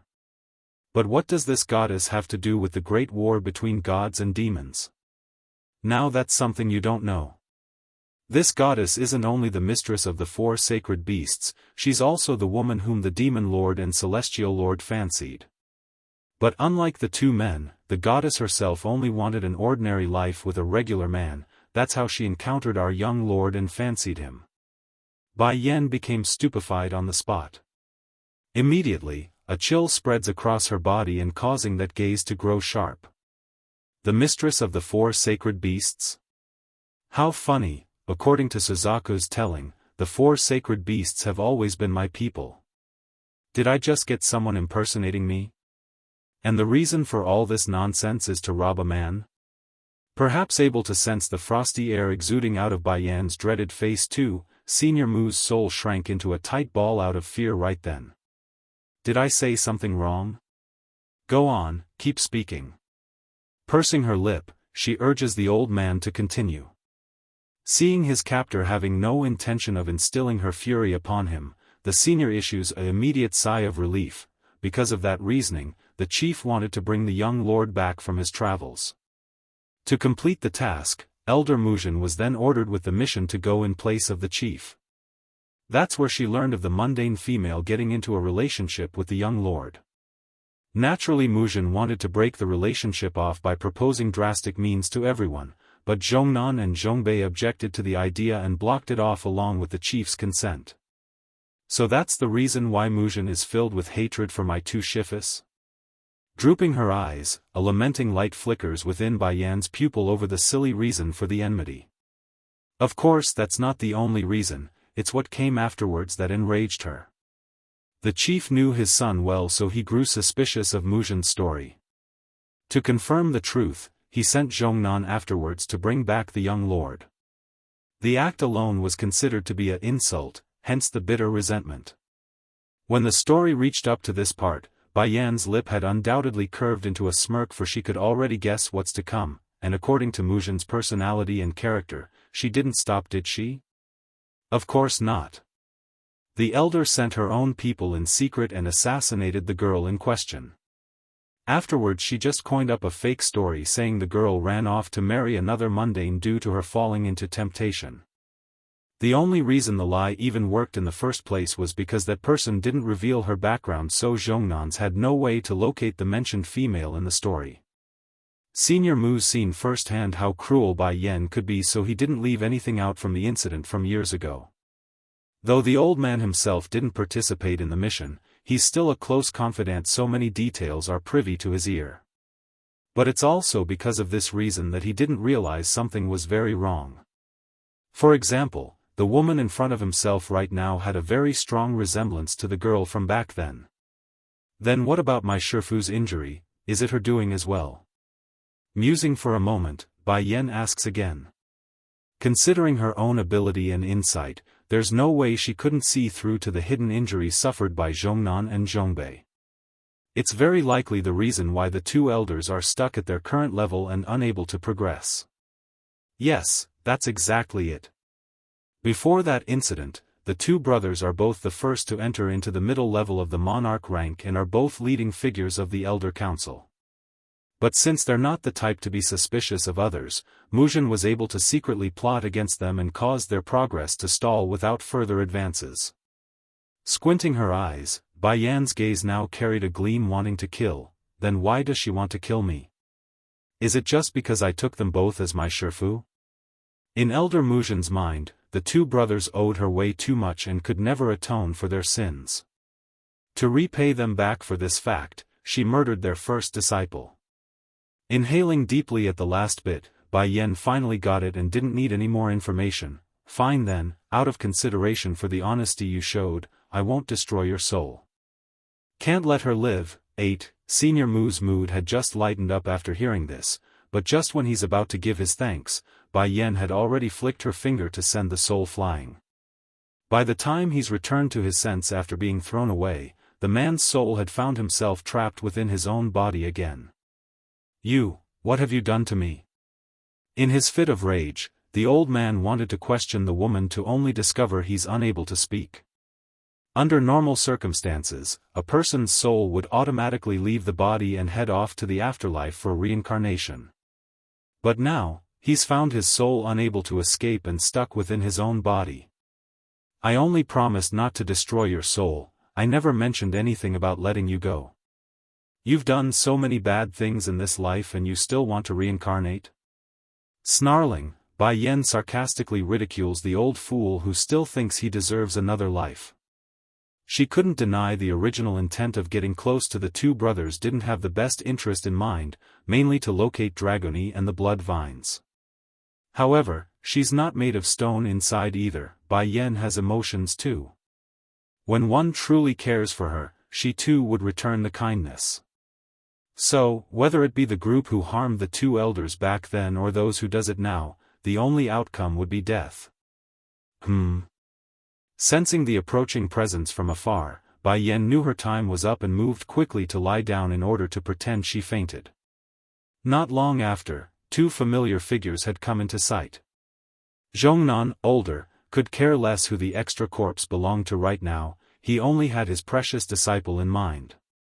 Therefore, when he noticed the unconscious girl lying on the floor, he exclaimed and ran over in haste, "My student." Zhongbei, younger, reacted similarly, but instead of exclaiming, his first reaction was to scan the area with the most intense killing intent he could muster. How dare an intruder come into our home and hurt my student? Ugh. Seeing it's about right, Bai Yan slowly rolled around and pretends to have just regained her consciousness. Shifu, what's going on? Oh, it's wonderful that you are all right, my student. Me and your second Shifu was worried sick after sensing you were unprotected. We thought you might be in danger, so we hurried over to check. Tell me, what happened before you passed out? Zhongnan asks with a relieved expression. I don't know either, Shifu.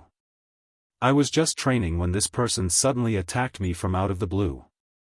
Next thing I knew was being knocked out and losing consciousness.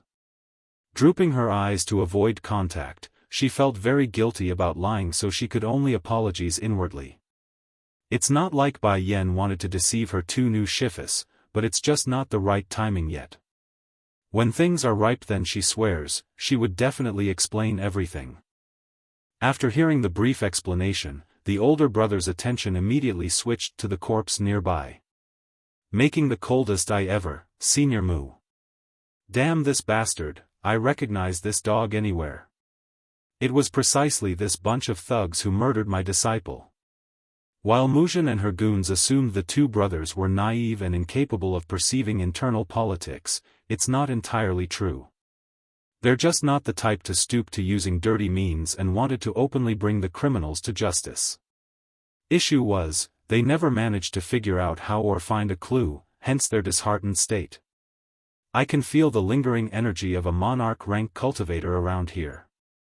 I suspect a powerful master must have been passing by and managed to save our yener. The younger brother Zhongbei deduces after collecting the clues around the scene. The news didn't fare well with the older Zhongnan at all though. Tensing up in the heart, his hands had formed a crunching ball. If we weren't so lucky, then wouldn't my disciple be? Big brother, Zhongbei turns to his older brother with a confronting air, we can't let this go on any longer. Regardless of us having proof or not, it's clear that Old Witch is going to continue to attack us regardless of the rules. The time for waiting and enduring is over. Can't let her live. 9. Zhongnan remained silent for the longest time before eventually answering his brother's call for war. Muzhen has already broken through to the higher level of the monarch rank while we are still stuck at the mid-level. One level of difference may not seem like much, however, when one's at their caliber, even an inch of improvement could mean a lifetime of effort. While they're stuck in their current level for all these years, the rest of the Elder Council has either reached their level or even surpassed them. I don't care. Zhongbei grew vicious in his voice. Back then I didn't rush off to kill that old witch because I couldn't bear to see the young lord stand alone without support. But now I can't take it anymore. It's either she dies or I die today. After nearly 20 years of suppression, this old fella obviously couldn't take it anymore and would do anything to get even. Regardless of that being giving up his own life in exchange. Shifu, Bai Yan's voice suddenly interjects itself into the conversation. I just picked up a strange bottle while I was training. Minding having a look at what it is? Making a look of surprise on their faces, Zhongnan and Zhongbei immediately turns to the indicated object. What did you find? Displayed before the two brothers were a white porcelain bottle of odd design. This is. As soon the cork was twisted open and allowed the fragrance to waft out, the two nearly fainted from the overwhelming smell. Though they didn't know exactly what the 3 pills were inside, their experience told them it's something amazing because their bodies were taking in the surrounding energy like a vacuum. That's something they haven't felt in years ever since they fell victim to Muzhen's scheme. Exchanging a glance of astonishment with each other, both brothers suspected the pills might just be able to cure their injuries. Yenner, where did you get this medicine? Did you really pick it up by accident? Downright shaking in his hand now, Zhongnan asks with a stern expression. Putting on a doubtful and confused face in return, Bai Yan had a lot of trouble keeping up her act. Yeah, I found it inside a cave up in the mountains. Is there a problem? I really did find it by accident. Of course there's a problem. Although I don't know what exactly these 3 pills are, but it's very likely able to cure our injuries. The two of you are hurt? Hurrying to get up from the floor now, Bai Yan makes the most awkward and fake look of someone being shocked by a hidden secret. Are you both okay? Where are you hurt? If it was any other person out there, they would surely call out the woman's horrible act.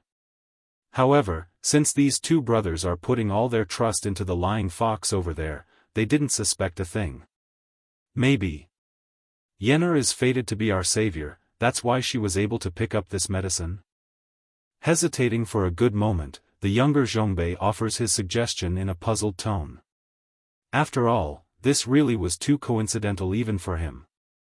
In truth, this was no coincidence at all. Bai Yan's been preparing these Dan pills for some time now during the past few days. And as a precaution, she even went the extra mile to make 3 pills instead of 2 just so it doesn't rouse suspicion. Well, not that it would help when her acting was so poorly done that even an idiot would notice something was fishy. Disciple, you should rest for today since you just went through something so extreme. Don't worry, your 2 Shifas here would definitely get revenge for you. A gleam of killing intent instantly takes hold of Zhongnan's iris after saying that. Muzhen. If she had stopped causing trouble then that's that, but now she's having the nerve to harm my newly acquired apprentice. She's asking for it. We will make her pay for everything. Blood for blood, death for death. Chapter 686, Can't Let Her Live. 9. Zhongnan remained silent for the longest time before eventually answering his brother's call for war. Muzhen has already broken through to the higher level of the monarch rank while we are still stuck at the mid-level. One level of difference may not seem like much, however, when one's at their caliber, even an inch of improvement could mean a lifetime of effort. While they're stuck in their current level for all these years, the rest of the Elder Council has either reached their level or even surpassed them. I don't care. Zhongbei grew vicious in his voice. Back then I didn't rush off to kill that old witch because I couldn't bear to see the young lord stand alone without support. But now I can't take it anymore. It's either she dies or I die today. After nearly 20 years of suppression, this old fella obviously couldn't take it anymore and would do anything to get even. Regardless of that being giving up his own life in exchange. Shifu, Bai Yan's voice suddenly interjects itself into the conversation. I just picked up a strange bottle while I was training. Minding having a look at what it is? Making a look of surprise on their faces, Zhongnan and Zhongbei immediately turns to the indicated object. What did you find? Displayed before the two brothers were a white porcelain bottle of odd design. This is. As soon the cork was twisted open and allowed the fragrance to waft out, the two nearly fainted from the overwhelming smell. Though they didn't know exactly what the 3 pills were inside, their experience told them it's something amazing because their bodies were taking in the surrounding energy like a vacuum. That's something they haven't felt in years ever since they fell victim to Muzhen's scheme. Exchanging a glance of astonishment with each other, both brothers suspected the pills might just be able to cure their injuries. Yenner, where did you get this medicine? Did you really pick it up by accident? Downright shaking in his hand now, Zhongnan asks with a stern expression.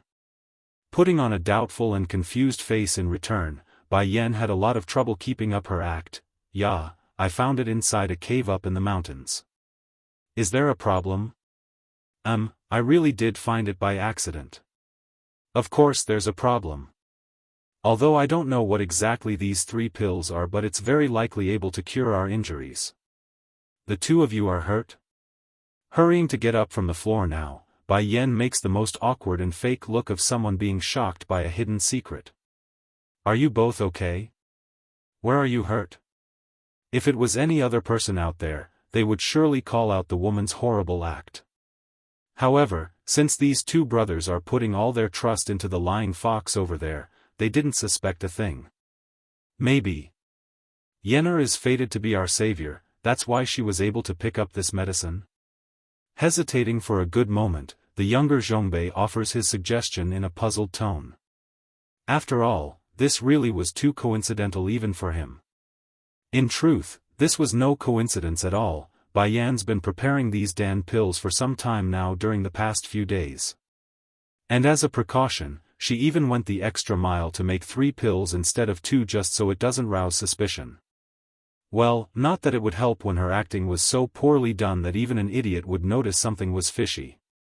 Disciple, you should rest for today since you just went through something so extreme. Don't worry, your 2 shifas here would definitely get revenge for you. A gleam of killing intent instantly takes hold of Zhongnan's iris after saying that. Muzhen. If she had stopped causing trouble then that's that, but now she's having the nerve to harm my newly acquired apprentice. She's asking for it. We will make her pay for everything. Blood for blood, death for death. Can't let her live. 10. Patting that hand to remove the dust from her hand, Bai Yan watches from behind as her 2 shifas carried off the assassin and pill in order to conduct their own business.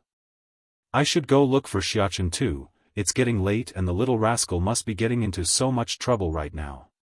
She murmurs this to herself, afraid what might become of the city if she doesn't retrieve her son soon. The Ho household. Currently standing in front of a full-length mirror was Ho Chui. The girl's currently measuring up her newfound figure with satisfaction and glee. Who? Suddenly, a movement near the doorway had caught the girl's attention, causing her to swing herself around to peer over in the direction. To her surprise, it was a small little fox that instantly won her heart over under the glistening sun. Though she could easily recognize it as being the very same one who harmed herself at the restaurant, no female could possibly endure this level of cuddliness. Fine, I won't blame you since you are so cute. Now you just need to be my pet. Oh little fox, I didn't even go looking for you and now you're knocking at my door on your own? Smiling right up to her eyes, Ho Chui's existence exuded an aura of deviousness as she got closer to the little guy. Be happy, I am a kind-hearted person, as long as you become my pet then I can ignore the fact that you hurt me. Just bringing such a cute fox out as a pet is enough to make others jealous of me. But just as the girl's hand was about to touch the fox's face, that's when Bai Xiaofan did the unexpected and bit her fingers hard. Ah! Screaming out in pain, the former chubby girl hurries to retract that hand. Infuriated in her voice, "Damn fox, how dare you ignore my goodwill? I'm telling you now, I am the benefactor of that Huan Yin, so you better not go against me." In order to not let Ho Chui Chui be exposed, Mu Leng had more than once instilled the idea into her brain that she's the one who jumped into the river. Over time, the lie had become a fact in this delusionary girl's head. To be clear, though Huan Yin herself wasn't capable of cultivating due to her body at birth, it still doesn't change the fact that the Mirage household was one of the 4 major families within the Misty Fairy House. And to be able to reach such height meant they aren't to be trifled with, even for the leading family. For Bai Xiaochen, who witnessed everything on the boat that day, he naturally showed a dubious face over the claim. Huan Yin? Isn't she the woman who Mother saved that day in the river? But isn't the benefactor supposed to be Mother? How did it become this person here instead? Not waiting for the little fox to understand, Ho Chui Chui has already taken a bag from the side in order to sack the kid. But that's not going to work against an agile and flexible fox, would it? Swinging to the side in a smooth dodging motion, Bai Xiaochen retaliates with a razor-sharp slash with his claw, leaving behind 5 bloody marks in the process. Can't let her live. 11, ah. Ho Chui Chui once again exclaims. Filled with burning rage in those eyes this time, she makes a pounce for the tiny critter in hopes of catching it. Sadly, she couldn't even catch a strand of hair, let alone the sly moving fox. In hindsight, Bai Xiaochen was able to nimbly dodge the girl with ease as they ran around the room. For this reason, the once tidy place was now a mess due to Ho Chui Chui bumping into everything. The chairs were scattered, the table knocked and the vases shattered. Because of the loud commotion coming from this wing, it didn't take long for the rest of the Ho family members to come running in order to investigate. Knowing this wouldn't be good if there's more people around, Bai Xiaochen figured it's time he made himself scarce and bolted for the outside. In the crowded streets of the market, a little fox was scurrying off at top speed for the Zhong Manor's direction. I've been away for over half an hour already, Mother must be really worried. Just as the image of Bai Yan's grumpy face was all that's in the kid's head, a pair of feet had suddenly come in front of him and blocked his path. Naturally, the boy was annoyed by the interruption and looked up questioningly. In that instant, his eyes instantly turned into a raging red after seeing the purplish robe and silvery hair. Meanwhile, on the receiving end, the majestic man only showed surprise and joy before it devolved into a stinging pain over the fox's appearance. This was his son who's been harmed, and his wife was nowhere to be seen. "Where's your mother?" The man's voice sounded hoarse and dry as he asked. No one knows but himself how hard it was without his family. If not for the faith inside that it would be alright, Di Tsang might have given up already. Issue was, state teacher only managed to predict Bai Yan's approximate whereabout of being at the Misty Fairy House. As to the exact location, he hasn't had a clue. Take me to her. Full of bitter sadness inside, the once proud demon lord was now a pleading father who only wants his family back. This of course didn't go unnoticed by the little fox and nearly won him over even. However, the pain caused by the fraud and the lies were too deep. Eventually the boy dismisses his own wavering self. I can't go soft, I can't betray Mother, and I can't let anyone bring harm to Mother again. Xiaochen, the man picks the boy up before it's too late, I can give you an explanation for what happened before. Despite the desperateness in his voice, the toddler didn't want to hear any of it. He kept his ears covered with those paws to show he had no intent of listening. I won't listen. I won't listen. This baddie hurt Mother so much, I will never forgive him. Seeing his old man wasn't going to let him go at this rate, Bai Xiaochen did what any child would do, and that was to bite down harshly at those hands. In the next second, blood began to flow out of the palm from the bite wounds. Di Tsang didn't relent and simply made a frown in light of this. He knows this was his only chance. If he misses this opportunity to right things, then it's likely his wife and son would never show themselves again. Fortunately, his perseverance seems to have worked because the kid eventually relented. Why did baddie father not stop me? Considering his strength, he could easily stop me from making him bleed, so why? Impersonate. 1. Where's your mother? The man asks again with a deeper sound signature. Against that constant pleading, the baby fox unconsciously softens up once more. However, whenever he does so, the image of Bayan's bloodied-up body from that day instantly re-emerges and strengthens his resolve. Huffing a snort, he deliberately swings his head to the side in order to ignore the pain from the man's eye. Xiaofan, the man from that day wasn't me. Really? Suspiciously sneaking a peek, the baby fox didn't know whether to believe that explanation or not. What if he's here to pursue mother in order to finish the job? Flickering with light over that possibility, those sneaky blue eyes grew cunning, like he's just thought up a plan. And since Di Tsang only had the thought of reuniting with his wife again, the demon lord naturally couldn't catch onto the boy's inner thought. Under those pleading eyes of this father, Xiaofan eventually nodded. You agree? Trembling in his hand, the man had to take a good moment to take in this reality, for it's too much for his heart.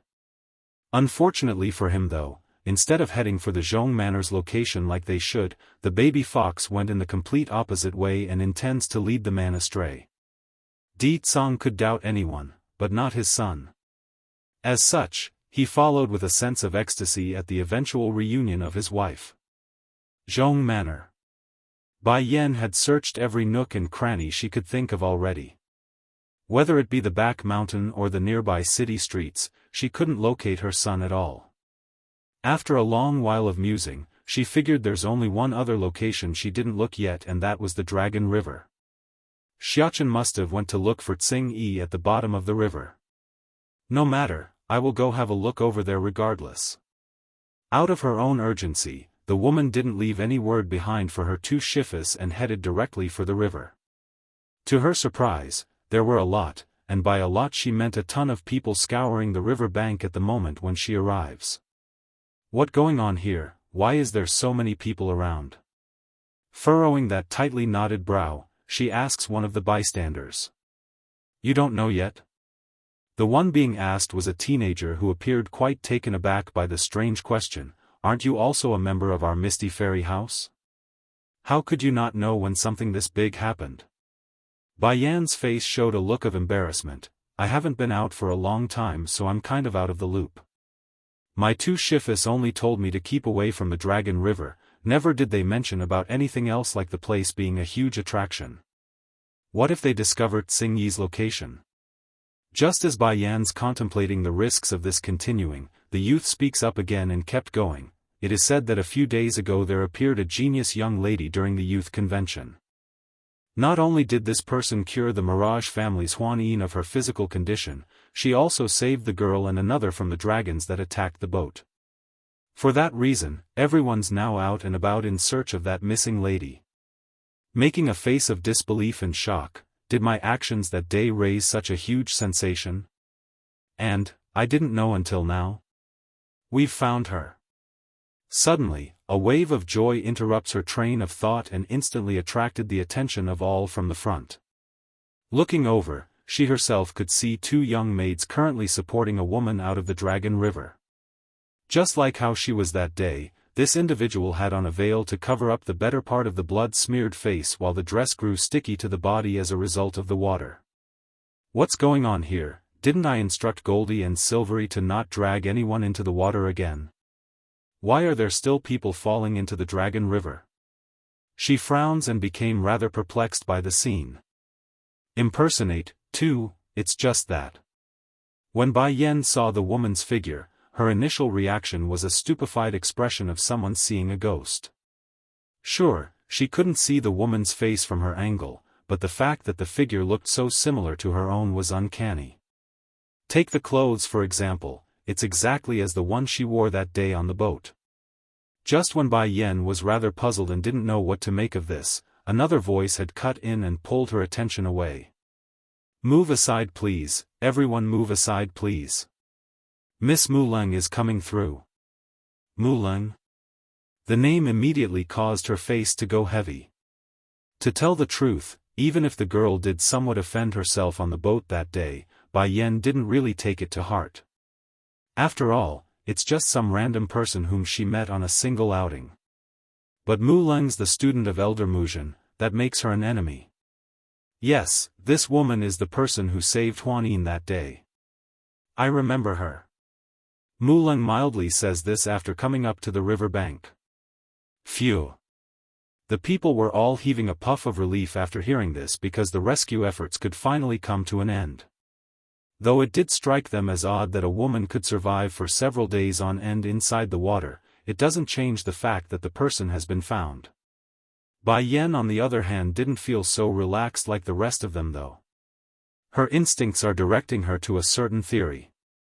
If all of this was only to save the woman that just fell into the water, then it could still be coincidence, but Mu Leng's involvement? That's just too ridiculous. This was clearly a ploy for something else.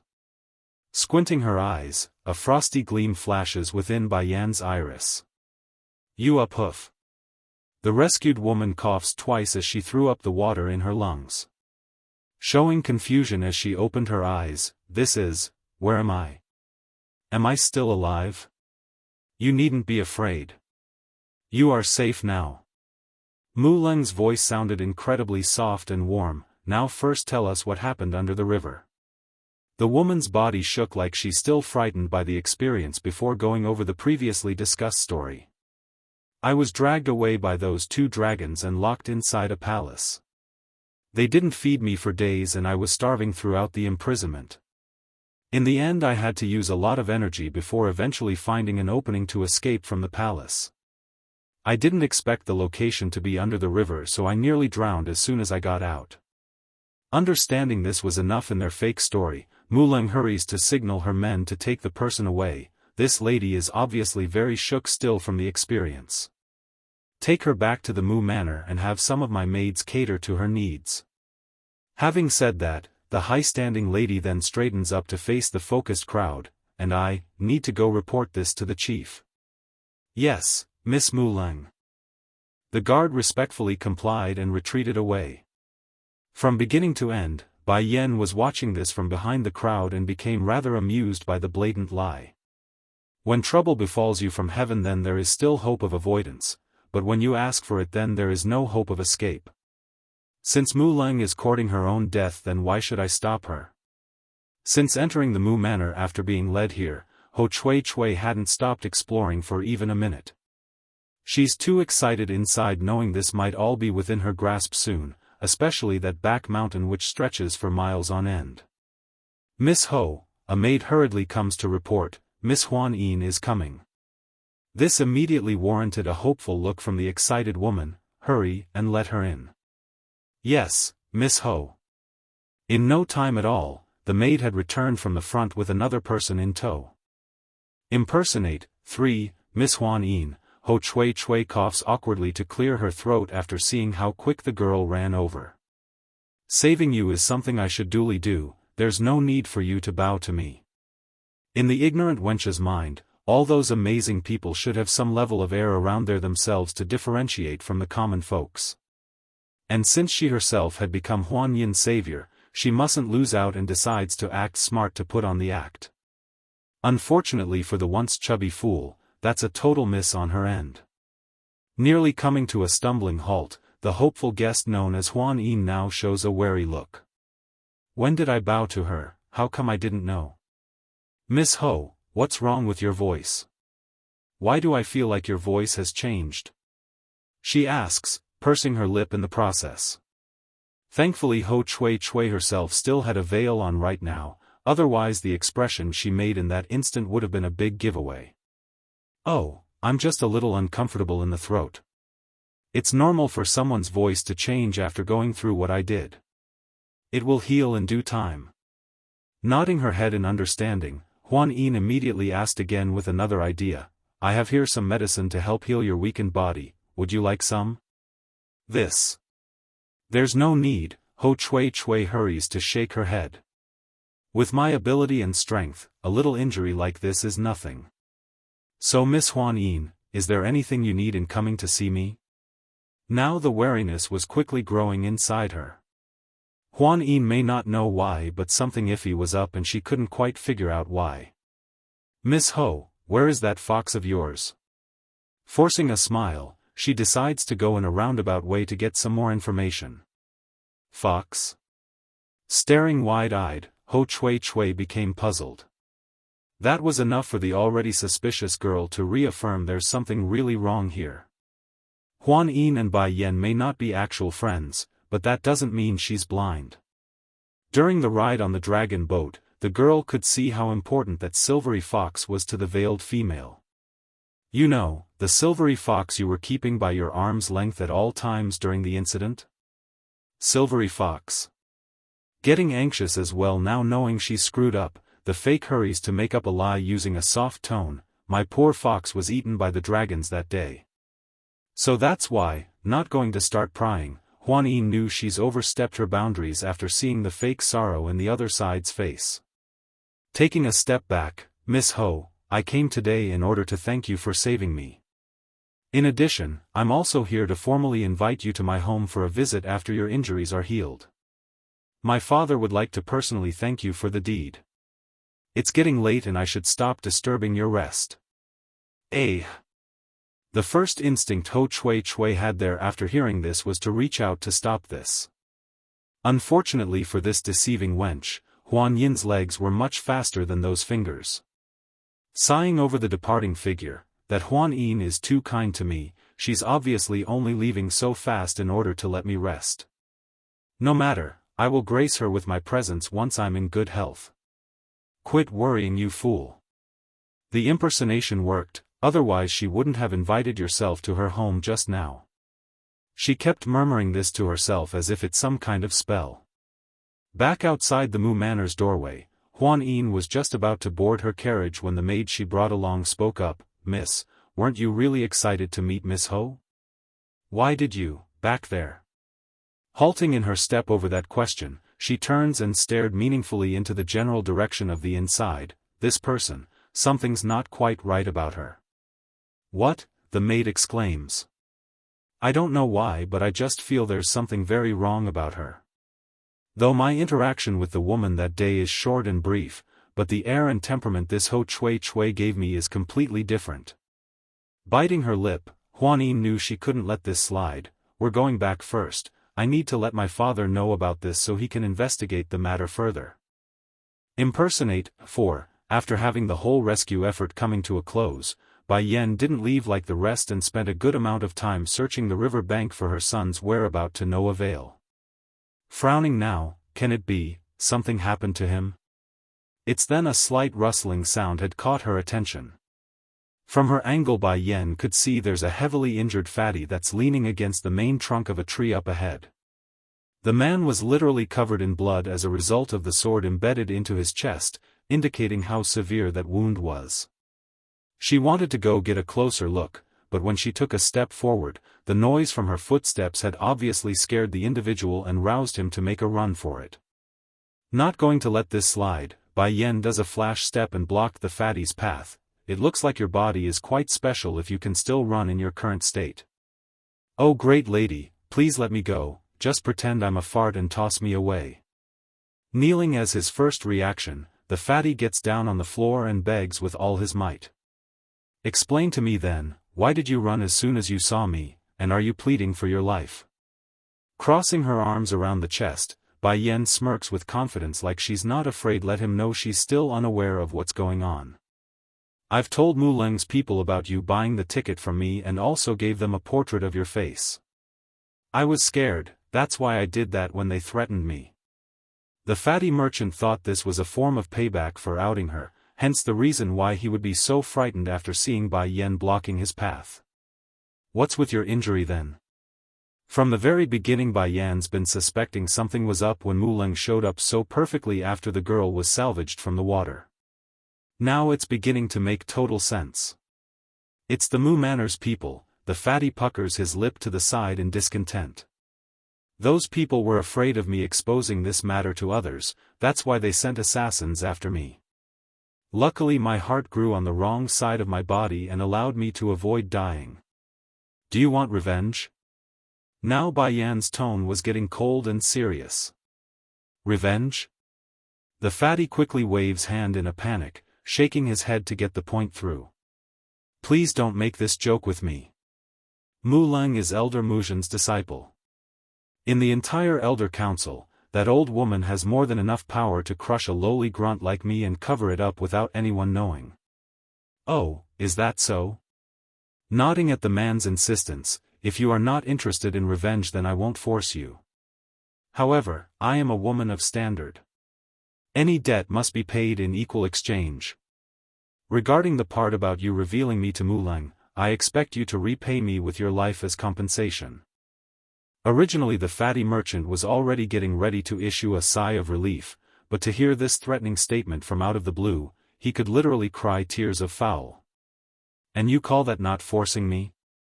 How do you expect me to refuse when you're threatening my life? All serious in return, of course I'm not forcing you, just that. I like equal exchanges. Who told you to expose me to those people? Crying in grievance now, the fat merchant knew he's now on the hook. Then what do you want me to do? Nothing much, only you coming out at the critical moment to act as a witness. And as an extra measure of safety, you will follow me from now on. Impersonate. 5. Why do I feel like following you is even more dangerous? Puckering his lip to the side, the fat merchant had an aching sensation this couldn't be good. Talk about bad karma. If he knew things would devolve into such a dangerous state then he would have never gotten greedy and sold the ticket to this devilish woman. What are you still standing there for? If you can still move then come with me now. Giving only a glance, Bai Yan turns for the Zhong Manor where her shifas should still be busy doing their own thing. Xiaofan might have already went back by now since it is getting late. A grumbling tummy always gets the best of him. As much as the fatty merchant wanted to resist, he knew well enough that the woman in front of himself far exceeded his own strength. In the end he could only begrudgingly follow from behind until they arrived at their destination. You are Elder Zhongnan and Zhongbei's people? The man asks with astonishment in his eyes. They are my shifas, Bai Yan returns with a slight nod. This, if she is their disciple then why didn't she receive an invitation slip that day? Growing increasingly wary after thinking of that part, the fatty still knew he must get a clearer answer if he were to continue on with this plan. I didn't know the two elders had another disciple. From what I hear, they only had one from 20 years ago. After that person died in a freak accident, the two elders have been in a tumbling spiral downwards ever since. Halting in her step, Bai Yan swings around using a rather intimidating stance. I will get revenge for my shifas. Don't tell me. While watching that fierce reaction, the fatty merchant suddenly came down with an ominous idea. The one who killed your senior, it's Elder Muzhen's people isn't it? If not for that reason then why would she go through so much trouble to topple Muzhen and Mu Leng? Turning that fierce face into a condescending one, Bai Yan stares down at the person like he's a dead man. You know, knowing too much is not good for the faint of heart. The more they know, the quicker they die. The threat nearly made the fatty pee himself right then and there. Whatever he wanted to say next, he's lost it for he knows, he's now in a wolf's den and could no longer come back out. Miss, I still have something to do so I'll take my leave first. If everything fails then retreat is always the best solution. I don't want to get caught up in between the power struggle of two elder factions. But before he could make it a single step out of the front door, two muscular men had blocked off his path. Gulping over this, he swings around again. Miss, what does it take for you to spare me? Smiling like a smug monster in human skin, Bai Yan makes a comforting pat on the man's shoulder which only increased the already tense air. Don't worry, I promise to keep you safe so that's exactly what I'm going to do. The two of them will be responsible for your protection, and if you want to be even safer, all you have to do is keep within 100 meters of me at all times. In light of that statement, the fatty only found his life increasingly shorter like it won't be very long before he meets his end. Please milady, I still have young ones and old ones to look after in my life, please have some mercy. One more word and I will let you meet your maker this instant. Squinting those eyes, her tone turned threatening. Sure enough, the other side immediately shuts that mouth and didn't utter another word. I have something to do still so you can walk around the place on your own if you like. Remember though, do not leave the Zhong Manor's premise. Signaling the two muscular men in the back to take the person away to his quarter, she then turns to her own residence in search of the naughty little fox. Bai Yan thought the boy would have returned by now for sure, but after much searching and flipping, there were no signs of the little rascal. Now the mother's starting to truly worry and panic. Where exactly did my son go? If it was under normal circumstances, he would definitely come back and tell me first if he's staying out late. Just when this mother's struggling to decide on her next course of action, a guard from the front had come in to report, "Miss, someone is seeking an audience with you." "See me?" Slightly frowning, "Let him inside." "Yes, milady." Affirming with a nod, the guard quickly retreats for the task. Not long after, the supposed guest had arrived at her courtyard. It was a man wearing a golden-colored robe with eyes curiously scanning the surroundings. When he finally noticed Bai Yan's existence though, that curious face promptly lit up and he ran over like a overjoyed kid. Impersonate, 6, Ms. He had wanted to follow Tsing Yi's way of calling Bai Yan his mistress, but after thinking it through when it's a public place, he decides to stuff the thought back down. "I am Goldie." "Goldie?" Blinking in astonishment, Bai Yan hurries to signal the maids and guards nearby to go, "All of you retreat first and leave us to ourselves." "Yes, milady." Due to her being Zhongnan and Zhongbei's disciple, everyone within the estate now takes her as the third highest authority. Aside from the two elders themselves, the woman's words are law. Once they're alone again, Bai Yan got right to the point. "Why did you come all of sudden?" "It's the little master, he told me to bring you a message, mistress.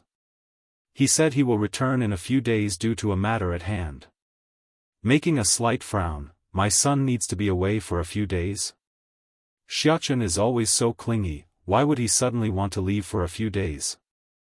"I don't know either, but the little master told me he is very safe and would return on his own." "I see," exhaling a long sigh, "you can go back first then." Although she doesn't know what her son intends to do during this period, it didn't matter because Bai Yan's trust in her son remained strong. As long as he's not in danger then it's fine. "Mistress," the human-formed Goldie suddenly starts to wiggle awkwardly like a shy little child. "Lady Tsing Yi told me to stay with you for protection and that she's fine with only Silvery by her side."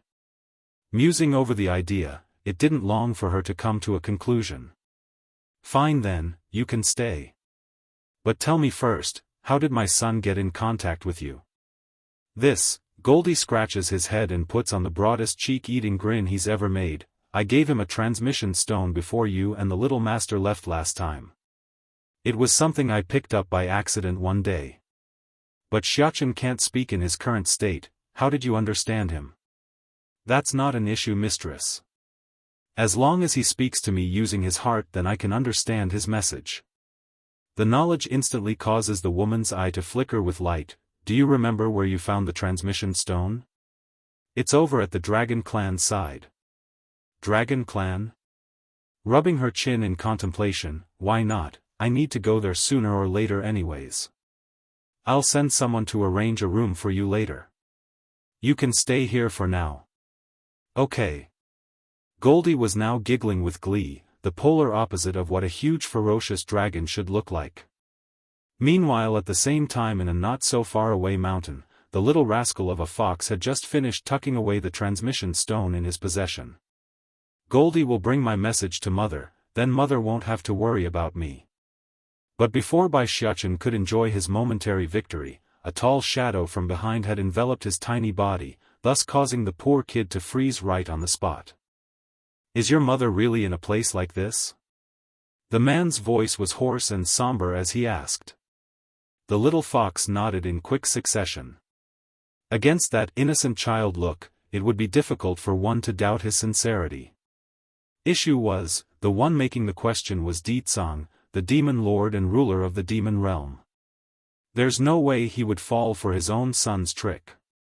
Arching his lip into a cheeky smirk, "This rascal really think I can't hear his message just now, does he? There's nothing I can't intercept at this range."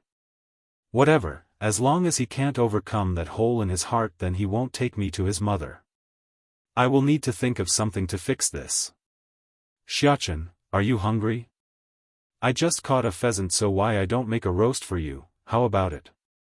Normally Xiaofan would never deny an offering of food. However, the image of Ditsang blowing up the kitchen from the last time he was inside their home still lingers vividly in his mind. Therefore, his first answer was to shake his head around like a rocking drum. But whether it be a yes or no, the demon lord didn't care. Ignoring the expression of his son's distraught face, he sweeps his sleeve and summoned up a pile of branches where he immediately shot out a fireball to light it up. Impersonate. 7. The little fox definitely lacked confidence in his old man's culinary skills, but that soon changed after he got his first whiff of the barbecue scent in the air. All of a sudden, there's now a drooling kid who kept trying to resist the temptation despite that constant peeking from the corner of his eye. After half an hour later, Ditsang readily tosses the roasted pheasant over to the boy's side, where he immediately took a huge bite out of the flesh like a hungry animal. The flavor and aroma were overflowing, filling his jaws and taste bud to the brim of intoxication. Then, realizing the fault in his manners, Xiaofan at least had some consciousness left in his gluttonous self. Ripping one of the legs off, he tosses it back over to the watching demon lord like it's his form of kindness. Ditsang on the other hand honestly didn't expect this from the boy. The kid's always been quite resistant to his existence, that's why this act actually shook him somewhat and made him get a true sense of being a father. The one who hunted you and your mother really wasn't me before, Anne. I've dealt with them already. Sadly, the boy only had the roast pheasant in mind right now, so none of those sincere words even reached his ears, let alone sway the kid's opinion. Truly, only a mother would know their son the best. Exactly like Bai Yan predicted, the grumbling stomach always comes out on top for this little glutton. What do I have to do to get you to take me to your mother? As long as you tell me, then I will promise anything. Ditsang once again pleads using his gentlest tone.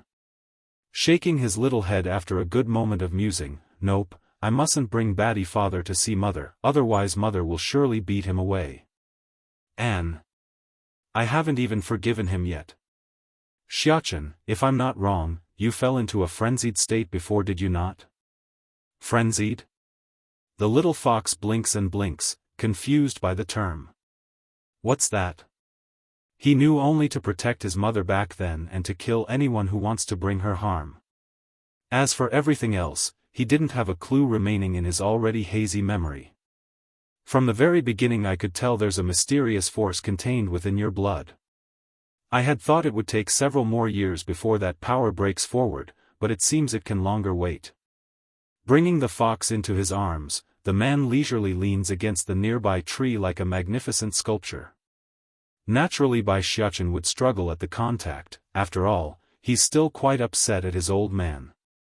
But a baby fox would remain a baby fox, there's no way he could overpower a fully grown man's binding hands. Don't move. Ditsang's finger taps down at the boy's temple. In an instant, a cool stream of energy flows into that body, causing a wave of refreshing tension to take hold. Eventually a pleased groaning sound escaped the boy's mouth. His appearance was no different from a kitty cat being petted with its eyes closed. Then, just as the pleasurable massage was at its peak, the stream of energy suddenly stopped, causing him to wince and look up in puzzlement. At this moment Ditsang's complexion didn't look good at all despite the smirk he held. In fact, the voice he's making carried a trace of weakness. Originally I wanted to wait a bit longer for my strength to restore itself, but it's clear that cannot wait anymore. Remember, what I did will only last for 2 years. Afterwards the rest is up to yourself, otherwise the mysterious power will return and cause havoc in your own body. Making a muffled howl at his old man's weakened state, the kid's big blue eyes were filled with water. I'm fine, I just need a bit of rest. After saying that, the demon lord then carefully placed his son down to take a proper posture. With his eyes closed, he's now in a meditative state under the setting sunset, giving him an almost holy and Buddhist look. Under normal situations, Bai Xiaochen would have made a bolt for home by this stage considering everything he's been through. However, against the fatigued appearance of the man here, he just couldn't move. Impersonate, 8, sprawling down to his old man, Bai Xiaochen would on occasion shoot up a glance up from time to time check the man's status. This act continued until the kid could hear the breathing growing more and more smoothly, which was a good sign and the signal for his unease to settle down. Xiaochen, I am a little thirsty, can you get some water for me? After some time, Di Tsang awakes and smiles down at the boy who was still around resting. The kid didn't act up like usual, only giving a quick nod before hurrying off to the river not far away from their location. If only Bai Xiaochen had taken a moment to think this request through, then he would have remembered something crucial. For a powerful master, not eating or drinking for months on end wouldn't be an issue at all, so the fact that the great demon lord would ask him to get water should have been a huge red flag for something strange. Sure enough, as soon as that little figure finished disappearing from view, Di Tsang's complexion could no longer keep up the facade and instantly turned into an unhealthy shade of white where he ended up puking blood from his mouth.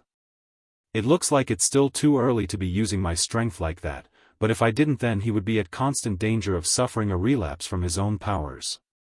Wiping the trail of blood smeared to his chin, this father didn't regret the fact.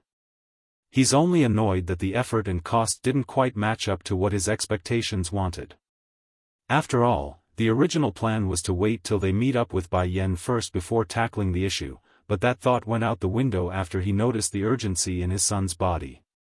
Thoughts aside, Di Tsang knew he must get his act together before the boy notices his condition. Hurrying to scatter the ground with dirt, he covers up the blood he made. Good timing too, because as soon as he was done, the little fox had returned with the water using a makeshift bowl using a bamboo leaf. Smiling at this, the man didn't hesitate and readily took a drink from his son's generosity. Why didn't you leave just now? He asks with a pleased undertone. Towards his old man's inquisitive question, Bai Xiaochen honestly didn't know what to make of it either aside from swinging his head repeatedly. It's true he wanted to leave as well and return to his mother's side, but those legs refused to budge for some reason. Maybe it's because I can't bear it? Hanging his head, the kid wanted to reprimand himself for getting soft. I won't betray mother still. Don't worry, I won't force you to take me to your mother for the coming days. Di Tsang needed only a glance to understand what his son's thought patterns were, so he didn't press the matter. Really? Lighting up in joy, the little fox looks up at his old man happily. But you have to stay within my sight during this period while we are together. Catching the little guy into his grasp again, he dryly states his terms. There's no way he could let this fella go. If he does, then how was he supposed to find his wife again? The little fox desperately nodded in return. As long as he doesn't force me to go find mother, then anything can be negotiated. Come, I found a cave earlier, so we will go there to recuperate. While the father and son were having some bonding time together, Bai Yan on the other hand was busy training in her own residence, so none of the members in this family were able to learn of the major event taking place within the Dragon River. It's nothing much really, only that Silvery had been caught by the members of the Misty Fairy House after the careless dragon went out for a stroll. Normally the slithering serpent could easily suppress a group of fighters merely by using his draconian aura, but this was one of the three major powers out there. One master couldn't do the task doesn't mean a dozen masters couldn't. Impersonate, 9, Elder Muzhen. Upon seeing the arrival of this old beauty and her disciple, those who were already standing at the Dragon River promptly moved aside to create a path for them. Giving a confident nod, Muzhen slowly strode towards the front where a heavily bruised-up dragon was lying there on the shore. Due to the large numbers of wounds and injuries, Silvery was now panting heavily despite the ferocious glare he's giving to the surrounding crowd. Is this the dragon that tried to attack the dragon boat that day? Coming up to the captive, Muzhen stares down condescendingly at the dragon to express her own opinion. How come there's only one here? I remember in the reports there were two that day. Where's the last one? Shifu, we can have our people go down again to search the waterbed. The Dragon River is only so big, there's no room for the other one to hide at this point. Offering up the suggestion, Mulan grins maliciously at the impending treasure she's about to get. Dragons are full of precious materials, right down to its nucleus core. For example, the scales could be used to craft weapons or armors, which are invaluable to a cultivator who needs a personal gear in combat. Then there's the flesh of the serpent. Ignoring the delicious taste that's been spouted since tales of old, the benefits from digesting a slab of said meat would outweigh the danger of slaying one of these legendary creatures because of the great boost to one's bodily functions. You are right, my dear. Nodding at her student's suggestion, Muzhen signals her people to dive.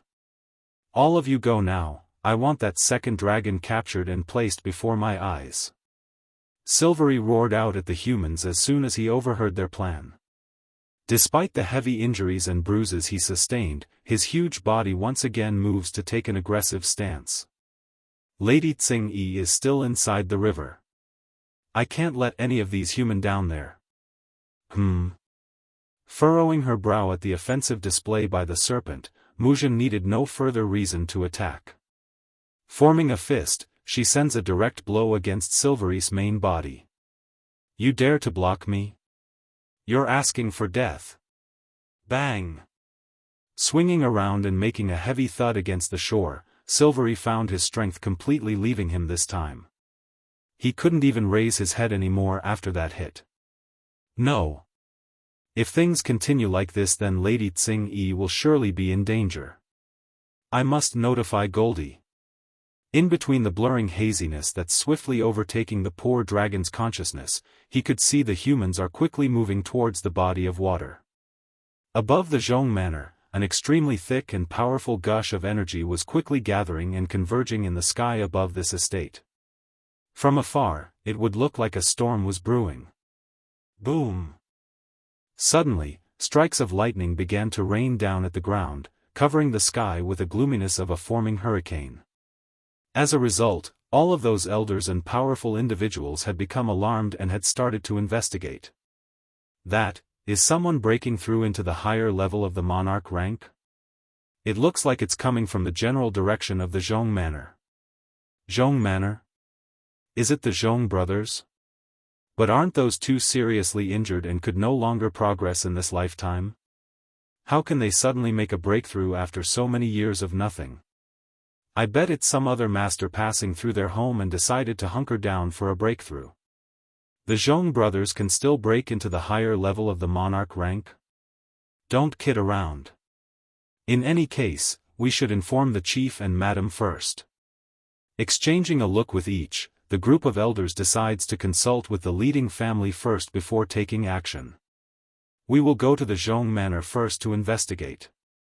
By then we will know who is having a breakthrough. Chief Wu Wei makes his decision after listening in on the information he's given. The man originally wanted to summon Ho Chui Chui since he's heard from Huan Yin that they've rescued the girl, but he's the chief. When a high-level monarch rank master appears, then he must divert his attention that way since he must put the Misty Fairy House before his own family. Impersonate, 10, after saying this, the chief then firmly walked towards the door where her wife soon followed from behind.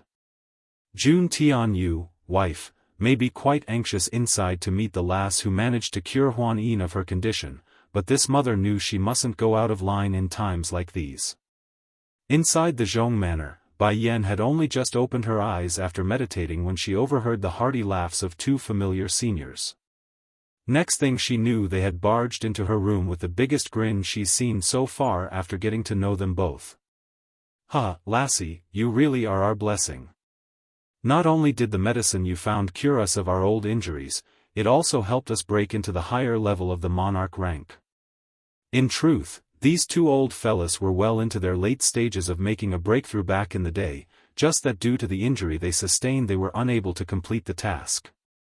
With the superior strength, they now have the capital to confront Muzhen. "It has nothing to do with me, Shifu, it's entirely your own fortune." Standing up to greet them, Bai Yan puts on a genuine smile of her own. But before the three could rejoice in the moment, the door was once again slammed open. Coming in was Goldie in his frantic state. "Mistress, something major has happened." Frowning at this, what's going on? I and Silvery are twins, so I can sense his injury. Mistress, it must be those people who are searching the river, they've hurt him. If Lady Tsing-yi were to be found by them, I fear it will spell her ladyship's doom. If it was 100 years ago, then no one in the Misty Fairy House could be the dragoness's opponent. However, Tsing-yi's been seriously injured since that event, so she's unable to fight, let alone defend herself. We're going to the Dragon River now. Bai Yan loudly proclaims this, her eyes sharp and dangerous. Zhongnan and Zhongbei were also frowning after seeing their student's sudden change in attitude. Yenner, do you need our help? If you could please. For the offer, she didn't reject and kindly accepted it with a nod. And then, without so much as another word, her figure was gone from the spot, leaving behind only a blurring afterimage in her wake. How did Yenner move so fast? That's not a speed an Earth-rank cultivator should have. Despite his own doubts and astonishment, Zhongnan didn't want to delay and tossed the dilemma aside. The urgent task at hand was to help his precious disciple save someone important, the rest could wait until they are back. More and more onlookers are beginning to gather around the river bank after news of the dragon's capture. For Ho Chui, who had always been a nosy person by nature, she of course couldn't bear to miss out on such a huge event. Taking advantage of the guard's lack of attention, the former chubby girl snuck out on her own again and came to the site, where she soon noticed a certain female. Miss Huan Yin. Originally Huan Yin herself wanted to ignore the fraudster when she noticed the other side's arrival, but to be called out in the open, it's now impossible to pretend. Therefore, the only response was a faint nod to affirm the greeting. Ignorant to the point of not seeing the lack of reception, Ho Chui actually had the face to get all friendly despite the other side's unwillingness to chat. The evil dragon is finally caught, we can now get revenge for ourselves. Miss Huan Yin, aren't you happy? Slaying the dragon for doing evil deeds is fine, but I fear this creature will face a fate worse than death while in Elder Muzhin's hand. Sighing at the thought, Huan Yin felt pity for the serpent that's covered in a pool of blood right now. As painful as it was for her heart, the girl herself knew this was how the world works. The strong eats the strong, it's the ironclad rule of every living being. And regarding this Ho Chui's claim about getting revenge for them both, Huan Yin wasn't so sure about that. She may not have evidence yet, but it's just a matter of time before her father discovers the truth, that much the girl was certain. With each tick of the clock, everyone grew increasingly more wary as they waited in silence around the river bank. But everything eventually comes to an end.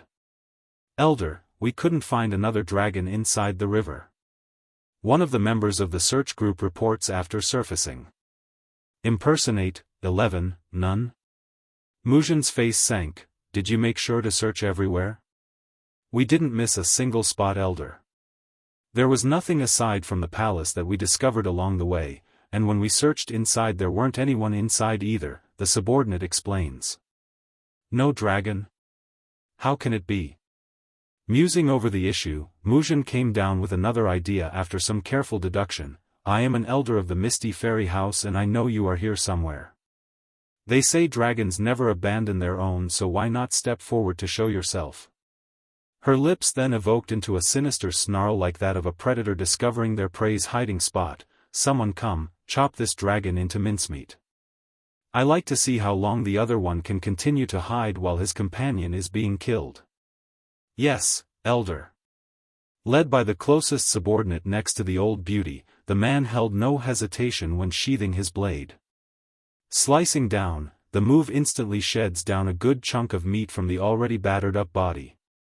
Silvery made an excruciating scream over the pain, of course, but more than that, his hatred for this woman stood above all else right now, causing even his whole body to tremble all over from anger. This was honestly a very bloody scene for everyone involved, Huan Yin especially, who hastened to turn herself aside before the gruesome scene.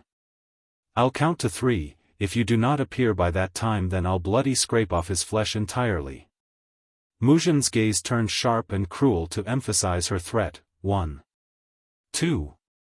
Before the final count could be said though, a heavy set of splashes were set off within the river and out came a humongous green dragon ascending into the air. She radiated courage and majestic might, a splitting image of her once glorious image of the one known as Azure Dragon, the great dragon general of the demon realm. Lady Tsing-yi. Silvery urgently struggles to stand upright only to be ruthlessly stomped down again by Muzhin's foot. Before long, the figure of Tsing-yi's existence gradually changed and took on a human form of a woman wearing a light green dress. The complexion she gave may be pale and weak, but those eyes were strong. Silvery is my subordinate, so the fault lies with me in not disciplining him prior to the attack. I'm apologizing to the two frightened girls here. She then makes a sincere bow to show she meant it, but I remember that my subordinate never harmed you in any way, yet you injured him to such a severe state. How should I take that? Muzhin sneered, I am an elder of the Misty Fairy House, so it's within my duty to get even for those under my charge. Forget about hurting this dragon, even if I kill him right now it's still his fault to bear. A young girl meekly raises a hand just then, I accept her apology. The one speaking up was the first girl who got dragged into the water. At first she was still holding a heavy grudge for what happened to herself, however, the tragic image of Silvery being butchered left that sweet maiden heart aching and unbearable. I accept the apology too. Shooting a glance over to the old hag who's using justice as an excuse, Huan Yin decides to step forward as well to make her stance clear. Muzhin's complexion took a slight turn for the worse, but that quickly changed once her gaze fell upon Ho Chui-Chui's presence. This girl over there is also a victim. I promised her before that I will get her justice.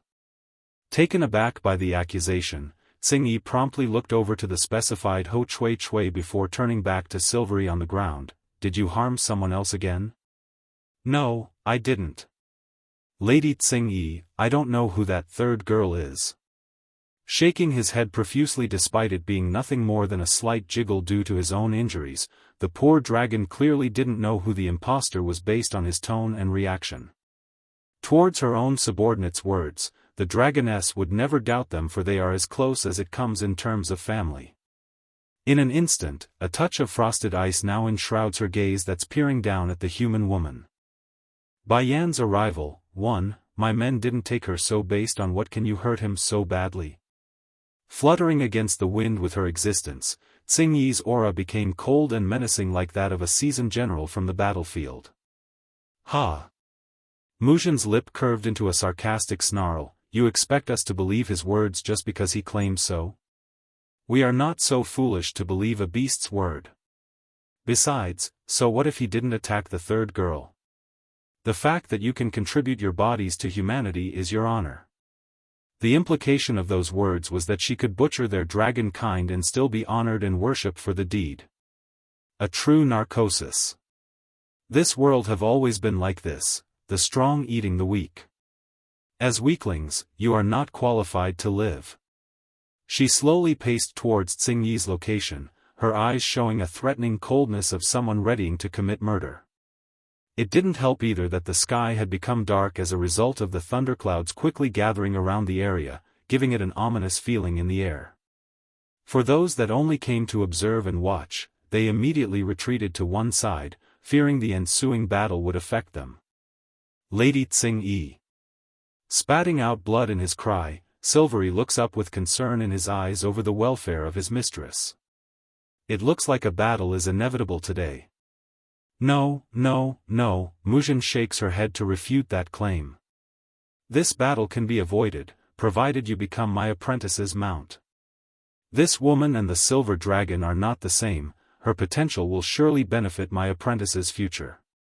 Besides, having such a proud dragon as a slave would surely trample anyone who dares to challenge my prestige. I, Tsing-yi, whether it be this life or the last, will only follow one person.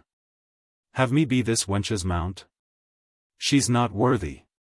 Originally Mulan was still relishing in silent delight at the impending prize that's about to come her way, but now to hear the insult being directed at herself in open public, it's now lost and all that remains were the ugly expression on her face. Damn this bitch, how dare she humiliate me in front of everyone? Since you are giving up such a great opportunity, then don't blame me. Muzhan aura began to swell outward as the old beauty takes to the sky, leveling the difference in elevation at least by taking to the air. But before we begin, I want you to understand one thing. My disciple's future is infinite, so the fact that you are unwilling to follow her is your loss. What a shame, you won't be able to see that glorious day and could only become her nourishment after today. Tsing Yi sneered, you talk too much. The choice is made when you're unwilling to release my people. Moving at the signaling rumble of a lightning strike from the storm cloud, it was the dragoness who launched the first attack. Bang! Two palms collided from their exchange, causing the ground to shake and the water to gush upward until they are pillars writhing from the chaotic energy. Grarower! Silvery howls out again in his urgency. Damn it, if her ladyship was still her old self, then none of these humans would be able to stand up to her. Despite his struggle, the injured guy did nothing more than making dust clouds from moving his humongous body. Tears shed from those eyes, showing how unbearable it must be inside over his inability.